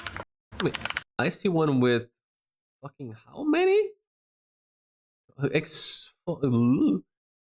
26 episodes listed from 2017. Oh, they did? They got it working? It is. All right, It I is have Studio been Ghibli's misinformed. first ever TV series. It went up on TV. There's an English dub. Yeah, I'm behind them. Yeah. It was on Amazon Prime. I'm not sure if it's still there. Yeah, they made it. It's real. Yeah. So Studio Ghibli's done work with it, which means it has to be good, right? Usually it is. Anyway. It tends to be. Usually it is. So yeah, Astrid Lindgren, absolute queen, made so much. She also made like so much about dealing with emotions, dealing with death, dealing with, hard topics, dealing with abandonment. And dude, she's a queen and I love her so much. She's incredible. All right, I'm willing to move on. New author time. New author time. And I'm gonna throw out a little author called Hjalmar Söderberg. And I will throw out his book, Dr. Glass. This one I do not know. I know Pippi though, at least it's one. Pippi. It is a book set in Stockholm in like the 1800s, I want to say. And it's about this doctor. The Dr. Glass, titular Dr. Glass. And, he works as a doctor, but he is completely misanthropic. He hates everyone. He hates everyone and everything. He's a fucking asshole. Except for one woman. One woman. Who happens to be married to... I think it's a judge or it's a priest. He's some sort of high up person. Right, some I think authority it's a judge. figure. Yeah, authority figure. He loves her. He is pining for her. And this book is written in a form of like diary style. And it sort of goes through his life and his thoughts and his like yearning for the woman that he cannot have. And he's like the incel of inceliest motherfucker. Oh my god. Yeah.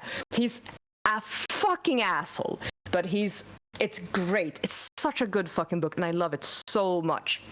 And he has one of the like poignant fucking quotes that I've come across, and I love to quote it. And it is, "We want to be loved, failing that admired, failing that feared, failing that hated and despised. At all costs, we want to stir up some sort of feeling in others. Our souls abhor a vacuum." Makes sense. That's fair. Yes. This dude is a bastard, and it's so good, and I love it so much. It's a great book. I highly recommend reading it if you have any interest in it. Yeah, I don't know if like the translation are any good, but it's a great book. Love it. Before we go into the next book, because I'm sure you have like 37,000 more to go through. Oh, yeah, I have a lot. Can I take a small, tiny detour? Yes, please do. Put your cursor next to mine, Mags. Put your Minecraft bed next to mine. Where's your cursor? To your left. Is it the blue that thing? one? Where? Yeah. What are you looking at? Where are you, bruh? What? Where are you? Oh, okay. Now it's there. Now it's there. Now it showed up. I'd like to ask you to. I'm gonna type a Swedish word, and I want you to next to it type its English translation. Okay? I will do so. Yes. Because you mentioned Dr. Glass. Mm-hmm. Glass is a Swedish word that means what, yeah. Max? It means glass. Swedish. English. Please type the English word next to it. Glass means glass. Mags, there is a Swedish word that is glass. What does it mean in Swedish? Yes. Could you type it out, please? I can type it out for you. Swedish is so fucked sometimes. Look. Yes. Actually, come on. Yeah. Like, look. Fuck. So, there's glass, which is glass, and then there's glass, which is ice cream. It's a matter of the way you pronounce that letter A, that vowel. It's glass and glass.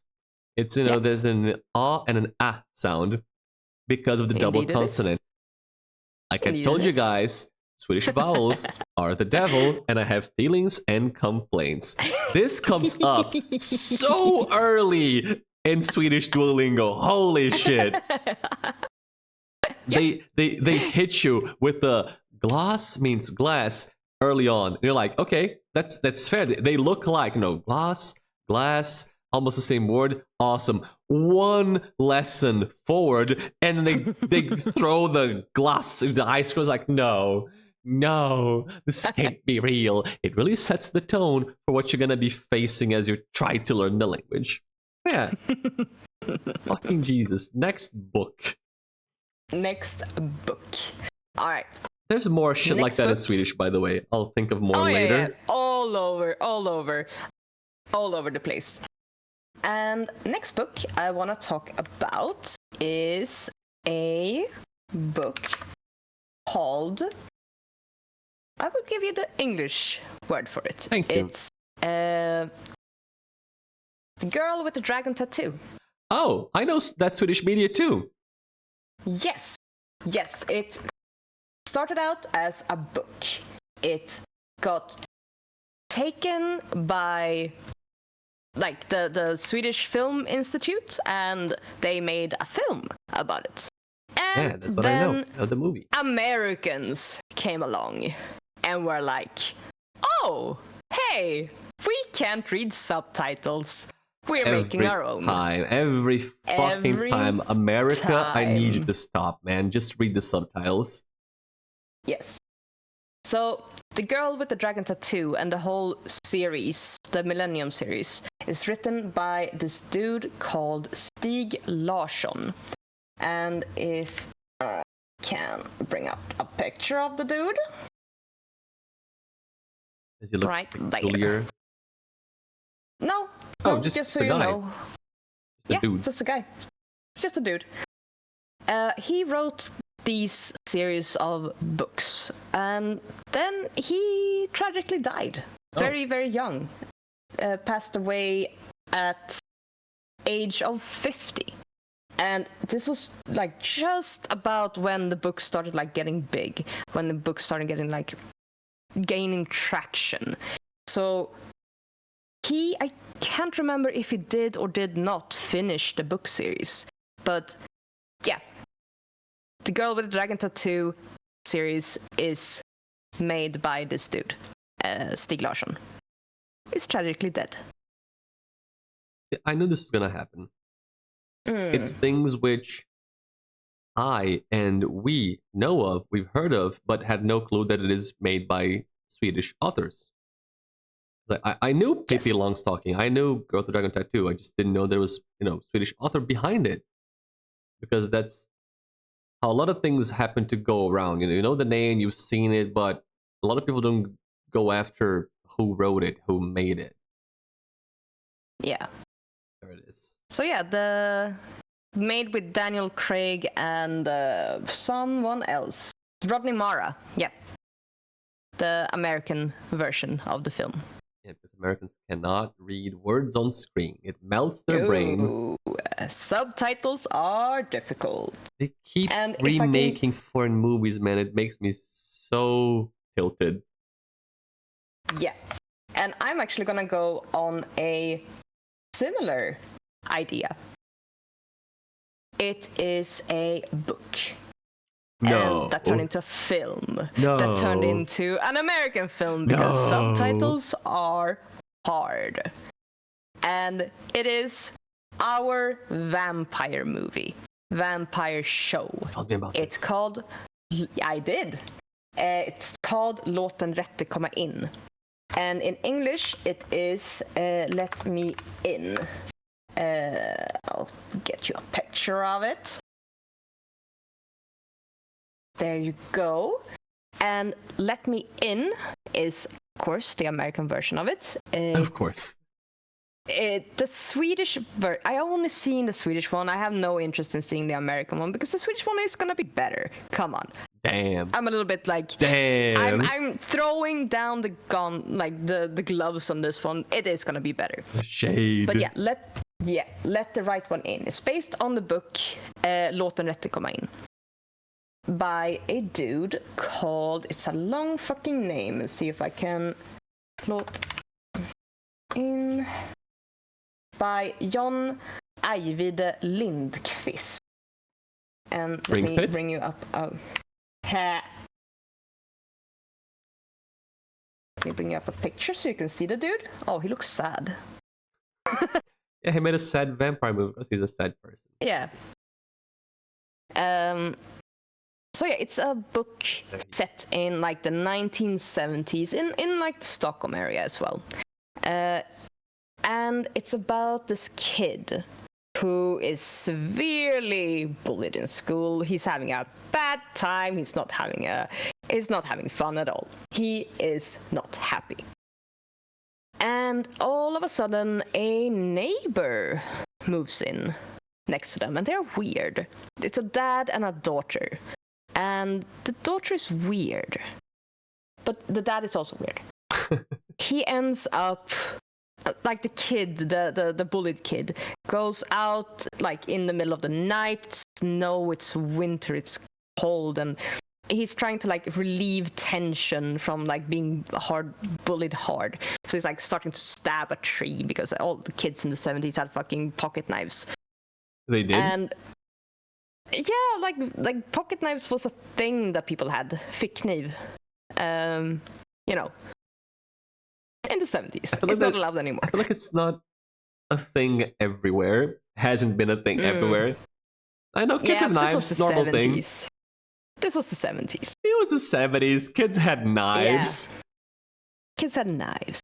And this girl sort of sneaks up on him and is being a little weird. Think Elle from Death Note kind of vibe from her. Mm-hmm. All right, and like moving forward a little bit, they become friends, and it turns out that she is a vampire with everything that comes along with it. And it is a very good book. It's an incredibly good book. Let the Right One In, or Let Me In. I think it's Let the Right One in English with a book if you want to read it. The films are... The Swedish film is good. I don't know about the English one. But yeah. Fun little story about Swedish vampires. I like how you gave the premise, the intro, the hook, and then you stopped. Like, if you want to know more, you gotta go read/watch it. You won't know how it ends. Gotta keep them wanting more. You're supporting a sad man and his income. I do, because I do believe it's worth checking out. It's a really, really good series. Oh, not series, but book. It's a really good creation that needs to be seen. All right, next one. Should I? Ooh, actually, yeah. She's got a huge list with her. All right, so it's like does. a mix with books and films. So this one, this is...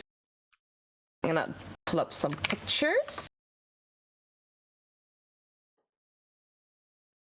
This thing is a film from like the 2000s, late 90s. It's called Fucking Åmål. And it's by this dude I thought called... you were being like emphatic. No, fucking is in the title. No, it's called Fucking Åmål. And this film is a very coming of age story. It's a very like trying to figure out where and what you are, especially like a young kid in a small-minded town. It's boring. The only thing that happens is that people play ice hockey, and you don't really have like anything.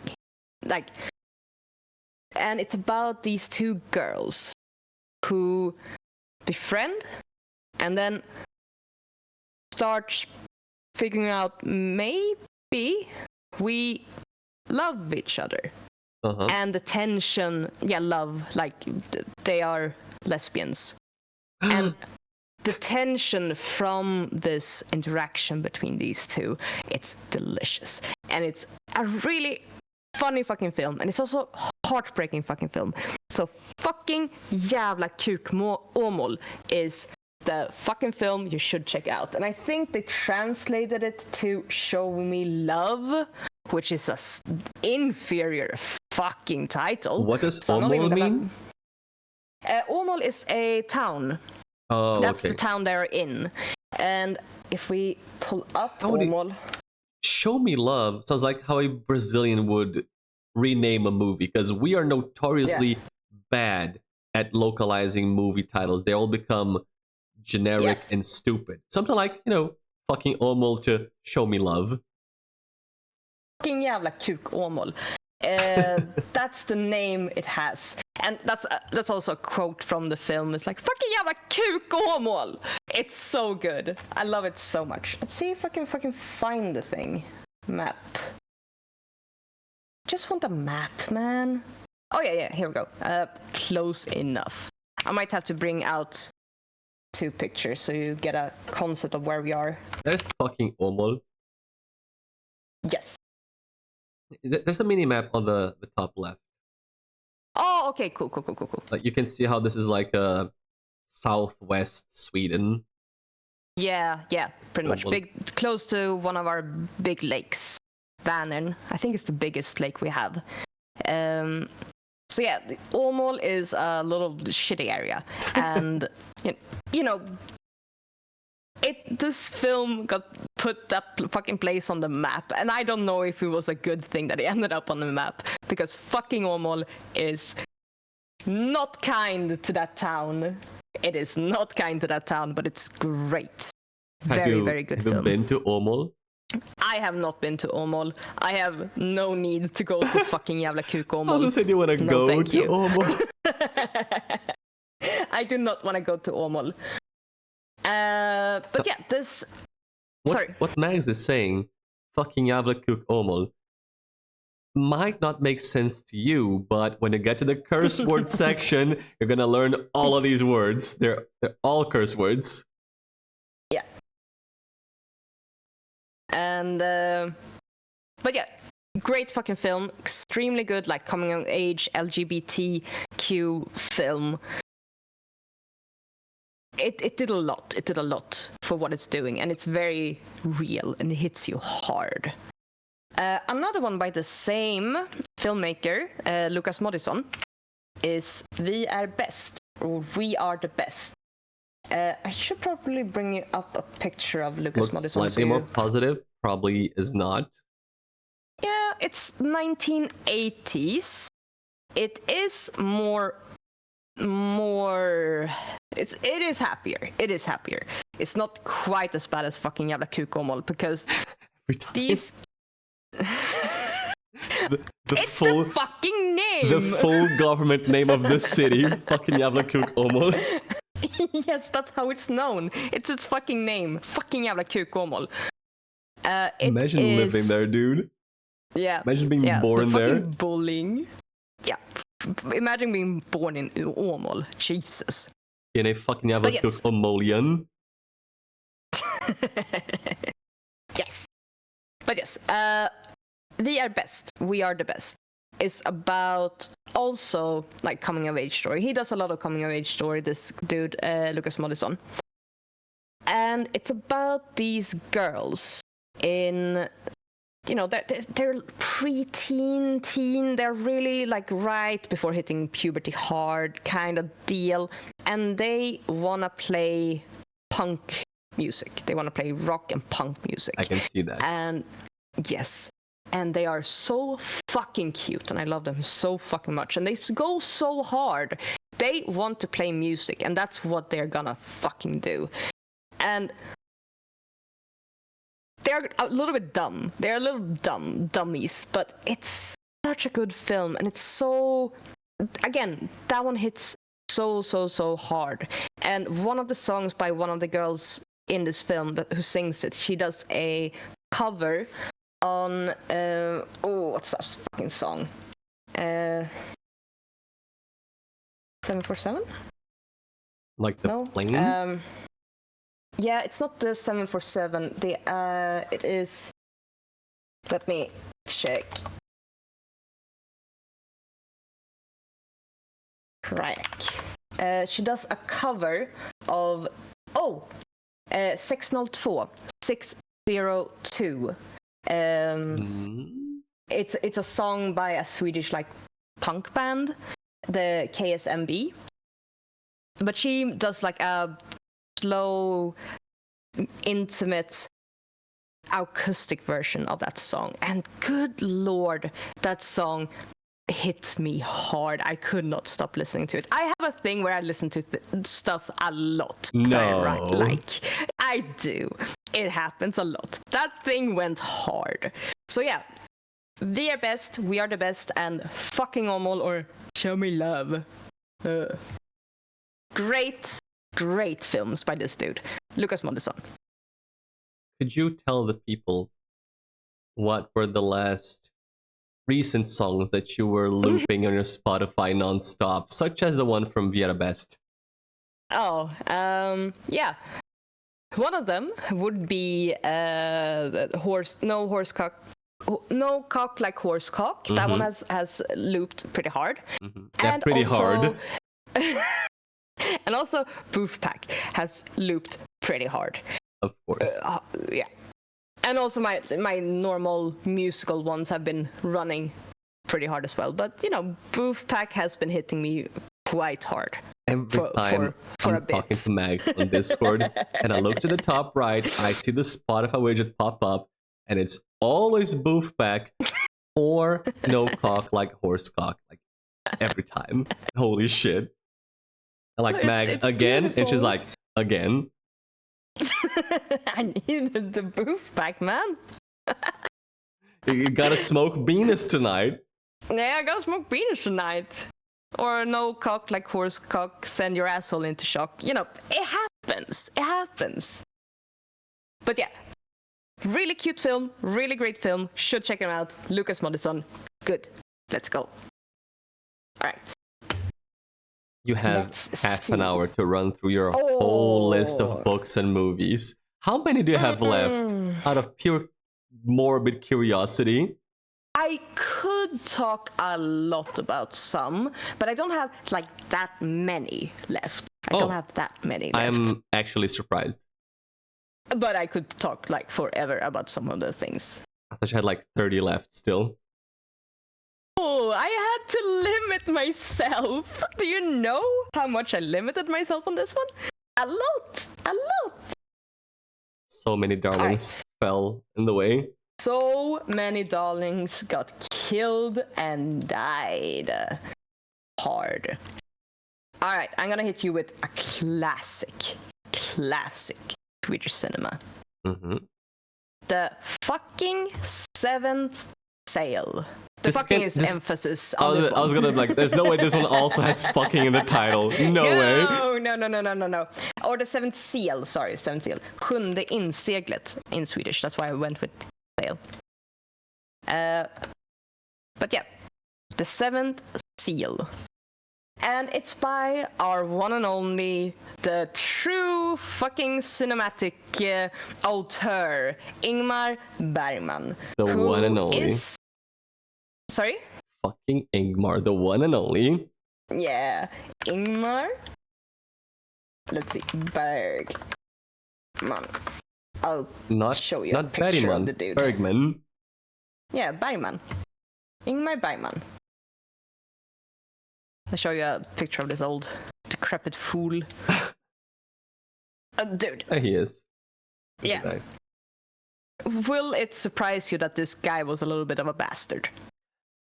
He's got a little bit of a bastard expression in his face. A bit of a bastardy smile there. Yes.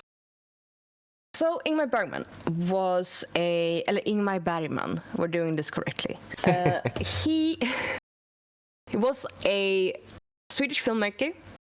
He did a lot of very, very, very interesting art films from like the 1950s-ish, I want to say. Let's see. His first film was in 1946. And he kept like making movies like for a long time until he died basically in 2007. What do you mean basically? God, I think he quit a little bit before dying, so it didn't like work up to his... You mean he was basically working until he died? Not that he died basically in 2000. I was like, how do you die basically in a year? It should be like he basically died. But yeah, he actually kind of stopped quite early. He made things up until like 2003. Yeah, but those aren't like as good. I did mention Fanny and Alexander earlier. Yes. And I will get you some pictures of Fanny and Alexander. Are you gonna post I'm stuck in a sentence. I'm canceling it. No, sure. I'm canceling that sentence. No, whatever you thought, I didn't say it. If you thought it, you thought it. It was your brain and not mine. My brain. My brain. There's the Fanny picture. Yeah, there she is. There she is. Fanny and Alexander. But yeah, if I want to go back to The Seventh Seal, this film, even if you haven't seen it, you have seen like parodies of it. You have seen jokes about it. You have seen like remakes and like hints at it. Because it is so iconic. In this story, you have the knight. He's just returned from like a Templar's mission in like Jerusalem or something. And he's like tired looking, he's almost home. He's like on the beach with his, God, what's that called? His next hand man who's like carrying his shit and like His making stuff spire? for him. Yes, thank you, that's the one. And this dude is just like, oh my god, I am so fucking sick of this shit. And out of nowhere, this man dressed in black shows up. And he says, I am death. I am here to take you now. And this dude managed to talk Death into playing a game of chess for his life. And this is where the playing chess with death thing originates from?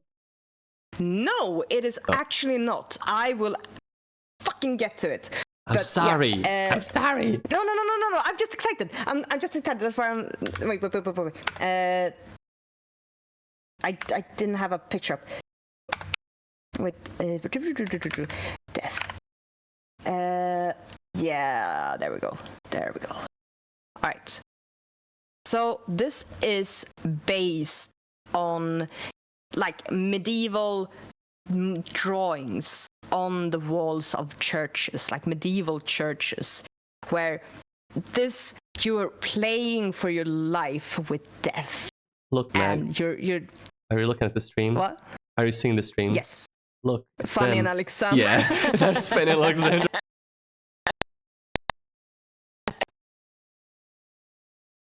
Go on. I think the sound broke because we laughed too hard. 1 second. There we go. You're back now. My bad. All right. Thank you.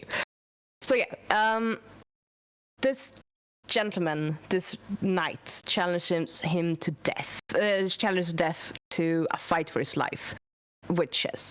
So as long as they are playing, he gets to live.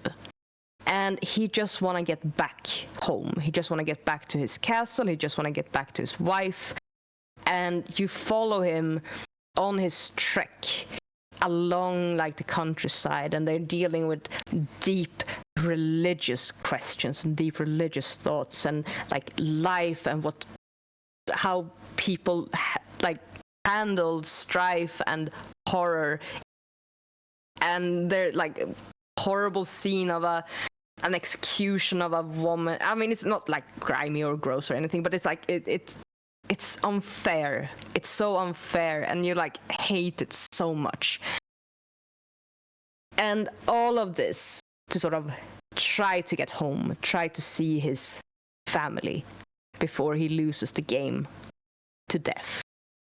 And it is, I'm not even fucking joking, it is a masterpiece. It's a masterpiece of cinema. It is so beautifully shot. It is like all black and white. It's all, contemplative and shit. But it's also very funny in places. It's a very funny film at some parts. And also horrible. Absolutely horrible in others. And it's so iconic, the whole starting your fight for your life with chess. It's beautiful. It's a beautiful fucking film. Check it out if you haven't. So yeah. I haven't.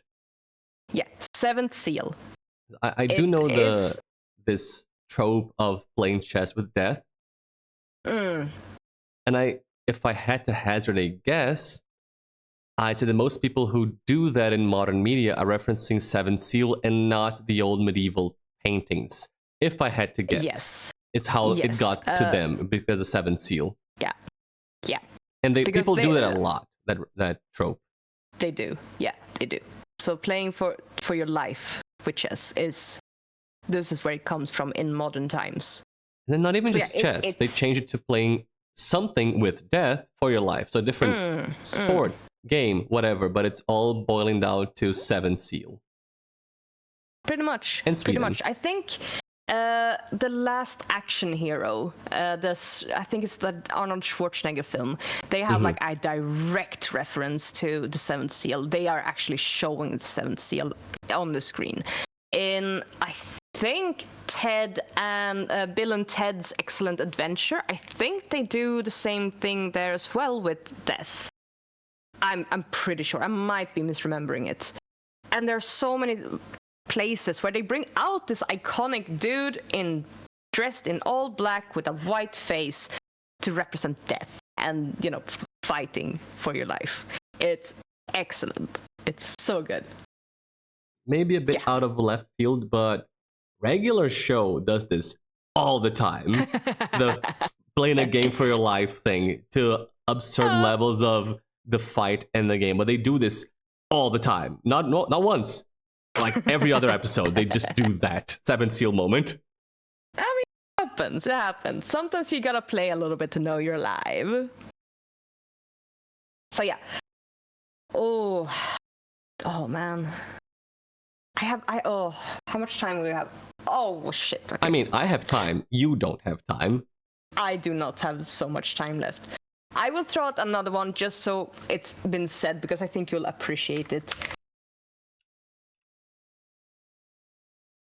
There is another film by Mr.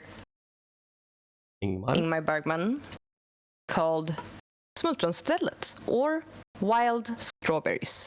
Did you kill my picture? No. Yeah. So yeah. They have a film called Wild Strawberries, Smultronstället. And I think we told you about the concept of a smultronställe, didn't we? Yes, you and Sven mentioned that. Do you want to tell the people what a smultronställe would be? Could you write it out for the people? Because I don't recall how to spell it, apart from the end. Yep. There it is. Wait, Are you not no, missing I a fucked it up. vowel? I am missing a vowel. Smultron. There you go. Smultronställe. That is like a wild strawberry place. It's basically something in your life that is precious and important and personal to you. It's a metaphor for, you know, a special place, physical or mental, where you go to. It's a pretty nice concept that I was explained to during like some random stream in between talks of butts and brownies. We came upon the concept of a smultronställe. And I figured out that it's a pretty good pickup line if you're in Sweden and you tell somebody, you know, that they're your smultronställe, and then you take them home and you kiss them because you win the pickup game that night. It is a great pickup line. But yeah. I haven't seen this film myself. I just know of it, and I thought it'd make you happy. Yeah, I'm a little bit of a poser, but I was like, oh, he'll appreciate it. So I do he appreciate can it. get it. Yeah. There's a whole movie about. Is it about? Do you know what it's about? Is it about that concept? Is it about actual strawberries? It is gonna. No, I don't think so. It's gonna be about personal drama, like an old dude who can't really like connect and stuff, you know, that kind of stuff. Maybe he doesn't have a smultronställe and he's trying to, find out what his are before he dies. He's like, what did I live for? Where are my wild strawberries? What has made my life worth living? We might just be making shit up about the plot of the movie. It might be something completely different. Yeah. No, but it's like he needs to rethink like past choices and past things he's done and said and where it has left him. You know, very introspective. Very classic introspective. Old man shit. Yes, classic old man shit. Next one. I'm trying to be like... I have one that's technically not Swedish. Oh. But it's entirely set in Sweden. Is it Midsummer? And it is not. It's not Midsummer. Oh. This is way before Midsummer. it is called, in English, called Sacrifice, and it's by Andrei Tarkovsky. If you don't know Andrei Tarkovsky, he is like Russia's art film dude forever. He has made incredible stuff. He made, let's see, Andrei Tarkovsky. He made Solaris. He has made fucking Stalker. He made Nostalgia. And he also made this film where they go, I think, through the Russian Winter Palace. And it is an unbroken shot for, I think it's like hour and a half. Oh boy. Yes. And it sort of goes through the history of Russia. And, you know, in one shot? Yes, there's one point where it's like, oh, that might have been a cut. Because it was. But story-wise, it is one shot. So and it isn't incredible. an unbroken shot cinematically. Like, they do cuts. I do think it does the one cut. And this dude just went to like Sweden, got all like Swedish actors, got all Swedish settings, and just made this film, The Sacrifice, Offret. And it is a really, again, art film, contemplative, you know, and everything is in Swedish. Everything is like with Swedish actors, by Swedish actor, in the Swedish language. And it is a really cool fucking film. Again, technically not Swedish, but I'm gonna throw it in there because it's cool. So, yeah. Is there any reason he chose to make this movie all Sweded up? The location, actors, language, even the language, like all in Swedish. Why? Yeah.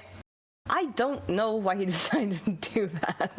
But he's trying to like, it's about, you know, nuclear Holocaust fears and trying to like prevent it from happening, which is The Sacrifice. And it's all, I don't know, 1986. Maybe it has to do with Chernobyl, maybe? I don't know. Right, but why Sweden of all places, you know? Funny fact about that. Okay, a small tangent. During the Chernobyl disaster, it exploded, everything went up in the air, you know, radioactive shit everywhere. Mm-hmm. Holy shit, it's like everywhere. But Russia, not Russia, Soviet Union. The Soviet Union is like, shush, no, nothing's bad happening in the Soviet Union. Don't look at it, it's not bad.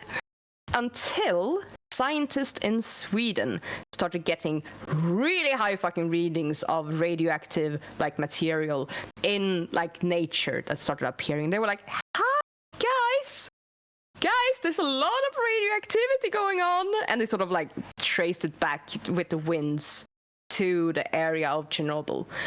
So yeah, small baby tangent about Sweden and Chernobyl. So the Swedes, good job, Sweden.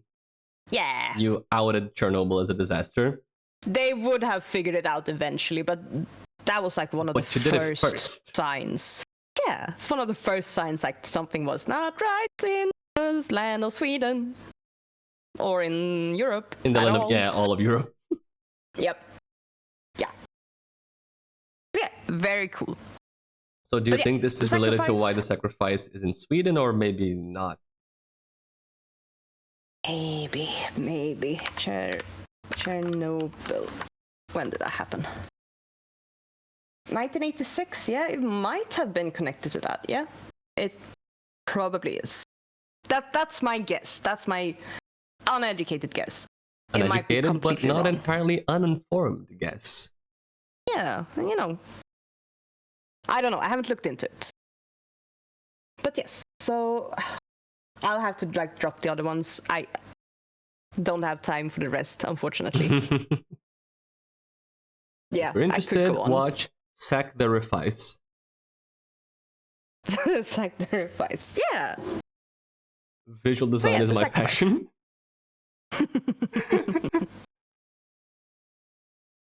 What else you got for us, But Mags? You got 8 minutes. I have 8 minutes. Oh, okay. How many more you got? Let's do one a minute. Oh shit. Okay, I have Caliqueen. 1, 2, 3, 4. You can do one a minute. Okay, 1 a minute. Speed running, go. All right. Of them, Karin Boye, Kallocain. I mentioned it. It's 1984, but Swedish. It is fun. It's good. I love her so much. Next one is. Let me get a picture. That's the lady who committed suicide by potato inhalingssås. Yes. Next one is Röde Orm. It is a story set in like Viking ages, and it's a really, really funny romp through the Viking like experience. Good fucking fun. Frans G. Bengtsson, Röde Orm. Check it out. Next one is both. Son of Bengt. There's Bengt. Yes. Next one is Ondskan, which is both a book and a movie, and it means evil or the evil, and it is written by this dude called Jan Guillou, who is like a really big dude in Swedish cinema and film and books and the kind of thing. That's just how you spell the name. Jan Guillou, Ondskan. It's about a dude who goes to a boarding school with kids and everyone is a little bit shitty. There we go. And perfect next plot. Fucking one I will throw out. Sorry. Every 80s movie. They go to school and everybody's kind of shitty. Yeah. Pretty much. And next one I will throw out, and that is a book illustrated by this dude called John Bauer. John Bauer is incredible. This dude. I've seen these. Yes, because this is part of my troll hole detour. I can't show that picture because it's nudity, but I can show this picture. Which one can't you show? It is. If you scroll down, there's another picture. Bear. But yeah, his drawings are so like deeply rooted into like the idea of the mythical like Swedish forest, and the book is Bland tomtar och troll, which is among like gnomes and goblins, I think it would be translated as, and he illustrated it, and he's some sort of like mastermind of illustrations. Just look up John Bauer and his art and just like look through all of his shit, because it is a fucking experience of like the vibes that you're looking for in the deep dark forest. It's great. All right, next one. Do I have any more? You said 4. That was 4. You have 5? Okay, that was 4. No. That's it. No, it's not book or film. So no. What, you want to bring something else up? Yes, but that will have to wait. Oh, for the future. For the future. Gotta keep them wanting more. The stuff by John Bauer is very much like the way you were describing like the vibes of trolls in Swedish folklore. Like going to the woods, and the water running and the vibes, and maybe you saw a troll, but it was a rock, you don't know, maybe it's watching you. That kind of, vague, mysterious, fairy-like, creature-like troll from, deep in the mossy, rivery, pine woods and such. Not so much the ogre type of troll, carries a club and smashes shit. Different kind of troll. Yeah, these are forest trolls. Exactly. Yeah. Skogtrollet. Yes. Yeah, skogstrollet. Yeah. The forest troll. Yeah. Skogstrollet. So that was day 2 of talking about Sweden, I guess. It is. Are we gonna do a day 3? I have a lot left, and you have a lot left. Yeah, a day 4, 5, 6, 7, 8. We will have to see. We'll have to see, man. We got through a lot today on day 2. We were very efficient, or let me tell myself that. Were we? Let me tell myself that we were so efficient. Yeah, efficient adjacent, perhaps. We were more efficient Wait. than yesterday, which is not a good benchmark, but it is a benchmark. Okay, it's something. It's what we It's have. something. It's what we have to hold on to. Got through so many questions, and this means we've finished answering Huggles' questions. There's only Hattie and Hannah to go, and then it's all the viewer questions that were on the foofs scored. Wait. Yeah. Oh, fuck. Huggles posted up a question I forgot to add it to the spreadsheet. No! Oh, no. The question about growing up in Sweden and Brazil. Yeah, that's not a quick question. That's not a quick question. That one's not quick. Fuck my sandwich sideways. Okay, we're not done with Huggles' questions. I'm a fool. Fool. There's one more from him. One of those an hour a question kind of thing. It's like, how was it to grow up in Sweden and Brazil? And how do the kids live? And it's like, what is this huge part of society and living in the country? Go. Easy peasy. And that's going to be a big one. That's what she didn't say. It is indeed. It is indeed. But it is good to see that you guys have been enjoying it. I see Staro and Valtari and Vatu in chat there, hyping us up. Yeah. I guess we're just gonna go do more next Saturday if you're up for it, MuffinMags? I'm gonna have to check my calendar, but I don't think I have anything booked. So again, a preliminary yes, but I will have to get back to you. So if you want to know about this, you should join us at the foofs scored link in chat, because I'll be confirming during the week if we're gonna be doing more of this next Saturday or Sunday or when. Because we have so much more to talk about. Like, and I mean so much more. Mags. We thought this was gonna be one stream. Yesterday we went for almost 8 hours. Today, 6 hours. You can do math. You know what 6 plus 8 is. I have been known to do some addition in my life, yes. 6 plus 8 is more than 12. Which was our worst case estimate. Like, oh, if we get to 12, it's way too much. We're at 14, and like, maybe halfway done. Maybe not so much as halfway done. I'm gonna say halfway, so we can feel good about ourselves. Yeah, let's take that one and like carry it in our hearts. It's like, instead of a 12-hour affair, it's about 30 hours. It's a tripling thing, like me playing Sea of Stars. Get the predicted amount, triple it. The jappers. Yeah. The stream tax. Oops, you know? Oopsies. As long as you guys are interested, we can just keep yapping about Sweden and sometimes Brazil. Yeah.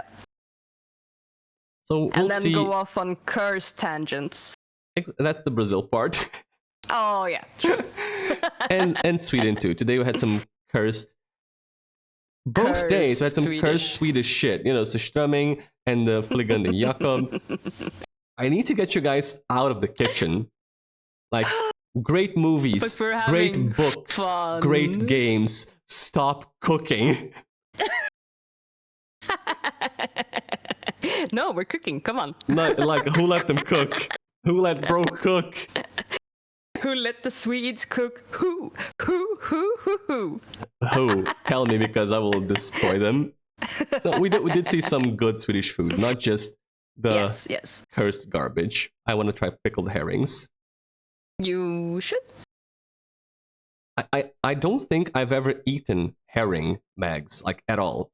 Is herring around like Brazil? It's not a fish that is served down here. I know what it's called. It's an arenque. Arenque is herring.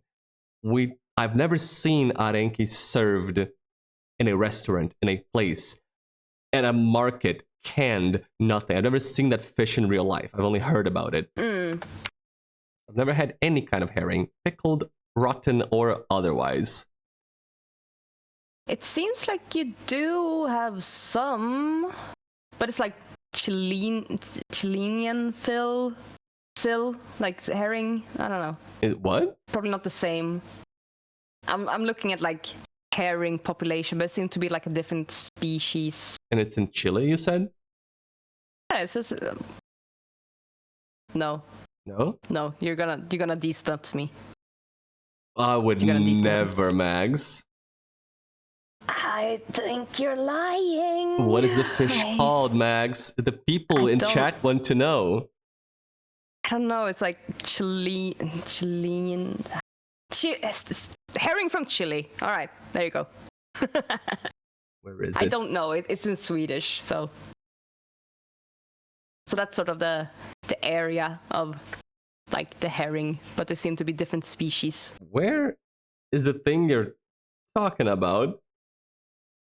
Oh, I don't know. The red thingy down here at the bottom? Yeah. We were thinking I don't know. You thought I was Just gonna Google this. these nuts you with fuegensis or fuegensis? No, with something about Chile. It doesn't say Chile on the thing. No, but it does in the thing I said and the title on the thing. So. Where's the title? I'm curious. I want to know. I'm curious, confused. I need to know more. Please tell me.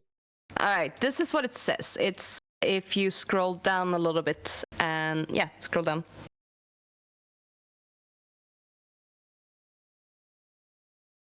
Chilean seal or Patagones seal. Like Chilean herring. I don't know. That's all I know. I don't know anything. Where are the nuts? Google shit. In my mouth? What's happening? I'm so confused. I don't know. I keep walking into your nuts jokes, and it's. I was expecting a nut joke. I feel like this is now gone to the level of paranoia, Mags. So it has always been paranoia. Seal is herring, right? Yeah. This is Chilean herring and Patagonian something herring. Yeah, skarpsill, like sharp herring, I guess. Oh, so not quite sharp. Skarp. Yeah, skarp. I see SK and I think it's gonna be H because Swedish is fuck. Yes, puss. There are no nuts here, only fish. You've gone crazy, You're paranoid. You need to relax your guard just a bit. I am getting gaslit over here. There are no nuts. There are no nuts in that sentence. You are paranoid. You are high strung. You need to relax a bit. It's okay. No one is out to get you. You are? I'm so not out to get you. I believe it when I see it, my friend. It's okay. This is like a dynamic equilibrium situation, like predators and preys in nature. You're gonna get a bit paranoid, you're gonna get a bit scared, you're gonna defend yourself, and then nothing's gonna happen. You're gonna be like, maybe I am being paranoid. You're gonna mellow out, relax, and then you're gonna get denutted, and the cycle restarts. It continues. Yeah, never safe. Never safe. It's great to do business with you. Yeah, it's super late for me. The paranoia is setting in. It's just anxiety and paranoia. It's fine. It's fine. It's fine. It's gonna be okay. We're gonna do more Sweden talk next weekend, ? I'll tell you guys about it. Thank you all for joining us. I hope you are having a great time learning about the great country of Sweden from our dear MuffinMags, who you should go fucking follow on Twitch. My god, here's another shout out for Mags. If you're not following Mags, what are you actually doing with your life and time? There it is. Join us in following MuffinMags. Please and thank you. She's great. She streams on Tuesdays, my god. It's late for me too, I guess. Tuesdays, Thursdays, and Sundays. It's been Animal Crossing. Normally, but today she's with me here. She streams Animal Crossing and horror games. And what's the other one you were playing? Pokemon Arceus. My brain is leaving it. Yes. So all that good stuff. Go check out Mags. Thank you all for showing up. We're going to continue this. I hope you've been learning and enjoying. Mags, thank you so much for joining me again. Thank you. And again and again and again for all of these. Thank you for putting in the time and the effort and also the time again because it's so much time. Yeah. But I'm having fun, so yeah. Me too. It's been a blast. I didn't think it was gonna be 30 hours of content, but I guess it's going to be. So yeah, good times. Thank you for joining me in this actual journey. Because it's what it's turning out to be. Journey to Sweden. Yeah. At the end of this, I will be legally allowed to immigrate to Sweden after learning all of this. Pretty much. I can take a test, pen and paper test, and if I pass, I am now allowed to enter Sweden. That's what's gonna happen. Yeah, you can do that. Oh yes, I'm supposed to stand to the right. Unless I'm running. And then I can subway. go on the left. And Yes. if I'm in public transport, I don't look anybody in the eyes. And if there are any open pairs of chairs, I sit there. I don't sit next to anybody. And Yes. I understand. Bro, I do this stuff already in Brazil. Like, I am antisocial. Let's go. I'm gonna fit right in, like these nuts fit right into your mouth. Let me find somebody to raid. I didn't even say anything else. I know. It's just so you know that somebody is out there to get you. It's me. I am someone. The paranoia is justified. I am in your fucking walls. Paranoia. Oh shit, no. It's not paranoia if somebody is actually out to get you. Exactly. Not paranoia. Just fear. Yeah, just regular, normal fear. It's only paranoia if it's unjustified. Indeed. So thank you all for coming. Mags, thank you for joining me. It's been a great time. It's going to continue to be a great time. Let's find somebody to raid. Who's streaming in the Sweden category? No one. Weird. Yeah, I don't know if there is a Sweden category. Is there? Because if there is, I should have been streaming in that category, shit. not just Holy chatting. Shit, let's check. Okay, what if we look for Sweden on Twitch? No, there's not. Swedish Touring Car Championship. Yeah, there's some 2. Swedish racing games. Yeah. Wait. No. Alright. Oh my god. The Exchange Fuck Student ass. Episode yeah, 1. I just saw that. Oh. Dude. Episode 1. There is an adventure game called The Exchange Student Episode 1, First Day in Sweden. It's literally what we're doing. God, I don't know what the game is, but that's us. Oh my god, it is us. We should have been using that. No, I'm a fool. You're a fool. You're a foofs. You're a foofs fool. You know what? Maybe next time. But for today, we gotta find somebody to raid. Who's getting raided? Sven is live, and he's Swedish. Look. Is he live? He's live playing Abiotic Factor. So, local Sven is a Swedish pumpkin VTuber who is playing a game about science and violence.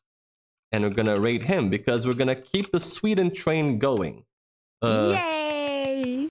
Let's see, raid message. Choo choo, Sweden train incoming. And then Hanses, because Dala Hans. Yeah. And then you can meet another person from Sweden. You can post that message, lovely. and if you don't have the Dala Hans, you should get it. You can get it at Mags' channel. But if not, regular Hans for you right there. Can't believe local Sven is Swedish. He's locally from Sweden. He's only local there. Since I'm from Brazil, he's not local at all. He's just Sven. Or Snen. Snen, which is snail Sven. So I'm gonna drop y'all in the bye-bye screen. We'll talk to Sven, and I'll see you guys next Saturday for more of the Sweekend continues. It's not a weekend anymore. It's weekend. It's just every weekend is now the Sweekend. So It do be like that sometimes. That's what's gonna be happening. So thank you guys for coming in one last time. I'm gonna send you there, and I'll talk to you next Saturday, or maybe the whole week on the Foofs Squad. Bye bye. Bye. Thank you.